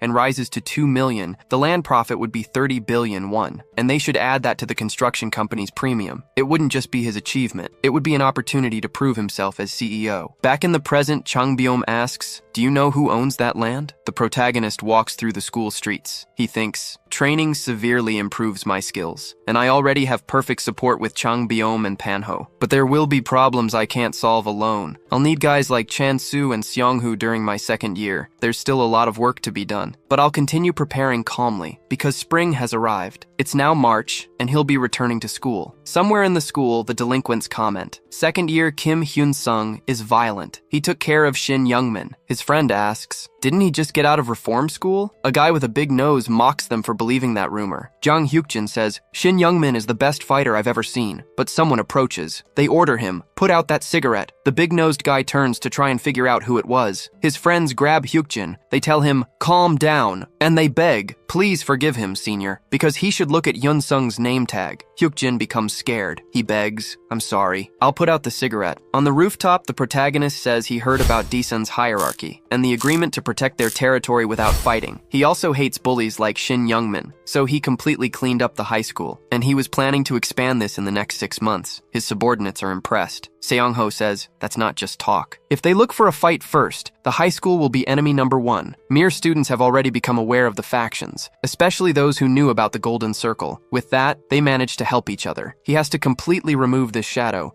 so he announces, I'm not forcing you to follow me. I'll give 500,000 won for each school you attack. He asks, do you think that's worth it? A few days later, Hyuk-jin calls a kid a bastard. He shoves the boy's face into the table, yelling, you've had that ugly face since yesterday. He thinks, they were idiots in my class. Soon they'll be in the palm of my hand. Hyun-sung enters the room right after. He asks, was it you who hit that kid? He lands a kick to his stomach, right after confirming his hypothesis. The delinquent is thrown far away due to the impact. He gets up and tries to hit the protagonist. He asks, why are you bothering me? Hyun-sung then strikes him in the face. Hyuk-jin wonders, what was that slap? So strong. The teacher tries to enter the classroom, but upon noticing the protagonist, turns to grab the class newspaper. Hyun-sung asks, do you know why you're getting beaten up? The guy replies, no. The protagonist says he shouldn't pick on others, and he doesn't get involved in simple arguments. But he can't let violent scumbags like him get away with it. That's why he came just to beat him up. He strikes Hyuk-jin's face once more. Everyone in the room is impressed by the violence unfolding. After the fight ends, they comment that Hyun-sung beat him up just for intimidating others. It was really intense. The senior Hyun-sung forbade anyone else from doing that. A student comments, soon he'll clean up all the schools in Daesun. Anyone interested can go on their own. He says, if he's one of the leaders, hundreds will drop into his bank account. On the rooftop, Seong-ho says that dominating Daesun will create conflicts with other schools. The protagonist admits it might cause problems with one half. Among them, Young Hemin from ICT High School, because he defeated Youngmin in an amateur fight. Seong-ho questions how he plans to continue, as just looking for a fight isn't the right way. Hyun-sung thinks that with the help of Changbeom's experts, he discovered Haemin is a mercenary from the Golden Circle. Centered around him, a strange atmosphere was transforming Daesun into Gangnam. At this rate, it wouldn't take long for this shitty reality to take root in Daesun. He then says that where there are scumbags, there are also victims, just like light and shadow, and these victims will become his justification. At Jail High School in Daesun, the teacher asks, did Daehyun steal money from others? He was informed that Daehyun had been messing with other students' backpacks. The teacher decides he'll call Daehyun's parents. Daehyun begs for forgiveness, saying he won't do it again. The teacher asks, what's wrong with you, kid, to steal 500,000 won? You need to return the money. But Daehyun replies, I lost it. The teacher is surprised. He shouts, you not only lied after stealing, but now that you've been caught, you lost the money? He says, get on the floor. You need some lashes. Later on the street, a bully says, Daehyun went around stealing from others. If I hadn't seen it, the other kids would have blamed me. He continues, next time just beg others for help since you're poor. People like you are why the school has a reputation for bullies. His friends joke that it's hilarious, and the way he torments Daehyun is creative. Daehyun thinks it was him who stole the money. That delinquent asks, did that hurt? Then he orders, take off your pants. Daehyun pleads, please don't do this. Then the bully gets angry, saying that on that rainy day, Daehyun promised on his knees that he would listen to every word he said. He says, you better be a good boy before I lose my patience. Daehyun lowers his pants. Everyone is surprised. His classmates comment, that's disgusting. We're going to puke from this. Hongjin approaches, saying, that was little money. You should bring another 50. Daehyun says, I don't have all that money. That bully kicks him, asking, did you think I was wrong to ask for it? He says, then you made a mistake, because if the son doesn't have money, they should beat the mother. He warns his friends, we're going to pay his mom's store a visit. Daehyun shouts, stop it, you bastard! Hongjin stops midway, asking, what did you just call me? Daehyun begs, I'm sorry. Then the bully replies, he must pay for his mistakes too, and this world won't go easy on him. Suddenly, his words are cut off by a kick. Hongjin falls to the ground. Daehyun and his friends are surprised. Everyone asks, who is he? He doesn't look like he's from our school. Then Hyun-sung punches each of the bullies with his fists. He says, I'm just a friend of Daehyun. In the past, after being beaten up, Daehyun wondered how he got to this point. Why did he have to pay for something like this? He wondered if he should just use a knife on him, but he couldn't do it. He had never fought anyone in his life. This life felt like hell until a notification appeared on his phone. Daehyun opens the notification, crying. The message says they are receiving complaints about school violence. He needs to state who he is, how he suffered, and who was responsible. They would guarantee his revenge. Another day, at the plaza, Hyunsung asks Daehyun, "Was it you who sent the email?" He continues, "This world is a mess for you to have to suffer just for being weak. Some people ignore your suffering. They call it a kid's prank, but it's not that simple. Victims are traumatized, and aggressors don't even feel guilt. It shouldn't be like this. After all, accepting only brings more aggression. Confronting only makes things worse. A single attempt would turn victims into criminals. The victims' concerns are one-sided. All this shit is why this page exists. So, they should make a deal." The next day, at Jail school, Hongryul opens the door, asking, "Who is Daehyun?" Hongjin points at the boy and says, "This loser must have forgotten who my brother is." Hongryul walks to the boy's desk and slaps his face. He demands, "Answer me." Then he grabs his hair, calling him a bastard. He asks, "How did this trash call a friend?" But Daehyun questions, "Why are you hitting me?" Hongryul gets furious for him speaking that way. He says he won't let him go unscathed after hitting his brother. He questions, "Who is this damn friend of yours?" Daehyun replies, "That was his number." After the call, Hyunsung answers. Hongryul introduces himself, asking, "Were you the one who hit my brother?" Hyunsung tells him to put the facts on the table. He was just getting revenge for his friend. Hongjin had been bullying Daehyun for 4 years. He even took off his clothes in front of a girl. He was giving him just one chance. His brother should apologize for what he did. Hongryul says it's a bunch of shit. His brother was just having fun with a loser. So, he should tell him his name and school so he can beat him up. Hyunsung tells him to choose. He introduces himself as Hyunsung from Cheolil High School. In the evening, he goes with his group to the designated location. Hongryul asks, "Was it you?" Hyunsung confirms. Hongryul says, "If we fight, this won't end well, so we should try to resolve it calmly." He asks about apologies for each side. Hyunsung thinks that, judging by his behavior, he already knows who he is. Then he replies, "Your brother is the one who should ask for forgiveness.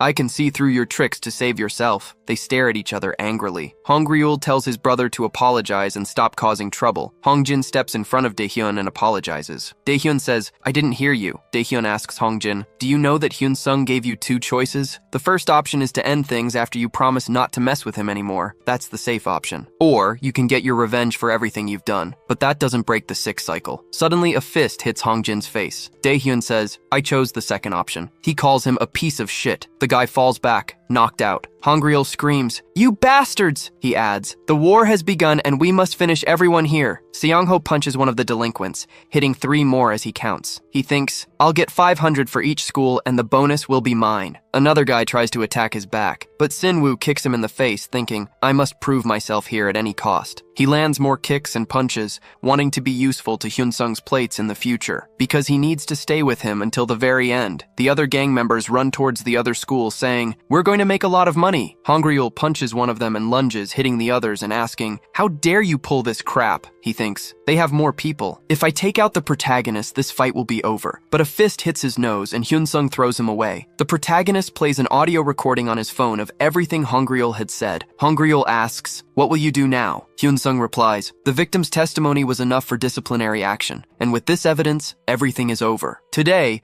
this incident was just a fight among the Jail guys. If anyone talks about this incident, it won't end with simple disciplinary action and expulsion." He grabs his neck and orders him to answer, because he's sure Hongryul doesn't want to have a difficult time seeing how he's not responding now. So he repeats, "Answer me." Hongryul trembles with fear. His classmates watch in fear as he screams in pain. The protagonist rips out one of his teeth, then stands up. He says, "You took too long to give me my answer." The next day at school, some guys bump into Daehyun. They turn to call him a piece of trash, but then remember the protagonist and apologize. Daehyun thinks, "Hongjin's subordinates apologized to me." In that moment, he felt as if his entire world had changed. He thinks, school used to be such a peaceful place, and now it's his turn to keep his word. He comments on the forum that he saw the post promising to punish bullies. He just needs an email. Other delinquents comment, "There's no way we'll get screwed over. It has nothing to do with Jeil High. If someone shows up in front of me, I'll disfigure them." But Hyunsung calls out for Yongho. That bully turns around and asks, "Who are you? Do I know you?" Hyunsung replies, "I know you very well. My informant told me everything about you. Frequent violence and even forcing robberies, quite diverse. Yongho opens his hand and runs, asking, "What will you do about it?" The protagonist replies, "You talked like a real piece of trash." Elsewhere, Seongho tells some bullies to raise their right hand. He sends a message announcing that Lee Gi-cheol has been dealt with after Daehyun's post views exploded. That interest resulted in tons of emails, and Sinwoo announces, "I finished off Yang Ju-hyuk too." The delinquent groans in pain. Sinwoo asks, "Does it hurt? But you enjoyed it when you were extorting and beating others," he says, hitting his face. He continues, "But life won't be normal anymore for scumbags like you. I'll make sure of that. Sure." At Daesun ICT High, a guy asks Heyman, "What will you do about Kim Hyun-sung from Cheolil High? Because the way he's acting, he's going to screw us over too." Heyman replies that they really did finish Youngman, but he should stay in his lane instead of causing trouble and trying to take over all of Daesun. Then he tells him to call Hongryol and tell him to come over,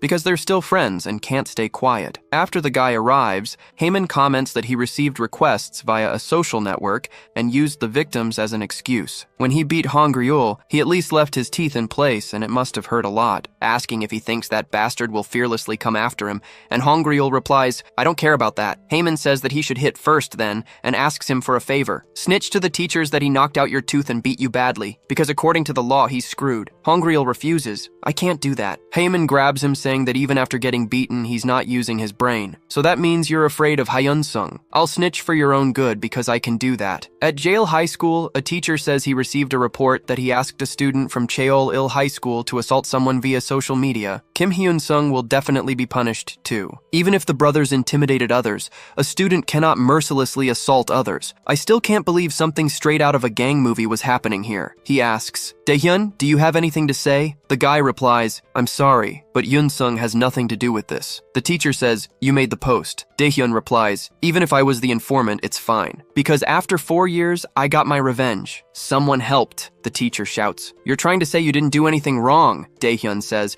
"I didn't write that. I was just the informant. Anyway, Hyun-sung has nothing to do with this. That's the truth of the incident." Elsewhere, the delinquents gather, asking, "Why did Heyman gather us here?" "It must be because of Hyun-sung." Heyman says, "That piece of shit was controlling a precise system in all schools, where anyone committing violence would suffer retaliation. He tried to get involved with Jail High, but there was no reaction. Kim Hyun-sung was trying to take over all of Daesun, using victims as an excuse. He thinks that above all, he clearly has reason here, so he won't tolerate that piece of shit." Saying that besides that, they can't let some punk ruin their fun. The delinquents ask, "So what's the plan?" Heyman says, "It's something very interesting for Kim Hyun-sung. It's going to screw him over." In a warehouse, a delinquent asks Ho-jun, "Do you think it was unfair? Your post turned you into a piece of trash. He was the one who tried to save his toy in the first year and threw the first punch, so he's just reaping what he sowed." Then he prepares to hit him. "You have to take responsibility for the stress." Before the punch lands, the protagonist appears, saying, "You must be Ho-jun, and the trash next to you must be Yoo Jung-hyun." Ho-jun turns and calls out to the protagonist, "I'm so sorry. I had no choice. They said they'd take my brother's life if I didn't cooperate with the plan." But the delinquent hits him and orders, "Shut up." Delinquents emerge from all sides, commenting, "So it really worked." Heyman introduces himself. "It's a pleasure to meet this piece of trash." With him trying to take over Daesun like a madman, they were never going to welcome him with snacks. This is a trap for him. Hyun-sung says, "There are about 100 of you. Looks like Trash has a lot of free time." Questioning, "Would you like to hear a funny story?" Because the administrator of the page they used for reports was none other than Jo Jaejin, who could see who wrote the posts and comments. And to prove himself to the protagonist, he actively participated in this plan. Yun-sung says, "I'm a very close friend of the page administrator. He knows who was hiding behind screens to be anonymous. The bastards who wrote the comments about helping Lim Ha-jun were all trash. Not so different from Yoon Jung-hyun." Those other delinquents ask, "Who were those guys? Was it Cheon-il High School?" Heyman asks, "Why are all those delinquents on that side?" Hyun-sung asks Ha-jun, "Do you regret going after Jung-hyun to help your friend? From that day on, you became his toy. But you don't need to feel guilty. I already knew. And it wasn't you who fell into the trap, but all the delinquents." Hyun-sung talks to Hongryol. "Do you know Youngmin and all the trash from Cheol-il? Who do you think sent them to reform school?" Hyun-sung asks, "What do you think I should do with you? You don't seem different from them." Hongryol begs, "Forgive me. I made a mistake.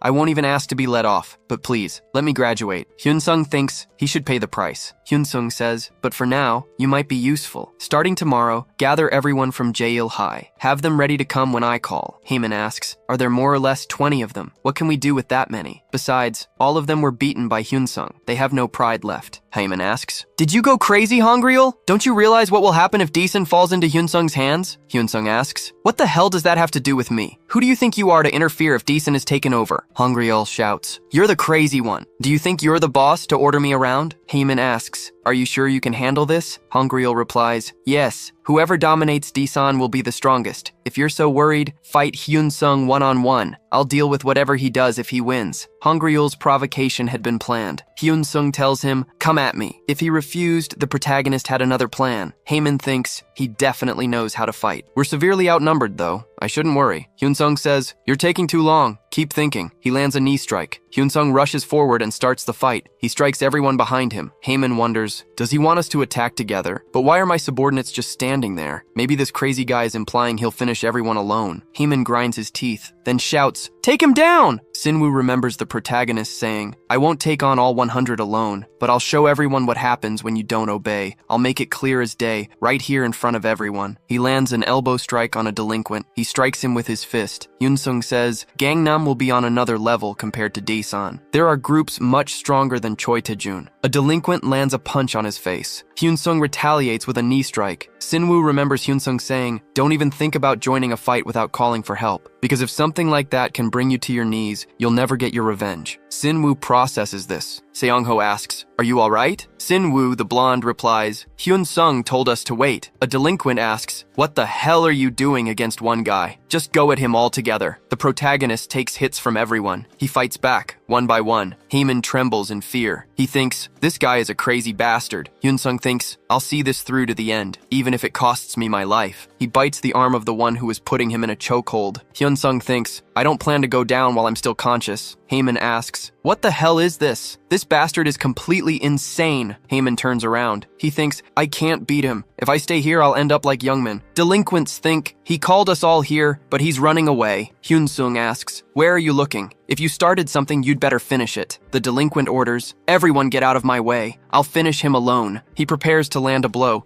but the protagonist dodges, throwing himself backward, moving quickly toward him and grabbing him by the waist. That delinquent falls to the ground and the protagonist smiles, saying, I'm Yu Jong-yun. He then punches him several times in the face without stopping. Those delinquents shout, he's crazy. Get that bastard away from him. They try to grab Hyunsung, while others tremble in fear. That delinquent begs him to stop. We lost. Seongho and Sinwoo celebrate, saying, it's game over. You should stay away from Hyunsung. The protagonist stands up, saying, from now on, everyone in Daesan will follow the orders of Cheolil High. If I tell you to come, you must come. Does anyone disagree? 2 weeks later, at Daesan ICT High, classmates gossip that Heyman was there and fled in the middle of the fight. Heyman thinks that even if he finished off that madman, there would be retaliation. And first of all, you shouldn't mess with a lunatic like that. He then shouts, I get it, you bastards. Shut up. Because if you keep gossiping in front of me, you'll face the consequences. Then Hyunsung says, I found you, calling out, young Heyman. Heyman asks, why are you here? The protagonist replies, I couldn't say it last time, but you should know Moon Byung-seon because he sent an email. Heyman thinks, that's the target the Golden Circle hired me for. I need to find a way to silence him. He advances toward the protagonist, asking,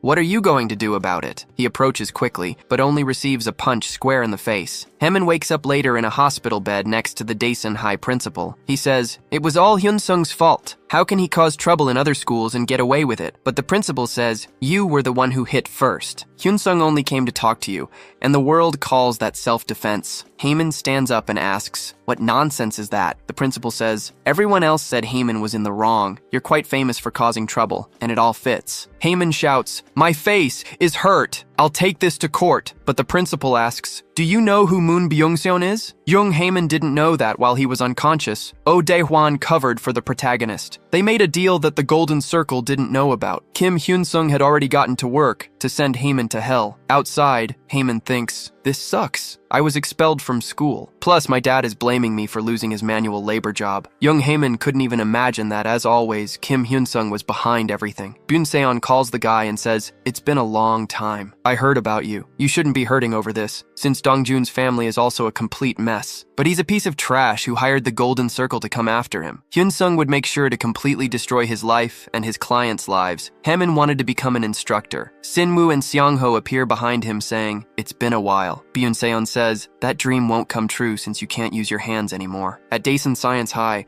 some students gossip about how crazy everything that happened was, until a guy bumps into a delinquent's shoulder and apologizes. The blonde guy shouts at him, "Apologize!" But the guy replies, "I already apologized." Hyunjin says, "You're not in a position to offend him like that since you were the one who bumped into him." The blonde delinquent slaps his face. "Do you want to lose your life?" Last winter, the protagonist asked, "Which high school do you want to go to?" Hyunjin replied, "Cheol-il High. I want to go to the same university as you." His brother thought, unlike his past life, he could protect Hyunjin even at Cheol-il, but maybe it's better to open a different path for him. He told him to study hard, suggesting Daesun Science High School. Hyunjin asked, "Should I enroll there? I'll do whatever my brother wants." Back in the present, the boy explained the situation, how he had been punched. The teacher shouted, "Byung-soo!" because Byung-soo was shouting, even though he was the one who threw the punch. Byung-soo insisted, "Hyunjin hit my shoulder first. I didn't start it." He thought, this old man won't fall for that lie. Hakbum thought he had a brief idea of what happened. "Both of you are wrong for fighting. You must bring your guardians tomorrow." Byung-soo agreed. Hyunjin looked downcast after hearing that. On their way out, the blonde boy said, "He's such a goody two-shoes. If he pulls a stunt like that, his grandma would get sick having to come here." Hyunjin repeated, "Don't talk about me." Byung-soo scoffed at that. He warned, "My dad owns a construction company. That old man is a suck-up after all. Plus, my older brother is the top dog at Daesun University. He ended his school life." He asked, why would a miserable orphan do something like that? The next day, the teacher met Byung-soo's father and introduced himself. Chul-ho ordered him to explain. "Hyunjin treated my son as a joke. He even hit him yesterday. That is too much audacity. My son couldn't just stay quiet. Violence is wrong unless it's self-defense." The other teachers said Byung-soo's father was not wrong. They should just end this. Chul-ho thought Hyunjin should get what he deserved. He said, "If Hyunjin's guardian asks for forgiveness, I'll let it go." The teacher interrupted, saying, "I have a duty to guide my students in the correct direction. That's why I called you here. They must go to the council room. Hyunjin's guardian is already there." Chul-ho turned away, grumbling. He commented, "The teacher is stubborn, but it changes nothing. It's a trivial matter." Byung-soo thought they were talking about his father and his brother, so Hyunjin was screwed. They entered the room. Everyone was surprised. Hyunjin's grandmother was supposed to be his guardian, but his brother came. The three kept their heads down. The teacher began to recount the incident. According to witnesses, Han Byung-soo started the fight. He acted violently. Chul-ho shouted, "I apologize!" It was his fault for raising his son so poorly. Byung-soo should apologize for lying. The boy shouted, "I didn't do anything wrong." Hyunjin had hit him first. Byung-soo's head was struck. His brother ordered, "Apologize right now." Hakbyum replied that the school would take disciplinary measures against Byung-soo. His father agreed. The protagonist stood up. The teacher asked for a few minutes to talk. The teacher said, "In this school, I am considered a goody two-shoes, someone who follows the rules too much, but I just want my students to live here. I heard that the big guys support Hyun-sung, even without liking him. If Hyunjin can attend school without problems,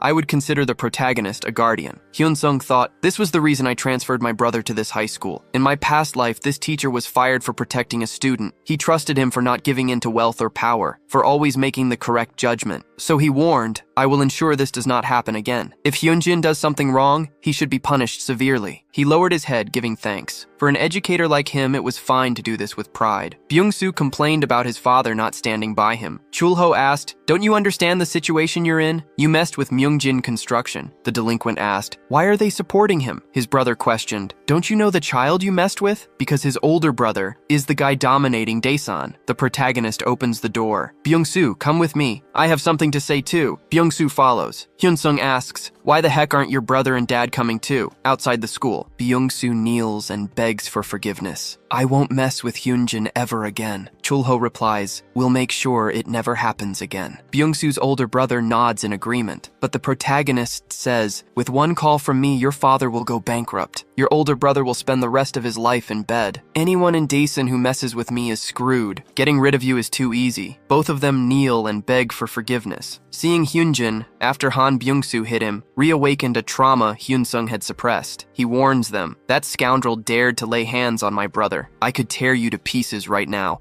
and it wouldn't be enough. I'm holding back for Hyunjin's sake. If you want to calm my rage, you should beg my brother." A little later, in the classroom, Byung-soo kneels and begs for forgiveness for what he did. "From now on, I won't do this to anyone else in the school." Hyunjin says, "It's okay. You can get up now. I know it's hard to do this in front of everyone, so I accept your apology." Hyun-sung wanted to protect his brother's innocent side. That's why he sent him to Daesun Science High School. From that day on, Hyunjin's world changed. During recess, even the seniors wanted to meet him. Hyunjin thinks, I knew my brother was popular, but I didn't expect it to be on this scale. That was also the moment Daesun fell into Hyunsung's hands. There were dozens of rumors about him, but time passed, and he didn't do anything. Soon, June arrived. The days became hotter. In Changbyum's office, a secretary bursts in, screaming, "We got it!" The government made an official announcement about the Sejong reconstruction project. Changbyum cheers. My gamble finally paid off. A few months ago, the directors had discussed, we don't know what will happen to this zone. If any prediction is wrong, we'll suffer a massive loss. The construction business doesn't work on prayers. Another executive says, you're only looking at it from one perspective. Warning leader Changsok. Buying land at this price is a bargain. A luxury villa complex would just be a bonus. If we're not mistaken, the road plan is already in its initial stages. That's enough to see the land has demand. Changbyum asks, Leader,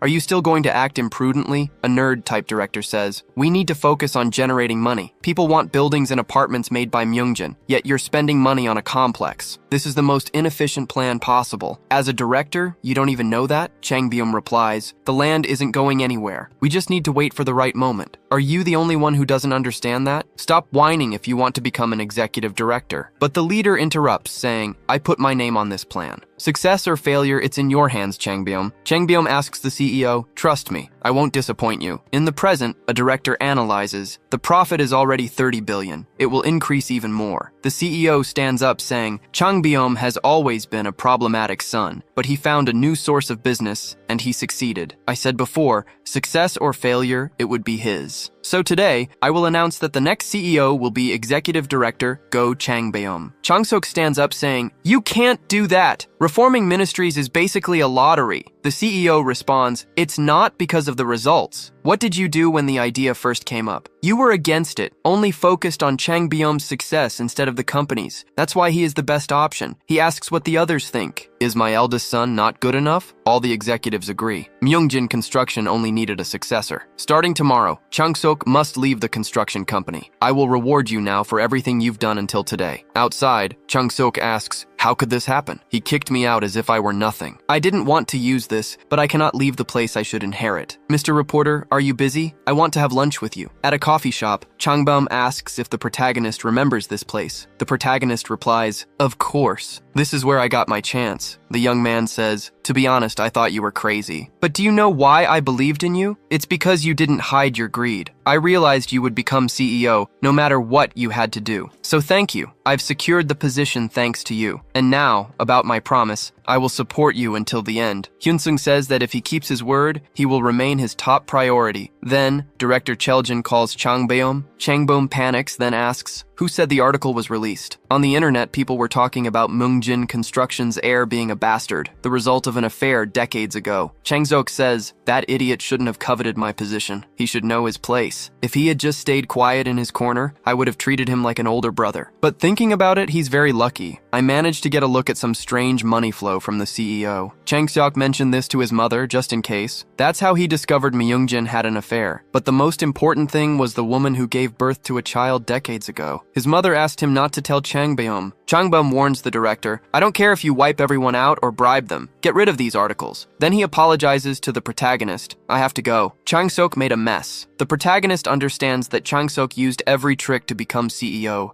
but there are things that shouldn't be done. He won't forgive him this time, Hyunsung asks. What exactly are you going to do? Are you going to find Go Changsok and beat him up? That won't change anything, and it might have the opposite effect, making you lose everything. Changbyum says, right now it's like my mother has been stabbed. Hyunsung asks him to be honest. The illegitimate son isn't him, it's Go Changsok. In the past life, Changbyum broke his brother's jaw. Myungjin hired an expert for the succession, and that's how the scandal started. However, Hyunsung wasn't so focused on the violence, but on the family's movements. The succession race was already favorable for Changbyum. Even so, Changsok made a revelation, yet Myungjin still supported Changbyum. Not only that, but Changbyum's mother resolved his problems. Changsok, however, was sent to study abroad by the very mother who had embraced her husband's son. After investigating the mystery, Hyunsung deduced that Changsok Sok is the bastard. Why didn't you use this fact against your brother? It would have resulted in his downfall. Changbum says, when I was little, Myungjin wasn't a good father. He was the worst. My mother and I fought every day. Little Changbum asks, should I scold dad? Perhaps touched, she said something that stuck with her son. Changsok isn't your brother. We don't even know who his mother is. He is still your father's son and I had no choice but to raise him. But every time I see him, my heart breaks. Changbeom asks his mother, ask for a divorce. You can stay with me. But that day, his mother said, even so, we are family. This was the reason. The competition was a separate matter. He couldn't let it hurt his mother. He wondered if he should take Changsok's life. But Hyunsung called his friend. He said, I have a way to solve this without hurting anyone. He asked, do you want to hear it? The next day, in the press room, Changbeom thought, I am not an alcoholic. I am the heir to the corporation. Then he introduced himself. He apologized for disappointing everyone with his family problems. He said he would answer all questions today. It was true that his father had an affair, but that does not mean I am the bastard. He held up a DNA test. This DNA test proves I am CEO Myungjin's son. As you can see, my mother's and father's blood runs in my veins. A reporter asked, is there another bastard? The young man replied, there was one. Unfortunately, that child lost their life before coming into the world. His father felt guilty about that. That is why he sent money as a pension. People started to freak out. They shouted, we have a question. Changbeom said, this is the truth about my family. If anyone bothers them with bad intentions after this, as the next CEO and the eldest, I will ensure you can expect severe retaliation. Changsok hit the wall irritated. He shouted, this is a lie. He yelled, everything was false. In the meeting room, Myungjin thanked his son for thinking of the family. The young man replied, I only did what was expected. His father asked him, do not worry. Live a life you will not be ashamed of as CEO. Then he asked Changbeom to wait outside. He needed to talk with Changsok. Myungjin said, I know you did everything to become CEO. I cannot blame you for that. There was a time when I thought you would be the best option. That way the family would treat you well,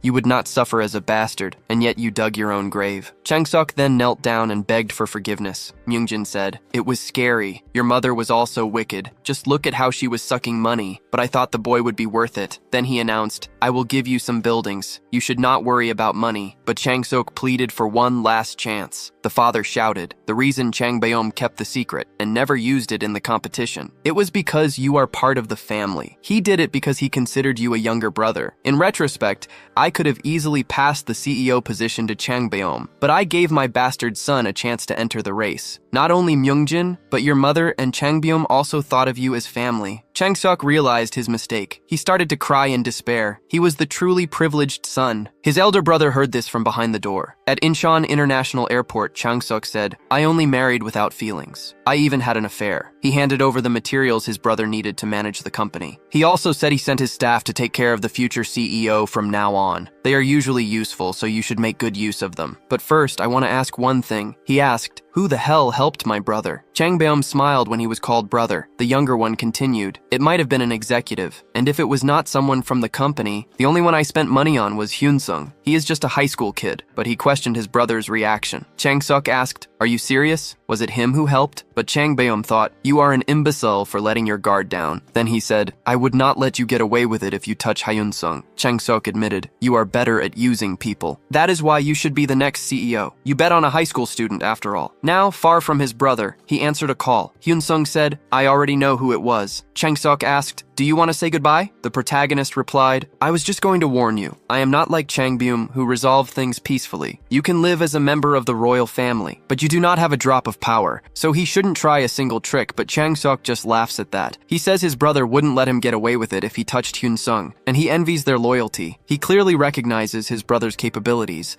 so he thanks him for that. As the youngest, and also for Myungjin construction, Hyunsung walks along the terrace thinking he's solved a problem. He has a few months left, the day he'll pull the trigger on his plan to take down the Golden Circle. But before that happens, a kid under the table begs Hyunsung. Young Minho keeps calling him and sending messages non-stop, so the protagonist needs to clean up his mess. In the principal's office, he asks, to what do I owe the honor of your presence, Changbeom? The young man says it's nothing complicated. He warns that Hyunsung will transfer to Seoul next year. The principal is surprised, thinking Hyunsung is a renowned asset to make their school famous. Changbeom says, eventually Hyunsung will graduate. You should focus on your relationships without depending on him. I want to continue supporting Cheol-il. The principal says, "As an educator, I care about my students. Someone like our protagonist should swim in bigger waters than Daesun." Minho continues to send messages to Hyun-sung, who comments that this guy is a joke. Until Minho arrives at that location and asks, "Do you have a minute, protagonist?" After fleeing Daesun, he dreamed of starting over in a new city and school. Minho thinks his parents spent a lot of money to erase his past. He will live a completely new life from now on. He realized that if he paid for snacks for others and helped them when they needed it, he could also live like a common high school student. He thinks he locked the room and put the key in the teacher's lounge so he can go to the PC cafe until someone calls Minho, asking, "How about we take you home? It's right around the corner." Minho thinks this guy has a bully's expression. If he looks like an idiot, he'll become an errand boy. Even if he gets beaten, he needs to show he isn't a pushover. He says, "I don't want to," but Park lands a kick to his stomach. Minho thinks if he gives up because of one punch, he'd be screwed. He can't appear weak, so he lunges forward asking, "Why are you hitting me?" But Park grabs him and says he's weak. He retaliates with a blow to the young man's jaw and spits on his head. Then he tells everyone, "Say hello to your new toy." After that day, Minho's life turned upside down. People in the classroom kept beating him. When he tried to talk to others, he was always ignored. His reality became even more difficult. Elsewhere, Park asks, would it just be 50,000 won? He knows Minho paid for snacks and PC cafe hours. There was nothing he could do, not even if he told his parents or tried to use a knife on him, because his friend back there is from a rich family in Gyeonggi-do. A simple word from his parents makes even the principal run away, so crying won't do any good. If he snitches, his friend will hire a lawyer. Minho asks, "Why are you doing this to me?" But Park says, "Someone asked me to. You should have lived a worthwhile life." Kim Hyun-sung was waiting for Minho to climb the stairs of hope from the beginning, because the higher he climbs, the greater the fall. Shan-soo warns, "There's a guy named Park Mingu at Jung's school. He's definitely skilled." Hyun-sung offers 1,000 as an advance, and 5,000 after the job is done. He also makes sure to show that no matter how much Minho tries, he'll have no hope. His friend calls him a crazy bastard. Hyun-sung decides to take it as a compliment. Minho thinks there's no doubt the protagonist hired the Golden Circle,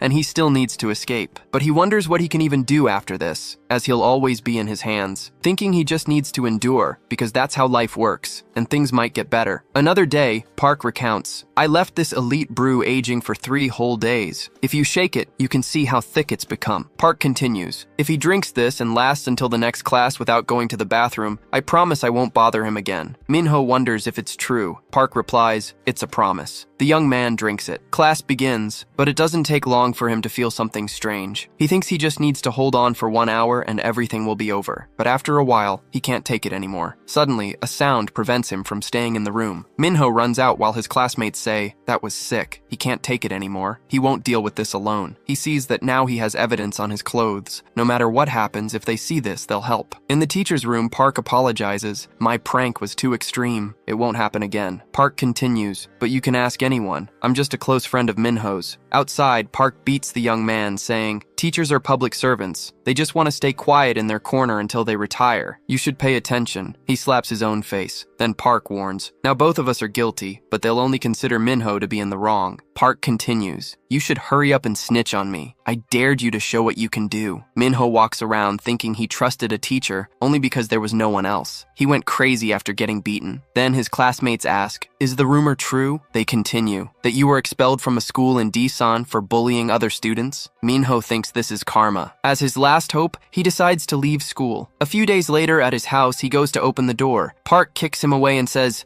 "It's been a while." Minho asks, "Why are you here? The job is already done." Park replies, "You're not wrong." Park continues, "But from time to time, clients come with strange requests. They ask me to beat you once a month." Back to the present, Minho kneels and begs for forgiveness. He's ready to do anything.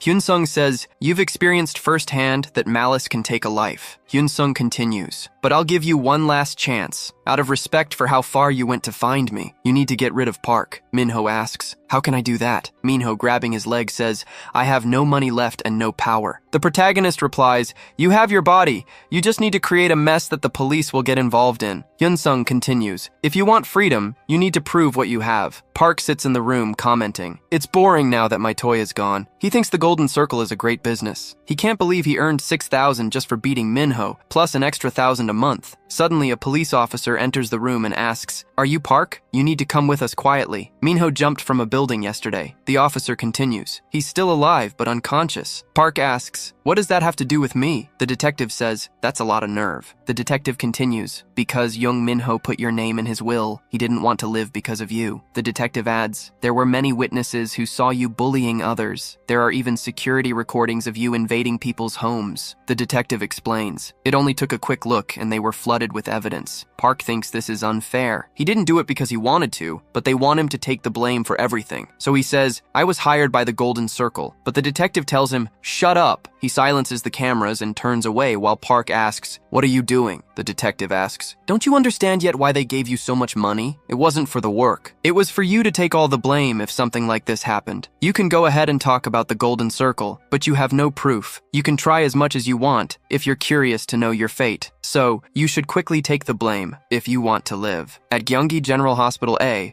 television reports that the bullied student jumped from a building. He thankfully survived. But the culprit was Park, understand? He will be arrested. People comment that people like that can rot in prison. Hyun-sung thinks that in the end, Park took the blame. He himself could have ended up like him, so he needs to act calmly to take down the Golden Circle. He will keep enjoying his small pleasures while doing it. Minho's mother is surprised when the protagonist enters the room. She tells him, "Get out of here right now!" Hyun-sung says, "I just want to talk to Minho. I'm not crazy enough to do anything in a hospital. I made a promise to the boy that I wouldn't bother him anymore, and I don't know what I'm capable of if this persecution continues." Minho's mother warns him, "Don't you dare touch a single hair on my son's head. You better keep that in mind because I'll come in if I hear anything." The protagonist asks her, "Don't worry." He holds Minho's hand, saying that he prayed on the way there. He prayed that Minho would be conscious, so that this feeling now and the words he's about to say would be remembered by him. "You should have given up like the others. You should have accepted your fate. And watching a damn guy like you struggle to survive was entertaining. But I have no intention of keeping that promise. So it's better to continue like this. Because if you wake up, we'll meet again in the hell I call reality." Later at the market, the protagonist thinks that he chose this path for revenge. But he can't sink into that feeling. Because in this life,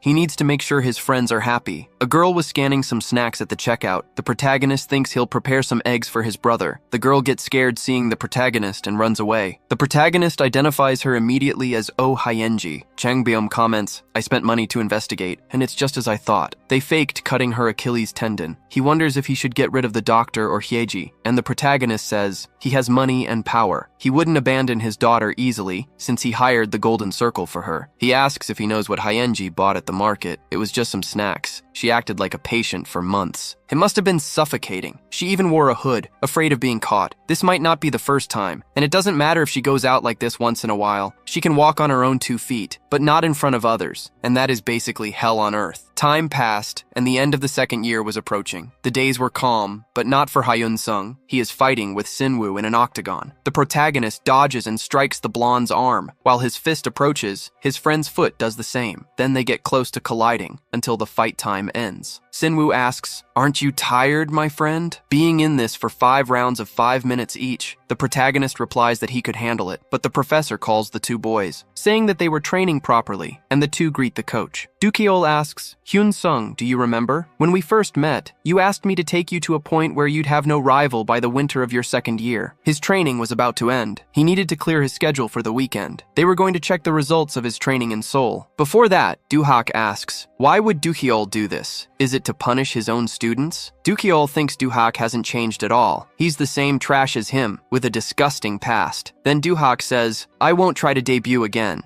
I just want to see how much they've improved." He boasts about having a junior like him. Duhak thinks this is his chance to humiliate Duchiol and promote his academy, so he accepts. On the appointed day, Sinwoo comments that Seoul is different. Duchiol tells him, "Drop the country bumpkin act." Sinwoo thinks there are many famous faces here, even people from the martial arts scene. Duhak planned all of this to mess with him. Then Dushil tells his students, "Come over here." He explains that they understand why all these spectators were called to watch a simple sparring match. It wasn't because the fight would be difficult, but it means that if they finish them off, in the worst case, no other student would ever reach their level. At that moment, for the very first time, Dukail realizes realized his blood could boil through his students. Coach Doohak had prepared a tough fight. The bald fighter thinks, I feel bad hitting a student, but Sinwoo's expression was very irritating. The fight begins. The fighter advances, wanting to smash Sinwoo's face, but Sinwoo hits his calf with a kick. The fighter wonders, does he know kickboxing or taekwondo? He was faking a hit to his face. He was even feinting a kick. But he was just going to block the low kick and counter. Then his calf gets hit again. Sinwoo was using a calf kick. It's a kick to the calf that uses shock to restrict an opponent's movement. The fighter thinks, this guy has a horrible way of fighting. Sinwoo lands yet another kick on him. That guy retreats and thinks, he's going to kick to take me down because I use boxing. But he's just going to make his kick land lower. Sinwoo thinks, he's been hit a few times. He's already got his eyes on my feet. It looks like he wants a ground fight now. Sinwoo lands a kick to the bald fighter's face. He thinks, I just need to be half a second faster. That strike knocks out the bald fighter with ease. The referee stops the fight. Sinwoo thinks, Hyun-sung must be planning to come to Seoul. I need to show him right here, right now,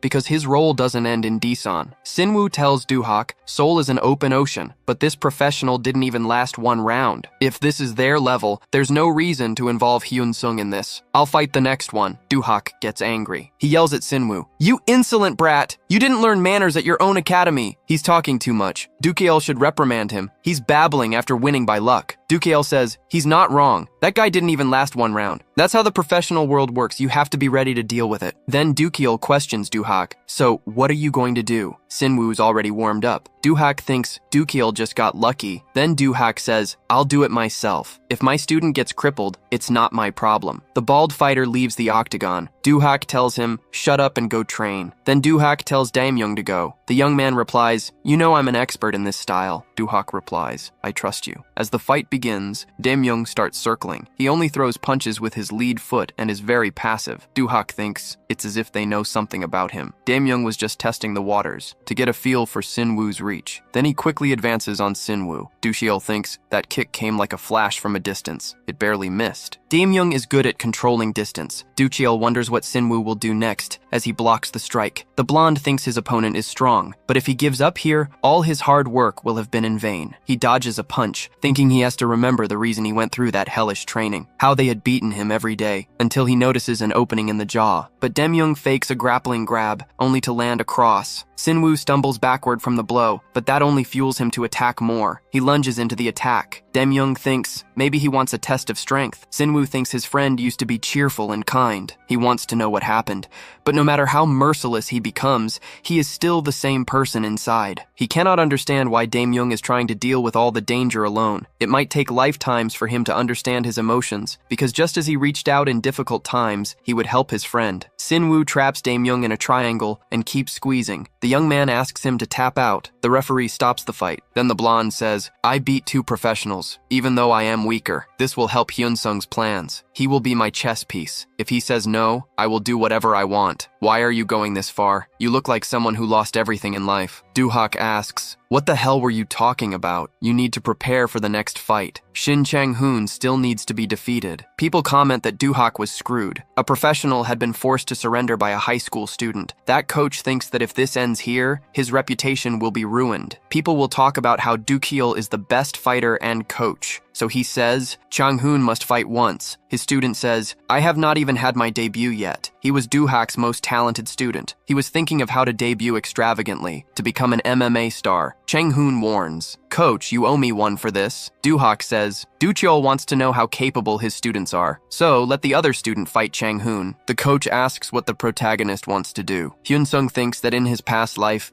there were 2 people with a future in martial arts. One was Kim Muyol, and the other was Chang-hoon. Among them, Chang-hoon had a flashy debut with the nickname Dynamite, and surprised the nation by going to the biggest event. Hyun-sung says he accepts, thinking that Chang-hoon is not at that level yet, but definitely has talent. Then he says, I will talk to Sinwoo later. At the start of the fight, Dookyel is surprised by the protagonist immediately advancing. Chang-hoon thinks that he is coming to his own grave with his own feet. If he wants to end this, it will be fast. So he attempts a strike, and the protagonist dodges, landing a blow to Chang-hoon's stomach. The fighter gets angry after being hit, attempting a strike that the protagonist blocks and counters with a cross. Chang-hoon begins to exchange attacks with Hyun-sung multiple times. Dookyel thinks, that is not my student's style that I know. Hyun-sung says, I cannot guarantee how long being calculative will work. Seoul is unexplored, and I will have to face unfavorable monsters. So, enough of this. I must surrender to my instincts, because I will not be perfect in Seoul either. Hyun-sung continues attacking non-stop. Chang-hoon wonders what happened to him suddenly, because he was trying to corner him. But he was the one cornered, about to take the protagonist's final attack. Dushul thought that as a fighter, Hyun-sung was perfect, with no one above him. But the scariest thing was that he didn't care for his own safety. He was determined to defeat his opponent no matter the cost. He knocked Chang-hoon down with a hook. The crowd cheered for the defeated fighter. Hyun-sung called his trainer and said, I was aware of how meaningless the favor I asked was, and I'm sure it wasn't easy, but I reached the level I was looking for. So, I'm truly grateful you kept your promise. Doo-hyul said, that's all I could have done for you. Take care. Doo-hyul's students completely crushed Doo-hak's, shocking the entire national scene. Those who heard about Hyun-sung were excited for his debut. And after a simple look at the market value of young Doo-hyul's students, those who had forgotten and ignored him started to get in touch. But none of it mattered to Doo-hyul. He complained that he seemed to have lost his motivation. At first, he was doing it for money, but at some point, he realized he liked the life of a teacher. He thought there was a time he felt inferior to Lee Doo-hak. But when he trained those two, those thoughts disappeared. He could use either of them to make money, but he wouldn't find a student who satisfied him. Until a young man entered the gym and asked, Are you Coach Young Doo-cheol? The sparring match left me very impressed. I don't care what others say. I believe you're extremely talented. So I'm asking for your help to train. I want to become a champion. Doo-hyul wondered why he reminded him of Hyun-sung. He asked, What's your name, kid? He quickly replied, My name is Kim Moo-yeol. A few days later, on a park bench, Hyun-sung said, I'm sorry, but I can't take Sin-woo to Seoul. He knows how dangerous the things I'm going to do are, but I never said he isn't needed. If I need him, he should come to Seoul, because at that moment, I'll want my friend. And I accept all the sincerity he's showing. So until then, I'll leave D-san in his hands. The next day, in Seong-ho's classroom, Sin-woo said, I have a question for you. Who do you think should lead when Hyun-sung leaves? Seong-ho said, It's clear it should be me. The blonde guy never accomplished anything. Sin-woo said, That's a problem. It was obvious that when Hyun-sung leaves and Seong-ho graduates, the position will be empty. Even if you try to take over, the bullies won't cooperate. So he suggested fighting him. Seong-ho said, Power is too sweet. It's too early to overturn the hierarchy. Sin-woo said, I learned a lot from Hyun-sung. The two started to fight. Outside the classroom, people gossiped. Sin-woo started fighting Seong-ho and finished him off. But I also heard he's going around taking down any bully who tries to challenge him. After fighting Bai Seong-ho, Sin-woo began to organize the hierarchy. Third years came for him first, then second years, along with freshmen who were decent fighters. But the result was that everyone lost. By the window, an extra said, If someone is at the top, there's always a second place. I'm satisfied being that. His friend said, Hyun-sung is the leader. The extra replied, Having third place isn't bad. The hierarchy was decided. Sin-woo became the leader of Cheon-il High School. Then exams ended and time passed. Hyun-sung thought, I got a perfect score again. And that's why I prepared. His grades and his existence in Gangnam would be taken seriously. These two things will be a calamity. He was sure the golden circle wouldn't stay put. Until a chubby kid entered the room and called the protagonist. A student warns that he has something to say, and Hyun-sung glares at him coldly. The student begins, I was aware of how brazen it was to ignore you after being helped. If you want to curse me, I'll understand. After that, everyone isolated me for being selfish. All I did was study, but I didn't find it difficult. In fact, I was very happy back then. Park Mikhail's gang never bothered me. I finally felt what it was like to have a normal life. Being friendless for a while wasn't so bad. Plus, now I have friends who understand me, friends who were in the same situation in the past. But every now and then, I find myself wondering, what if I could go back to the time when the revision board was open? I probably wouldn't be able to do it. I'm just a coward after all. I was too busy running because your few words, Hyun-sung, made me afraid. But I couldn't do that anymore. Not after hearing about the transfer. I can't forget. So, I want you to know this. We are truly grateful to you, because thanks to you, we were able to live. Jungmin's actions became a catalyst. Other students started coming to Hyun-sung. Hyun-sung thinks, I didn't stop the bullies for the sake of others. He tells them, so you should stop smiling and praising me. I don't deserve it. Don't confuse my selfishness with kindness. You need to let this go in one ear and out the other. Because if my emotions fade, everything might just end. But the problem is, it wouldn't end at school. A new guy asks, are you Hyun-sung from Cheolil High? The new guy says, I'm really grateful. Without you, I wouldn't even be here. Hyun-sung replies, I just crushed those annoying jerks to prove I'm stronger than them. But the guy says, it doesn't matter what your reason was. The fact is, escaping that hell was thanks to you. There are many more kids like me in D-san. After he dominated D-san, that page became a bulletin board. People interact there, and it records the bullies who were taken down. Reading the posts, People want to go to Cheolil High. They want to thank Hyunsung for everything he's done. Because of him, everyone can live happily. Thank you for that. The protagonist thinks, more students smile when they see me now. Vivid memories flood his mind. All those trembling, fearful gazes once directed at him. He realized that hate only breeds more hate. It must be evil. It doesn't matter if it was just distorted justice. He thought he had stepped into something truly immoral. But as he threw out the trash, people became happy. And that's not evil. It's a blood judgment instead. Something no one wants to take on. But someone has to do it. And I'll gladly take that role. Because it might be the reason I can go back to the past. Winter break coincidentally arrived. And after this day, Hyunsung's relationship with Cheol-il would be completely over. He finished talking with Oh Daewon about the transfer. Then he gave a quick farewell to Yoon-chul. But they had no idea. Anyone Hyunsung sets his eyes on would never find comfort. So he thinks, I have no intention of forgiving you just because you helped a little. There's no doubt you'll help other trash. Siona suddenly calls the protagonist and asks, do you have a moment? My father wants to meet you. In a dining room, an old man said, Siona is right about your appearance. We'll talk while they prepare the food. Hyunsung says, I was your daughter's classmate, so please speak freely. Sungpil thanks him for that. The protagonist thinks he's the president of the anti-school violence committee. He lost his son. I'm sure there will be benefits to being here. Sungpil says, I asked to meet you after hearing about what happened. I tried to eliminate school violence, but it wasn't easy. Knowing how tedious this task is, I couldn't control my happiness when I heard about it. If my son had a friend like you, or had spoken fearlessly about what happened, he wonders if he would still be alive. This is all meaningless. If I had done my job correctly as his father, nothing would have happened. But I was an incompetent father who didn't understand his son's hints. He didn't know his son had trouble expressing himself. When his grades dropped, he lectured him without asking why. But then his son suddenly talked about transferring schools. He thought he was just trying to escape his difficulties. What happened still hurts him deeply. He only wanted a happy family, but he didn't understand what he was prioritizing above his son. So he came to Daesan to at least raise his daughter correctly. In the end, it was Hyunsung's method that worked. He is the one who leads the club that punishes evil. Going to Seoul means he wants to expand it, so he has something he needs to say. Because no matter what you do in Seoul, I will be on your side. It won't be easy to stand in your way. So please keep that in mind, because behind you there's me and many others. The protagonist stands up. He says, I won't forget today, and he thanks him. Outside on the playground, Siona said she would take the lives of those who hurt her brother, but she didn't do anything. She didn't have the confidence for it. Hyunsung replies, it's not your fault. Siona says, I know that, but I have a new dream. After he acquired this power, he didn't face any problems. I saw it with my own eyes. Even though that's the disgusting part about having power,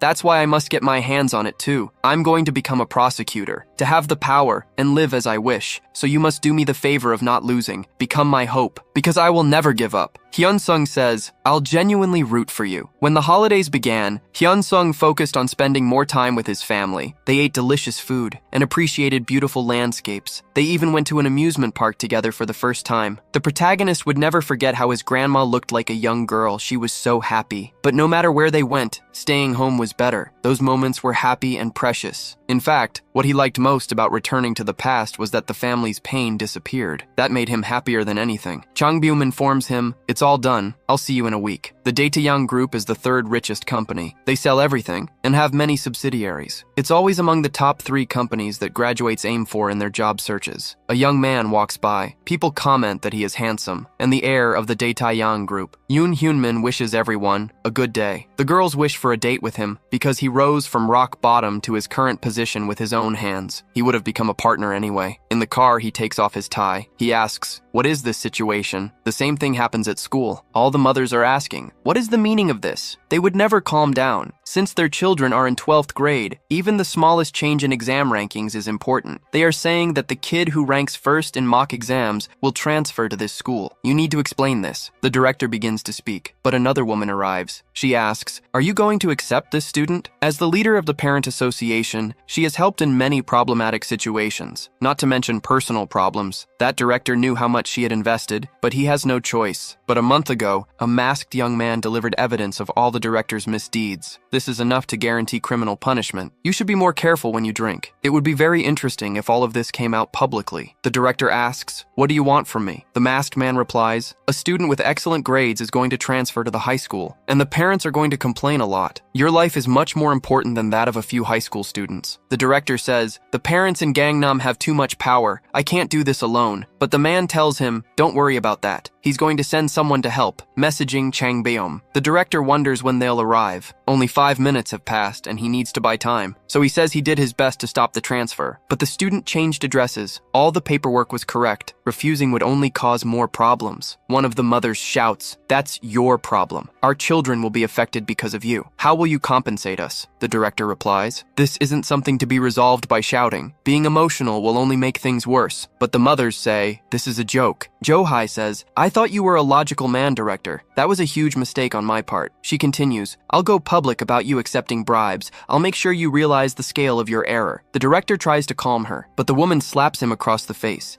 She asks, "How can I calm down when my child will face a new obstacle in life?" She's not naive. She won't just wash her hands of this. The director keeps trying to appease the situation. Then another mother arrives. She asks, "What is all this?" Jo-hai turns around, asking, "Are you Min-woo's mother?" Lee Miso's life turned upside down when she met Hyun-sung. Her husband's family started to like her more, and her reputation exploded. Around that time, Hyun-sung called. He said he had a favor to ask. Lee Miso posted the tips he ordered to be spread online. The number of users in the mother's Sky Cafe increased by more than 30 times in 3 weeks. As a result, she gained absolute power as the moderator of the largest mothers forum. She says, "It's hard to believe this, even seeing it with my own eyes." She continues, "You've gone too far. Threatening the director just because of a student with good grades? I don't find that acceptable." Jo-hai says, "This matter has to do with your school." Miso replies, "In that case, you no longer need the information I shared." The mother says, "That's not what I meant. Min-woo doesn't even study at this school, so you shouldn't intervene." Lee Miso replies, "The transfer student is a very good friend of my son's. I won't just stand by." She adds, "Of course, you are all free to do what you think is best. However, some choices can be interpreted as hostility." Jo-hai lets out a nervous laugh. So they decide to end it there. They were feeling a bit uncomfortable. The last mother says, "We went this far for him. We'll turn a blind eye for Miso." She informs Hyun-sung, "This is how I resolved it. The parents won't interfere anymore." She continues, "Since you're looking after my Min-woo, if you need anything, just call." The protagonist says, "This was just the beginning. Daesung Mirai High School was the place where the Golden Circle was most active. If he, the top-ranked academic student, transferred to that school, they wouldn't let it slide. In a school where commissions actively happen, it won't be a problem if he's on the target list. His history in Daesan isn't useful there." Hyun-sung was even more excited. He had finally reached the Gangnam he'd dreamed of. Time passed as planned, but the world remained just as rotten. An agent informs Hyunmin, "The protagonist was a target before. Your agents failed and the job was concluded." After investigating, they discovered it was an absolute failure. Everyone received retaliation. Hyunmin asks, "Why wasn't I informed of this?" His secretary says, "Jung Chan-soo and Taejun were compromised by Hyun-sung. They immediately went after Jung Chan-soo, but he was already gone. He must have realized before fleeing. Judging from this, his reason for remaining in the Golden Circle was to leak internal information." Hyunmin asks, "Is that your conclusion?" The secretary kneels, begging for forgiveness, but his head is then stomped on. The blonde man asks, "What took you so long to explain that we are drowning in shit?" Thinking that if this information leaks, the Golden Circle members will panic. This could cause disturbances they cannot resolve. He can't lose control over his members because of these idiots.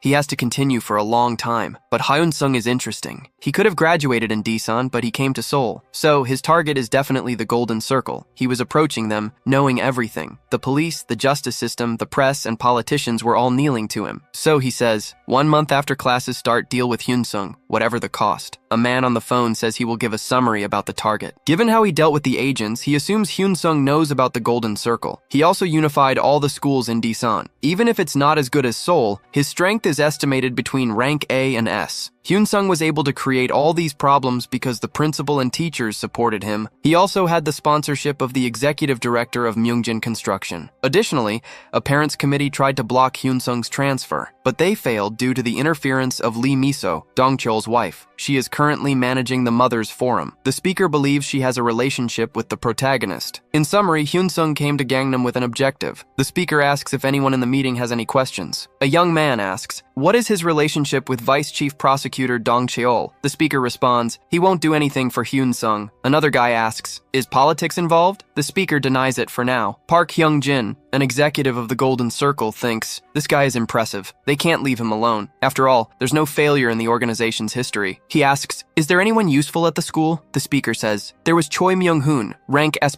Hyungjin responds, there shouldn't be any problems. The speaker says, all the teachers were on his side and they are going to replace the principal. Then the executive says, I will take care of this personally this time. They must prioritize this above the rest. Ask for support whenever necessary. The superiors want this done within the first month of classes, but they would finish it within the first week. Hyun-sung walks through the school, thinking that time flies. He can't believe classes have already started. There were skyscrapers everywhere, luxury cars, and many people walking around. Near the subway station and impeccable in appearance, Daesung Mirai High School proved worthy of being downtown. Rich enough to live in Gangnam, with connections to lead Korea's future. Passing through that gate will be the first step of his revenge. In the third year, third class, the teacher says, there's a friend I'd like to introduce before we start. You've all probably heard about the top scorer on the mock exam. Jang Won-gi tells the protagonist to introduce himself. Hyun-sung thinks he looks problematic. Those bastards were also seeing him for the first time. They had very hostile looks. He doesn't know if it's because of his grades or if someone told them to do this. He says his name to everyone, thinking that he likes chaos. The teacher begins to speak. The March exams will be the SATs, so you should prepare. Focus on last year's questions, but something catches his attention. He says, the protagonist was first place in the national mock exam, and he has good looks. So, he should show us how to solve this problem. Hyun-sung thinks, I don't care about the attention. The issue is that all the teachers,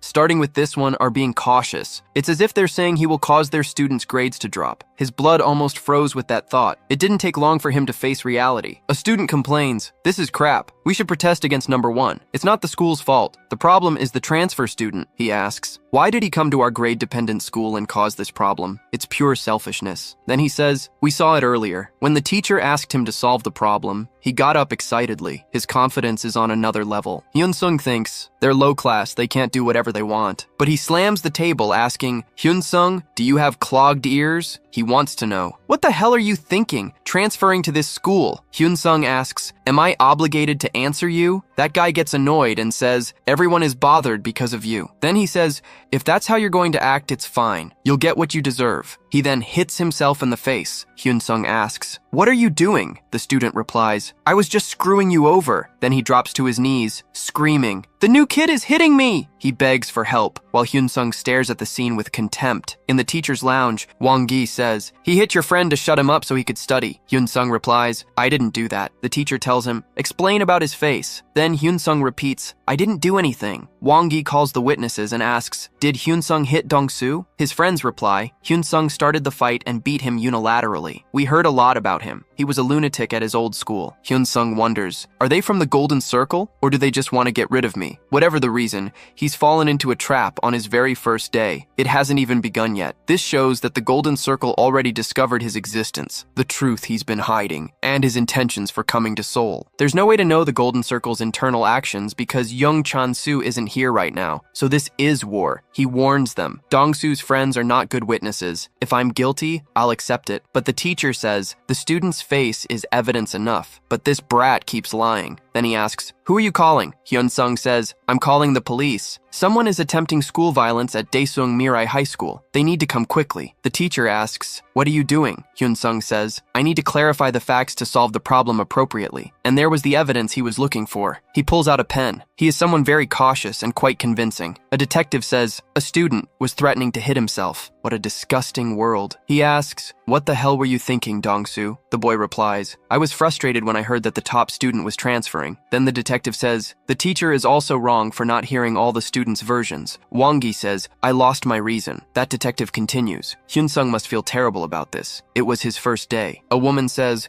grades aren't important. Gangnam is the kind of place where everything happens because of grades. So I'm sure none of them had bad intentions. She continues, the upperclassmen act according to what they feel, and the teacher trusted the student he already knows. The detective says, the complaint has been filed. Kyung-hee replies, "We should punish this student, but there are many things happening right now. We usually don't accept transfers, but the director insisted, and we're busy with internal hearings, so the detective should understand and not be severe with the young people. We'll be sure to take disciplinary action strong enough to make the oppressors reflect." The detective says, "If you're willing to do that, Hyun-sung should receive a sincere apology and let this go." Hyun-sung thinks, this was a well-rehearsed play. They were appeasing each other. It's a very familiar deja vu of victim helplessness. As expected, from the students to the teachers and police, the Gangnam Cartel is certainly different from Daesan. It's very clear that this is a reminder of the Golden Circle's main base. He says it's quite bizarre. He never said he would forgive anyone, yet the police officer was speaking for him, and the vice principal was negotiating a compromise with the police. It's written in their eyes. If he doesn't accept the proposal, he'll be a damn fool for trying to sabotage something that should be covered up. Kyung-hee says, "I gave the suggestion so he wouldn't be seen in a bad light." The detective adds, "He still has an entire school year ahead, but the protagonist thanks them for their concern. However, as they know, he is a minor. This matter must be discussed among adults." A tall man enters the room. He introduces himself as Kim Hyun-sung's lawyer, Park Jong-soo. Lee Miso was not in his plans. Her greatest power is having a chief deputy prosecutor as her husband. His plan will be even better if he has him on his side, but his research shows he's not that type of person, even if he does anything for justice and social justice. His skill and record are extraordinary. He is basically untouchable in his field of work. Hyun-sung thinks approaching someone like that in the wrong way would be a disaster, but this was good, so he needs someone on his side who works with law. Finding a competent lawyer is important. Lee Miso answers the call. She says, "I was listening to the professor." Back in the present, Jong-soo says, "I understood the situation generally. This is an incident where the involved parties should be prosecuted. There was assault and even concealment. I can't even understand it." The professor says, "It's a misunderstanding." But the lawyer responds, "I'm not talking to you right now. It would have been better if the school had responded appropriately, but they would just treat the culprit with the excuse of caring for the students." Kyung-hee asks, "Isn't the treatment too severe? They are all very young." Jong-soo responds, "I'm not the one who judges that. The court does." Dong-soo falls to his knees, yelling,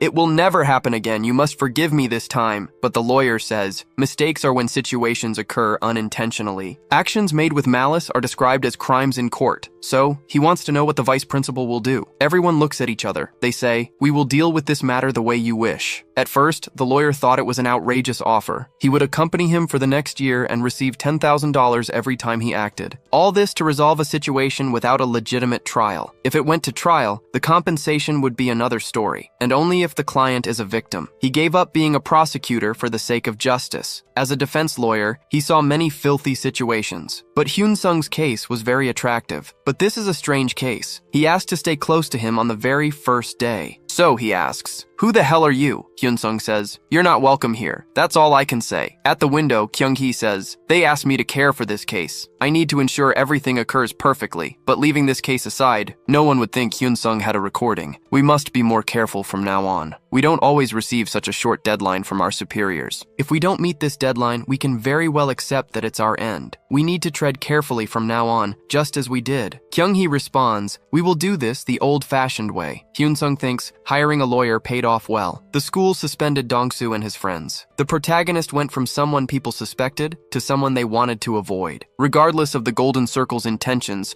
Hyun-sung became naturally isolated. He never expected life in Seoul to be easy. This way, it's even better. This exaggerated reaction only makes it clear that it affected the entire school. Someone walks by. They say, "This lunatic was too conscious coming to the cafeteria during lunch." Then they ask, "Is the taste good?" And they take food from her plate. He asks to try some. Hyun-sung thinks, finally, he's here. It's Choi Myung-hoon. He asks if that's the recorder. He doesn't care. He gets straight to the point. "You won't be treated like a human. But it's all thanks to you acting up. If you do something out of pure frustration, your teachers will cruelly discard you. Your proud record from Daesan will mean nothing. But he's saying this because something interesting will happen because of him. If you get angry or frustrated, come at me. I'll wipe the floor with you. Welcome to the madness of Daesung Mirai High School." A friend asks Myung-hoon, "Why did you let him off with a warning instead of finishing him?" The teachers are supporting it too. Myung-hoon says, "After reading the information the Golden Circle gave, I know that bastard isn't normal. He faced an entire school alone. He destroyed everyone and left them in that state. He either sent them to juvie or turned them into vegetables. And one of them was from the Golden Circle. That guy is insane. He thinks that's why the Golden Circle is paying 100 million. If I do my job perfectly, I might even get a bonus. He can't treat that damn guy like an idiot. He doesn't give up a fight easily easily, so they need to show him that, unlike Disan, Seoul is hell on earth. He needs to understand what that means. In the classroom, Hyun-sung thinks, the deadline given by the Golden Circle probably ends with the first semester exams. The commissioners will handle it. The Golden Circle won't stay quiet even with a recorder. A piece of eraser is thrown onto his desk. He thinks, I predicted something like this. Even so, they were acting more childish than he expected. This is also a kind of test. He wonders how long he can endure this. How long until it becomes an ideal situation for the Golden Circle and he explodes? They know how crazy he is, yet they're acting like this. He even prepared for this particular lifestyle. Even if he destroys Myung-hoon, someone else will replace him. What he needs is a clear example that the school system cannot do anything to him. He prefers to become a thorn in their side. He asks the guy, are you having fun? The guy looks surprised. Hyun-sung repeats the question. He turns off the recorder embedded in his pen. Hyun-sung slams the student's head onto the desk. The student asks, why am I getting beaten up? Hyun-sung thinks, this isn't right. The student says, this is school violence. You hit me first. Hyun-sung says, I know that. Unlike Dong-soo's case, he purposely fell for his provocation. Because the two situations are different, he was just doing what he needed to keep his plans on track. Then he tells everyone to watch. You are all witnesses to this. He starts punching the student's face like a maniac. In the teacher's lounge, they ask Young-ho to explain what happened. Young-ho says, I got angry because Dong-soo ended up like that because of Hyun-sung. So I was throwing erasers at him just as a joke. But this was already an exaggeration. The teacher says, you were unilaterally punched. Kyung-hee says, the action taken against Dong-soo was fair, and I'm glad you recognize your mistakes. However, Kim Hyun-sung using violence against a classmate because of a prank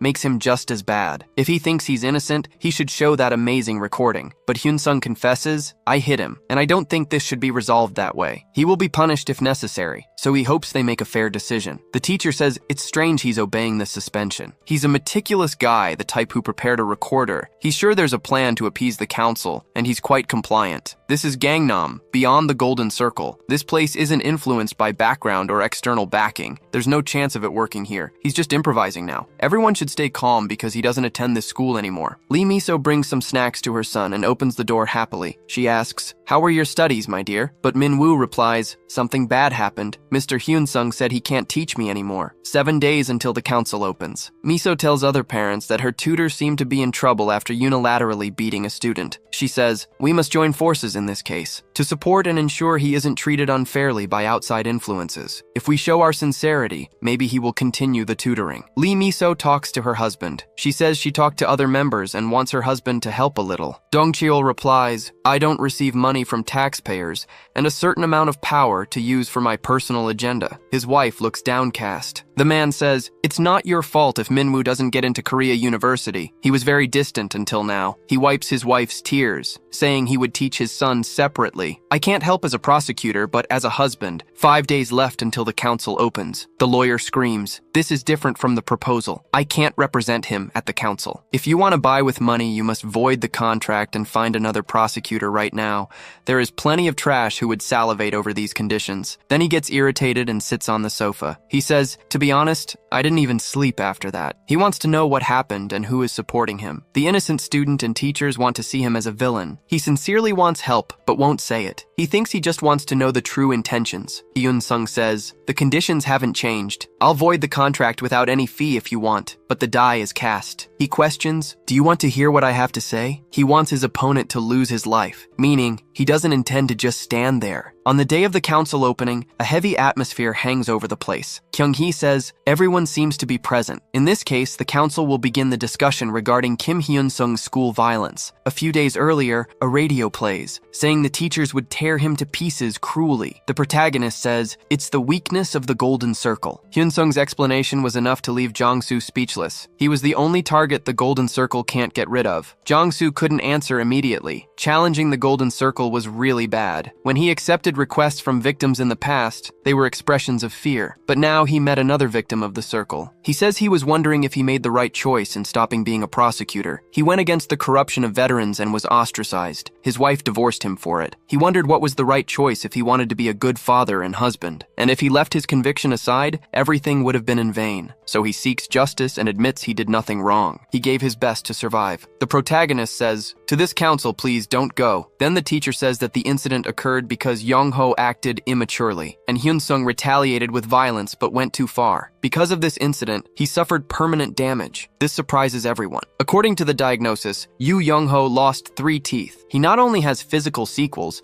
but also needs therapy. This is a statement from the high school parents clearly saying Hyun Sung must be punished. The tendency to commit violence is circumstantial evidence.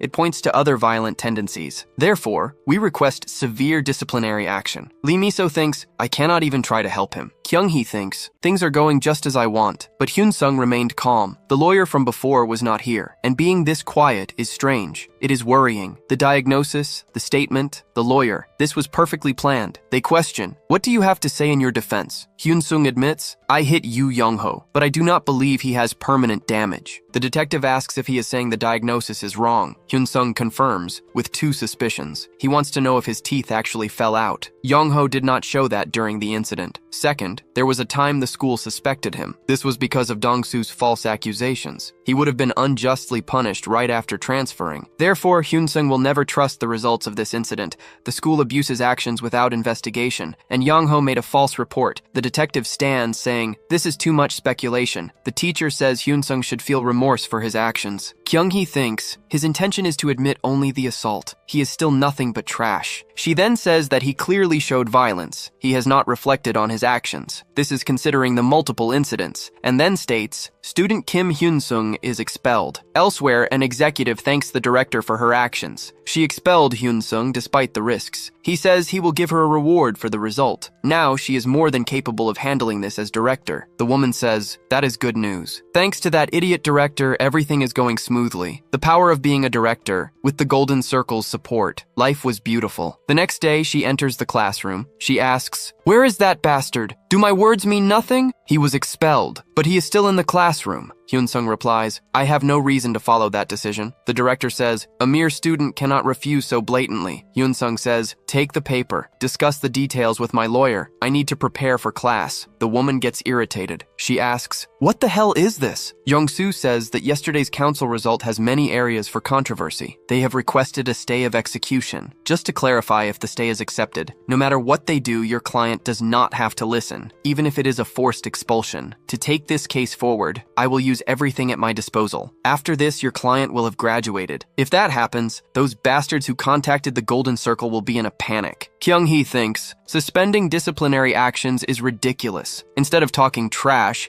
he should have prayed they would not discover his plan. Jong-soo says, "No matter how much money you use in court, you cannot give your own verdicts. If a precedent exists and a nonsensical verdict is made, it could result in the judge being fired. Here is the evidence." It shows how often the Golden Circle used this method to suspend disciplinary actions. He places paperwork on the table. He asks, "What does this mean?" Because if you want to deny the stay, you will have to disregard all of the Golden Circle's incidents. In Hyun Sung's past life, there was a case. An aggressor student was accused of making another student try to end his own life. A newspaper article stated that actions were taken, but they were stayed due to the request for suspension, so the student continued to attend classes. Hyun Sung reconciled with Jong-soo. He learned about the strategy the Golden Circle used. Hyun Sung says, "They will continue to do this. I will make sure they cannot touch me anymore. I will use their own dirty method." Back in the present, Jong-soo asks, "Do you know the common factor among everyone here? They were all clients of the Golden Circle. All these cases had requests for suspension, and they still graduated without problems. If the Golden Circle creates problems for my client,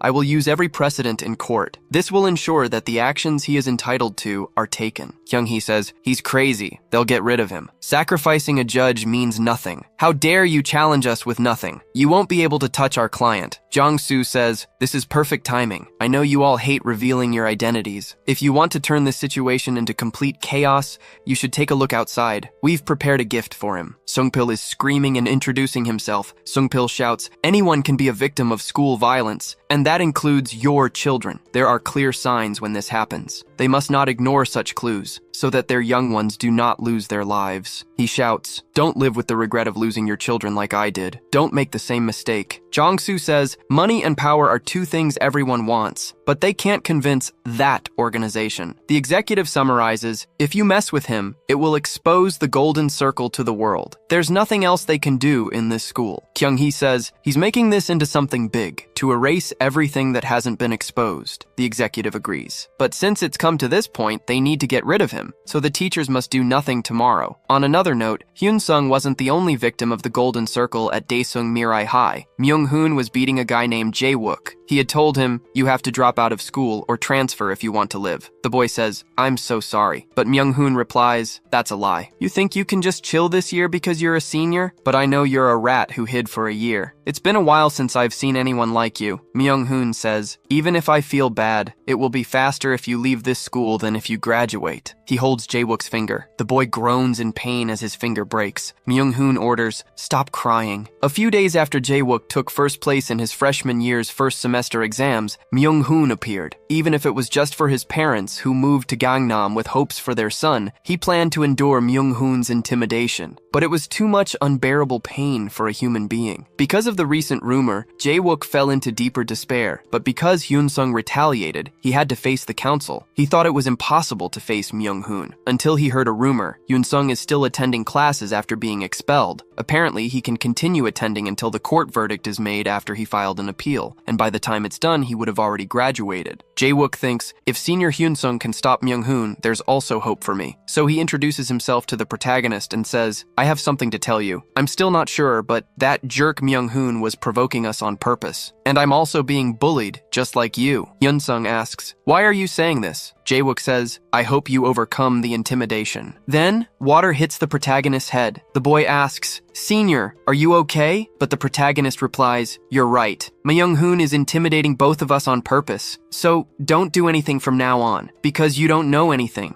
A friend comments, "The protagonist really wants to rise." Myung-hoon says, "That jerk thinks we're idiots. So, warn everyone that the plan has already begun." The protagonist walks down the stairs. More Golden Circle members approach him. They ask, "Are you senior Hyun-sung?" But the protagonist punches one in the face before they finish the sentence. The protagonist says, "These damn guys better come at me now." Their commander orders, "Don't be afraid of him," and they all advance together. Hyun-sung kicks one of them in the stomach, thinking he knew about Jae-wook because of Chan-soo's information. Then he dodges another blow and makes the enemy trip, because what he did was just be a great student. That guy starts tumbling down the stairs. Another advances towards the protagonist. Just like back then, Jae-wook came to him, desperate for help. If he can get down these stairs safely again, they can finally have peace again, as he knocks another opponent down the stairs. Their commander says, "This is insane." All his subordinates are surrounded by blood. Hyun-sung grabs one of them by the hair and asks, "What are you doing just standing there? This is just getting started." Back at school, Jae-wook wonders if the protagonist will be okay. He's sure Hyun-sung went where Myung-hoon is. Students rush towards the stairs, commenting, "There's a fight going on." All the guys from school who can fight are going after Hyun-sung. Jae-wook thinks, this is a group beating. A trap set by Myung-hoon. Jae-wook wonders what to do now. He needs to help the senior. He opens the teacher's lounge door and says, "Something bad has happened. They're beating senior Hyun-sung in the next building." But the teacher tells him to leave, repeating the order, "Don't stand in my way. The teachers are in an important meeting right now. If you understand, get out of here." Jae-wook wonders how they can just stand by, letting this happen to the senior. But he'll report it to the police, pulling out his phone. Calling the police, he says, "This is Daesung Mirai High School. There's a huge group fight." But the officer says, "Unfortunately, we'd like to send officers immediately. But there's a case involving 3 cars and a drunk driver. We need to resolve that first, then we can send officers." Jae-wook thinks, the teachers were in a sudden meeting. That's too much of a coincidence. The boy couldn't understand. Last night, the executive warned Myung-hoon, "Daesung will become a lawless land tomorrow. You must exterminate the target. There will be no interference, no witnesses, no evidence. This is how far the Golden Circle can go." Jae-wook wonders if he should turn a blind eye. The senior is his salvation, but this isn't his business. Still, he's truly worried about him. Hyun-sung is the first person ever on his side, so he can't just stand there like a loser. He breaks a broom. He holds the stick. This was his problem too. As he climbs the stairs, he hears a scream and opens the door, startled. One of the Golden Circle members was physically fighting the protagonist, but Hyun-sung was holding a bloody knife, sweating coldly. In January of this year, before going to Seoul, the protagonist was training. As time was running out, he landed one last punch on the punching bag. Sin-woo approaches, saying, "You'll end up dead at this rate. You've proven enough already." Hyun-sung replies, The golden circle is irrational. I don't know what kind of sick acts they'll commit. I need to prepare for all scenarios. Climbing the stairs, the protagonist thinks, looks like I was right. He strikes another guy while his colleagues say, he's crazy for taking them all on at once. The protagonist says, from the teachers to the police, no one will interfere, so they can do whatever they want. It's messed up. But the good thing is, no matter what happens here, they'll still have to pretend nothing happened. On the rooftop, noise starts to appear. The protagonist kicks the door, holding one of Myung-hoon's subordinates in his hands. Myung-hoon claps, saying, he came here on his own. Myung-hoon thought it was incredible. He knew Hyun-sung was a psychopath, so he prepared a fitting storyline. Hyun-sung had gone completely insane, picked a fight with them, and accidentally tripped over his own feet. The police would investigate later, but they would say he was the aggressor. The outcome was obvious. He would be considered both aggressor and victim, an ambiguous end, Myung-hoon asked. Isn't that perfect? Hyun-sung agreed. He said, someone would lose their life anyway. Both men charged at each other, smiles on their faces. In the principal's office, the teacher asked, is it really okay if we do this? Kyung-hee replied, there's no other way. We're in the Golden Circle's boat now. They even have members in the police, courts, and politics. They can handle anything that happens. The teacher asked, what if it goes wrong? The director said, Myung-hoon isn't the only S rank in this school. You should think of an excuse for the cleanup. Hyun-sung was hit by a punch. He stumbled back thinking, this bastard hit me again. I could have dodged that, but my reaction speed is slowing down. He was exhausted, but that didn't change anything. This fight was unfair from the start. He was screwed if he didn't win. Yet, even if Myung-hoon was an S rank from the Golden Circle, he was nothing compared to the coach. Hyun-sung took Myung-hoon's punch with his forehead. Myung-hoon complained, my hand hurts! Another blow from Hyun-sung approached. Hyun-sung landed across, then began striking Myung-hoon's core repeatedly. On the last attack, Myung-hoon managed to dodge. He threw an uppercut, sending Hyun-sung flying. Myung-hoon thought, this bastard wasn't holding back his punches at all, but even so, he's nothing compared to me. He was at his limit. Nothing more could be done. Hyun-sung remained standing even after that blow. He said, that hurt, but I can still take it. They would continue, because they needed to see who would lose their life first. Myung-hoon wondered if this was even possible. He was sure he had pushed Hyun-sung, yet he still fought back with such strength. He defended a kick, asking himself, does this bastard never fall? Is he really going to lose here? Then he screamed in fear, drawing the attention of his subordinates. One of them rushed forward, pulling something from his jacket. Hyun-sung noticed the strange movement behind him and was hit by a knife. He barely managed to hold on, and Jae-wook screamed, veteran! Myung-hoon asked, why didn't you help sooner? He questioned how many times the subordinate had already avoided punishment.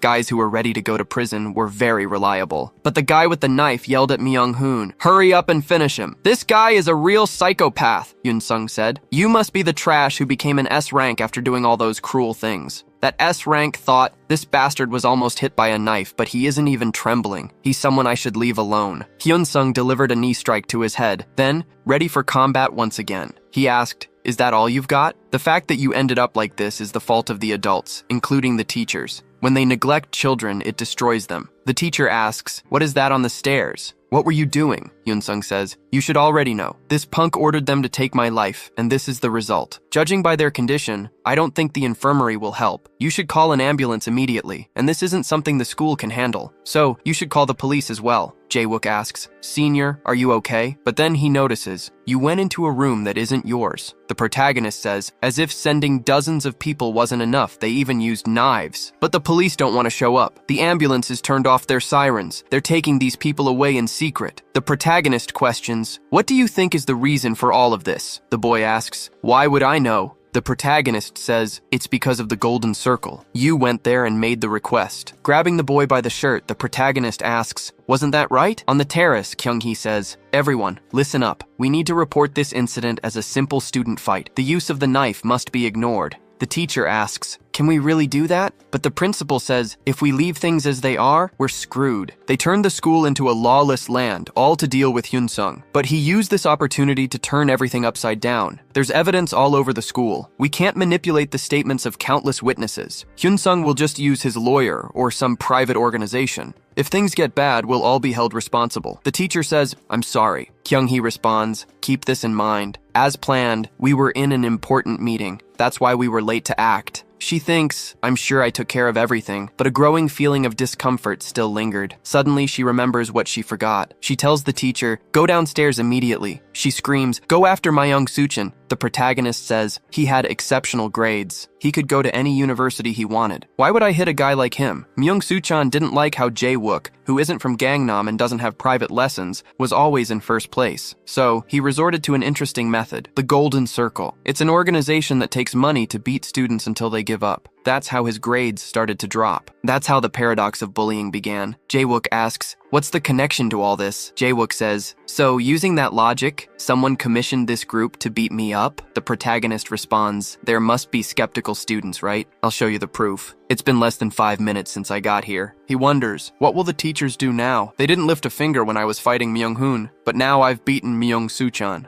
The teacher opens the door right after. He tells the protagonist, "Stop now." But the atmosphere in the room was strange. In moments like this, he needed to be firm. He then approaches, asking, "Hyun-sung, why are you picking a fight with an innocent student?" Jae-wook steps in front. The teacher ignores Jae-wook. "So," he shouts once more. He says, "I told you to leave when we were in a meeting. Now you're coming here to ask us to stop?" The protagonist says he ignored Senior Hyun-sung, but he came running just because that guy got beaten up a little. The protagonist says, "Just like I told you, they were paid by the Golden Circle." The teacher says, "I have no idea what you're talking about. You need to calm down, and we can talk later." Later, the executive asks, "Did we fail?" The principal asks, "Do you know how bad the situation was? Fortunately, we were able to prevent things from escalating, so you should take care of the cleanup." The executive thinks, she's just trying to get herself off the hook, but I need to clean up this mess first. This means we can't deal with this using only high school students. What should I do? The simplest thing would be to deal with him in secret, outside of school, but I can't. The Golden Circle's commissions must be carried out within the school. This situation is treated lightly by adults. And that's exactly why this unusual organization has been maintained for decades. This case is unprecedented in the history of the Golden Circle. I'm utterly speechless. He'll be busy from now on. Then, he receives a call. Myung-hyun-suk was making a call. The executive wonders, why is he calling? A short time ago at school. He asks, "Did Hyun-sung beat up my son? Now his entire life is over. I'm an executive at Gunman Enterprise. I'll use all my connections to bring him down." The protagonist says, "If I'm punished, I plan to come here with a private organization. I need to expose the truth." Hyun-suk was an executive from a large corporation. So he commissioned the Golden Circle to bully the top-ranked student because of his son. He knows that positions have been unstable. The timing of his son's corruption couldn't be better. The teacher thinks, this bastard isn't a VIP, he's a client. The situation is worse than I thought. Hyun-sung says, "You think no one knew? The Golden Circle guarantees anonymity. But do you really think you could keep this a secret? So, let's stop wasting each other's time. The person who needs to be held responsible for this situation isn't me. It's the Golden Circle, who allowed identities to be revealed." Myung-hyun-suk shouts, "My son's face is covered in wounds.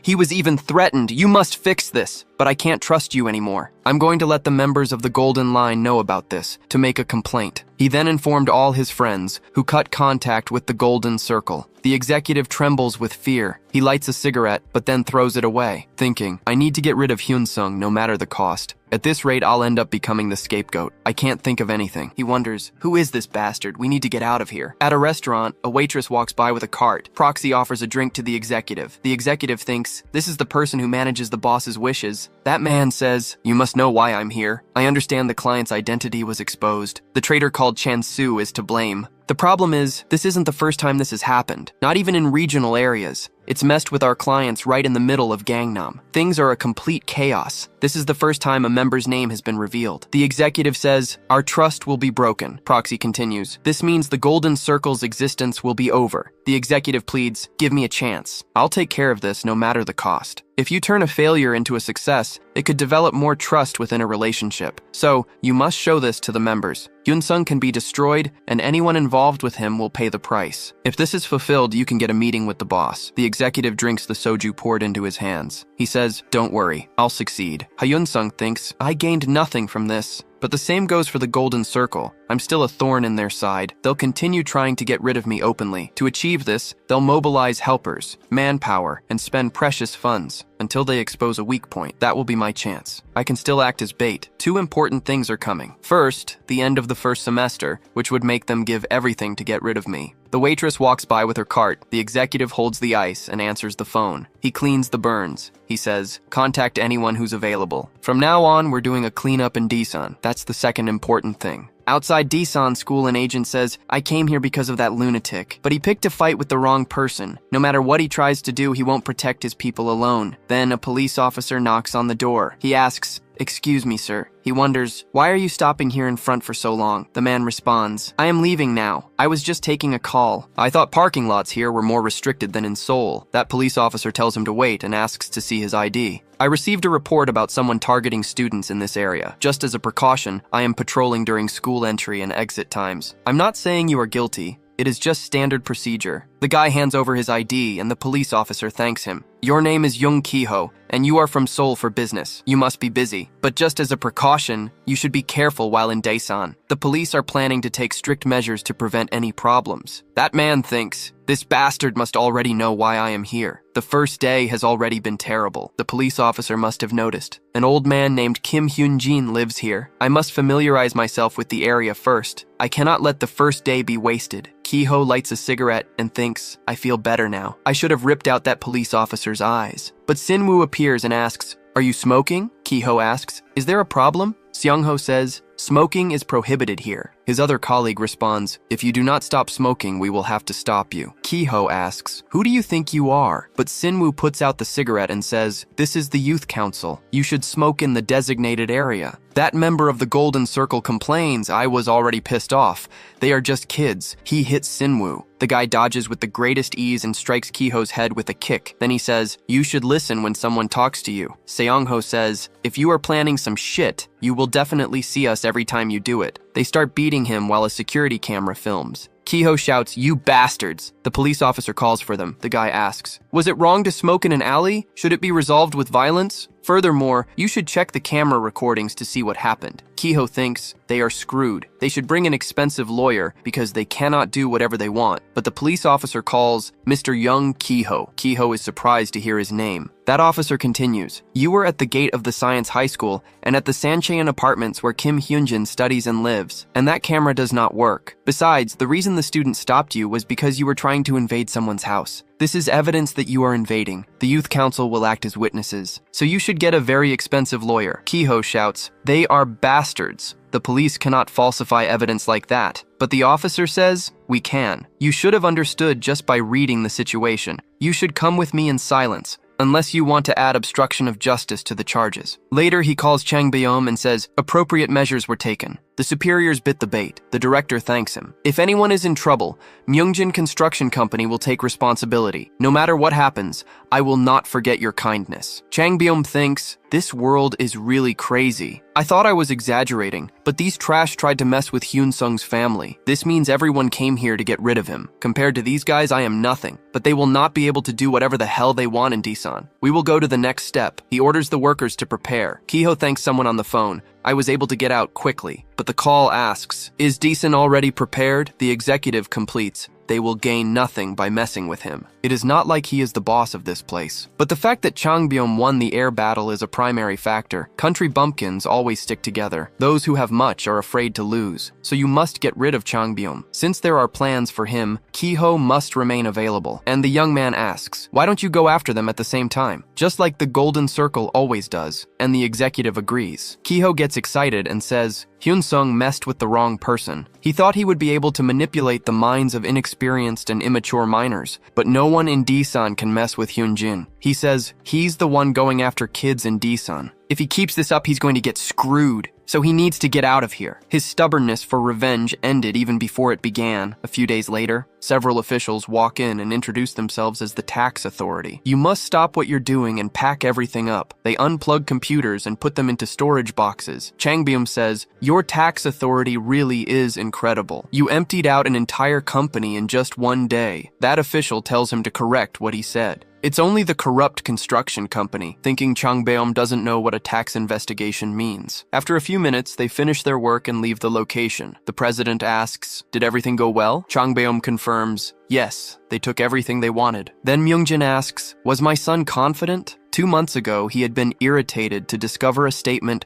where Changbeom used the construction company's name under various disguises. Myungjin tells him, Get rid of Hyun Sung if you want to be president, but Changbeom says, I can't do that. Chang Beom himself had said that people need to be treated well, and that's why he defeated Chang Sok. Hyun Sung and he made a deal. So even if the construction company faces problems, Chang Beom wouldn't abandon him. He says, I've engraved my father's words into my very bones. It's good that this happened because I'm not the president, so I can be fired at any moment, and this way I will test my own capabilities. He makes a bow saying, if my arrogance negatively affects the company, I will take full responsibility. Ma Youngjin says he still sees his son as an immature child. I'm sorry, but as a man, you must be ready. However, this is far too dangerous. It's not a matter of giving up the position. You will need to leave everything behind. Myungjin adds, a valuable person is replaceable. You don't need to protect them. Changbom calls out, Father! Changbom says, as an entrepreneur, I show respect, but I am not a president who would treat people according to mere beliefs. This is the life I chose, and this is the kind of president I want to become. Myungjin says there were more successful construction companies than theirs, but they fell with a simple tax audit. They couldn't handle the billions in fees. The construction company I established isn't clean either. It went further than others without being inferior in any way. When the tax audit starts, it's obvious that Myungjin's foundation will tremble. And if you want to protect your company, you will throw out every possible bait, even if that bait is your own son. The tax official says, you don't need to worry about the construction company. Their areas are poorly managed, but they are still one of the best, and they will fall easily. So the Golden Circle needs to decide the scale of their revenge. Will you stop with a simple warning, or do you want to destroy Changbeom too? The executive says he'll call him later, because for a high school student, Changbeom held up very well against the Golden Circle. Hyun Sung, abandoned by Changbeom, is nothing. Since everything was planned, they should start to pressure Changbeom. But the executive wonders why Song Young-chang, one of the highest-ranking executives of the Golden Circle, is calling. The executive answers, and Song tells him, stop what you're doing right now. You must stop the tax audit of Myungjin Construction immediately. Hyunjin thinks Song thinks he's hot stuff just because he's in a high position. I will never lose this opportunity. Hyunjin says, I'm very sorry, but this is a special order from our superiors. If you have a problem, you should talk to the boss. But Song warns him, Myungjin Construction is a ticking time bomb. Back home, our protagonist wraps bandages around his hand. He thinks he trained too much, and he's lucky his nerves weren't damaged. But he needs to be more diligent with this, as he'll need these hands to take down the Golden Circle.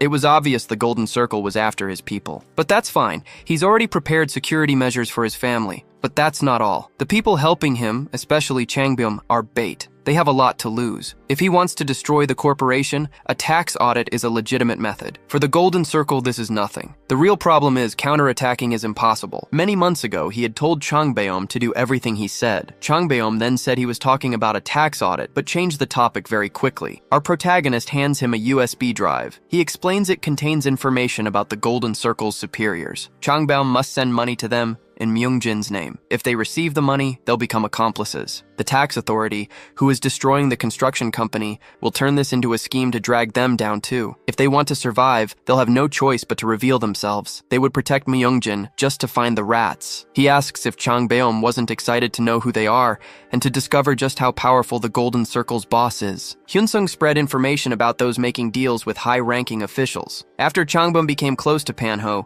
he used poison in the form of money. Outwardly, Changbeom's value increased. Everyone thought they hadn't faced any retaliation. However, the day arrived for the construction company to undergo an audit. He calls someone asking, how can they stop those working in the government? Because he would fall for all his wrongdoings. But before that, pulling some strings would keep these relationships healthy. He pressured those suspected of being high-ranking members with a deadline. He comments that he trusts Hyunsung, knowing his plan will work. This isn't just his confidence. Due to the increase in contracts, competition has also risen. If they aren't caught, the construction company will reach an even higher position. This last year was enough to turn Changbeom into a successful businessman. Many days later, an unknown number calls the young man. He answers. It's the director of Myungjin Construction. Hyungjin suggests they meet. At a coffee shop, the executive says he knows the situation and gets straight to the point. He tells him, you must leave Myungjin Construction. If you go ahead, there's not much you can do. Changbeom says, this is the first time we're meeting, but you're already talking nonsense. And you can't do anything about the audit. Changbeom asks, does this kid even know why I chose this coffee shop? But he gets no answer. He explains, this is where I met Hyunsung for the first time. He didn't seem like a high school kid who only thought about girls. That guy didn't seem to care if he lost his life right there. Changbeom couldn't understand why, but after seeing him, he knew. This guy was pathetic, with greed and malice practically dripping from his forehead. Hyungjin says, if you refuse my proposal, the construction company will go bankrupt. Changbum yells, "A damn bastard who makes money off kids is threatening me. I'll drag you down with me." Besides, they were in his territory. He grabs Hyungjin by the collar. Then, he throws him against the table, using all his strength. People start leaving, whispering, "Don't intervene, it's Changbum." Changbum tells the bastard to handle it himself, then hits him again. Meanwhile, Changbum wasn't the only one facing problems for helping Hyun Sung. Someone registered complaints against Jong-soo. The lawyer hangs up the phone, complaining about those bastards. He thinks he had conducted his consultation sincerely. Problems might arise, but for all of them to surface at the same time, that wasn't normal. Then he remembers Hyun-sung saying that when he made his move, the lawyer would be attacked. To bring him down, people would do everything possible. If he could endure this, it would make up for everything. Jong-soo thinks he was right once again. He must be able to see the future. If he was going to crumble this way, he wouldn't have given up being a prosecutor. He'll see how far this goes. When he bites, he doesn't let go. They can try to force him. So he makes a call saying, "It's been a while since I saw Dong-chol." Later, he meets with his friend and says,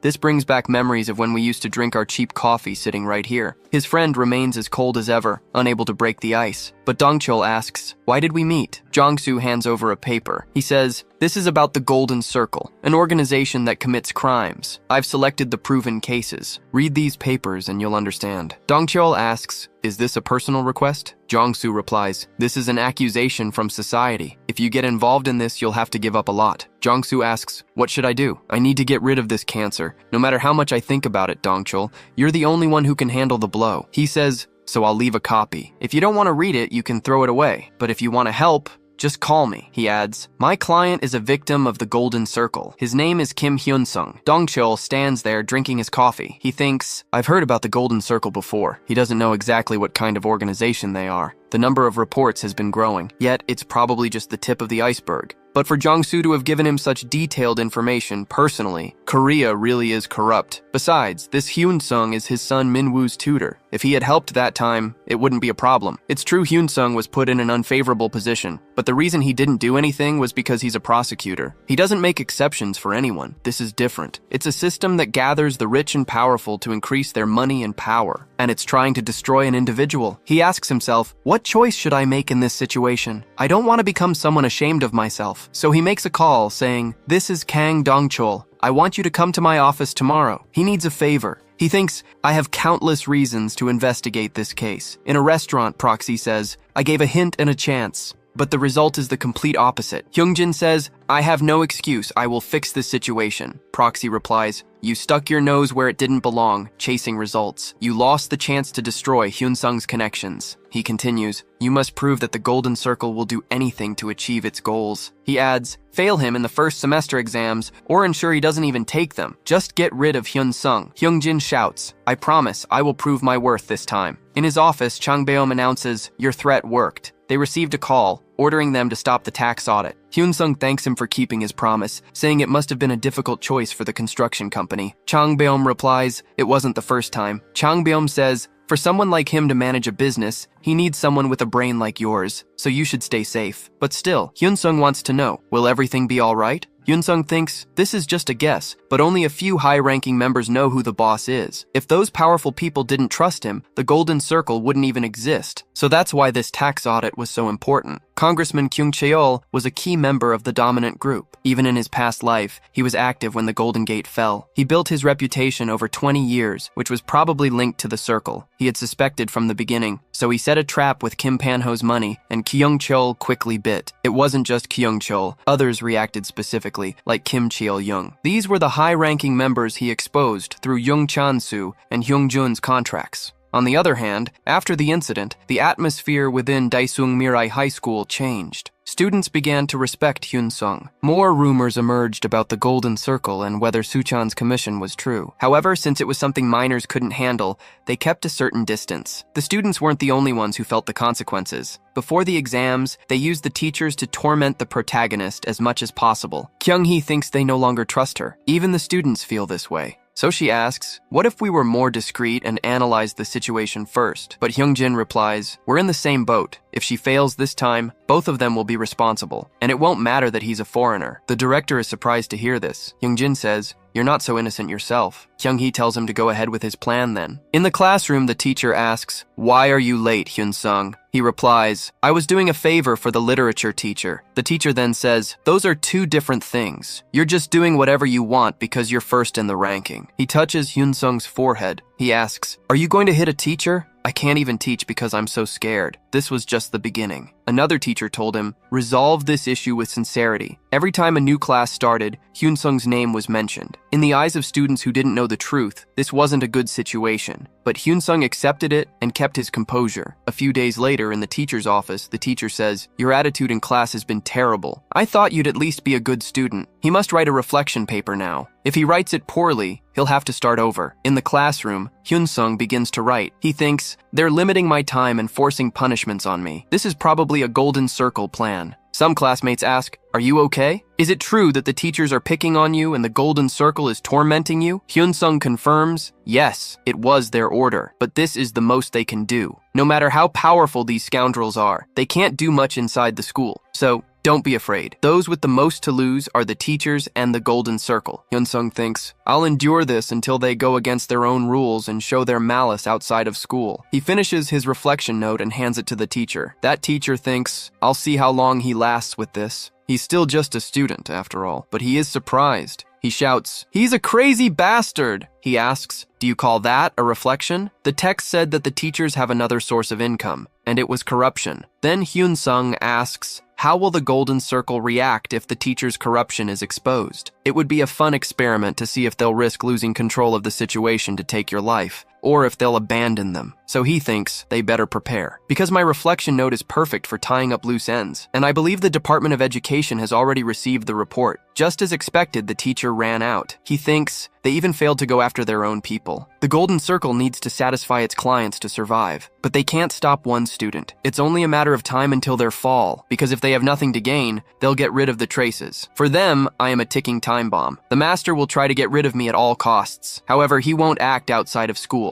And that's not bad for me, so I need to go deeper. To be honest, this pathetic sabotage was nothing. The biggest problem would be if they altered my answer sheet or manipulated my grades. That means I need to end this before the exams arrive. Then they can't use their tactics. Won-gi will talk to Kyung-hee about his reflection, and she'll ask Hyung-jin to handle it. But thanks to Hyun-sung's strategy, it would end right here. At the Civilian Protection Center, Dong-cheol asks, "How can a school like Daesung Mirai have teachers who accept money to torment a student?" That manager says, "That's not our problem." Dong-cheol orders, "Check Won-gi's assets." He asks, "How can I calm down? Even the vice director is corrupt." There are cases where parents use their absences and early departures, and it even involves transactions. I want to know what that means. The secretary says he understands, but they need to follow the process. Dong-cheol yells. By then it will be too late. While they take their time, his son suffers school violence. He hates all of this. The role of the South Korean Department of Education is clear. They must investigate this case. That manager thinks he'll go crazy because of this civil group. He wonders, how did Junghan News find out about this? Dong-cheol thinks he came here after getting information from Hyun-sung. Even Junghan, known for its reliability, is here. This means Hyun-sung has even more people supporting him. Many days ago, the protagonist asked the deputy to use his power. He reflects that he discovered high-ranking members,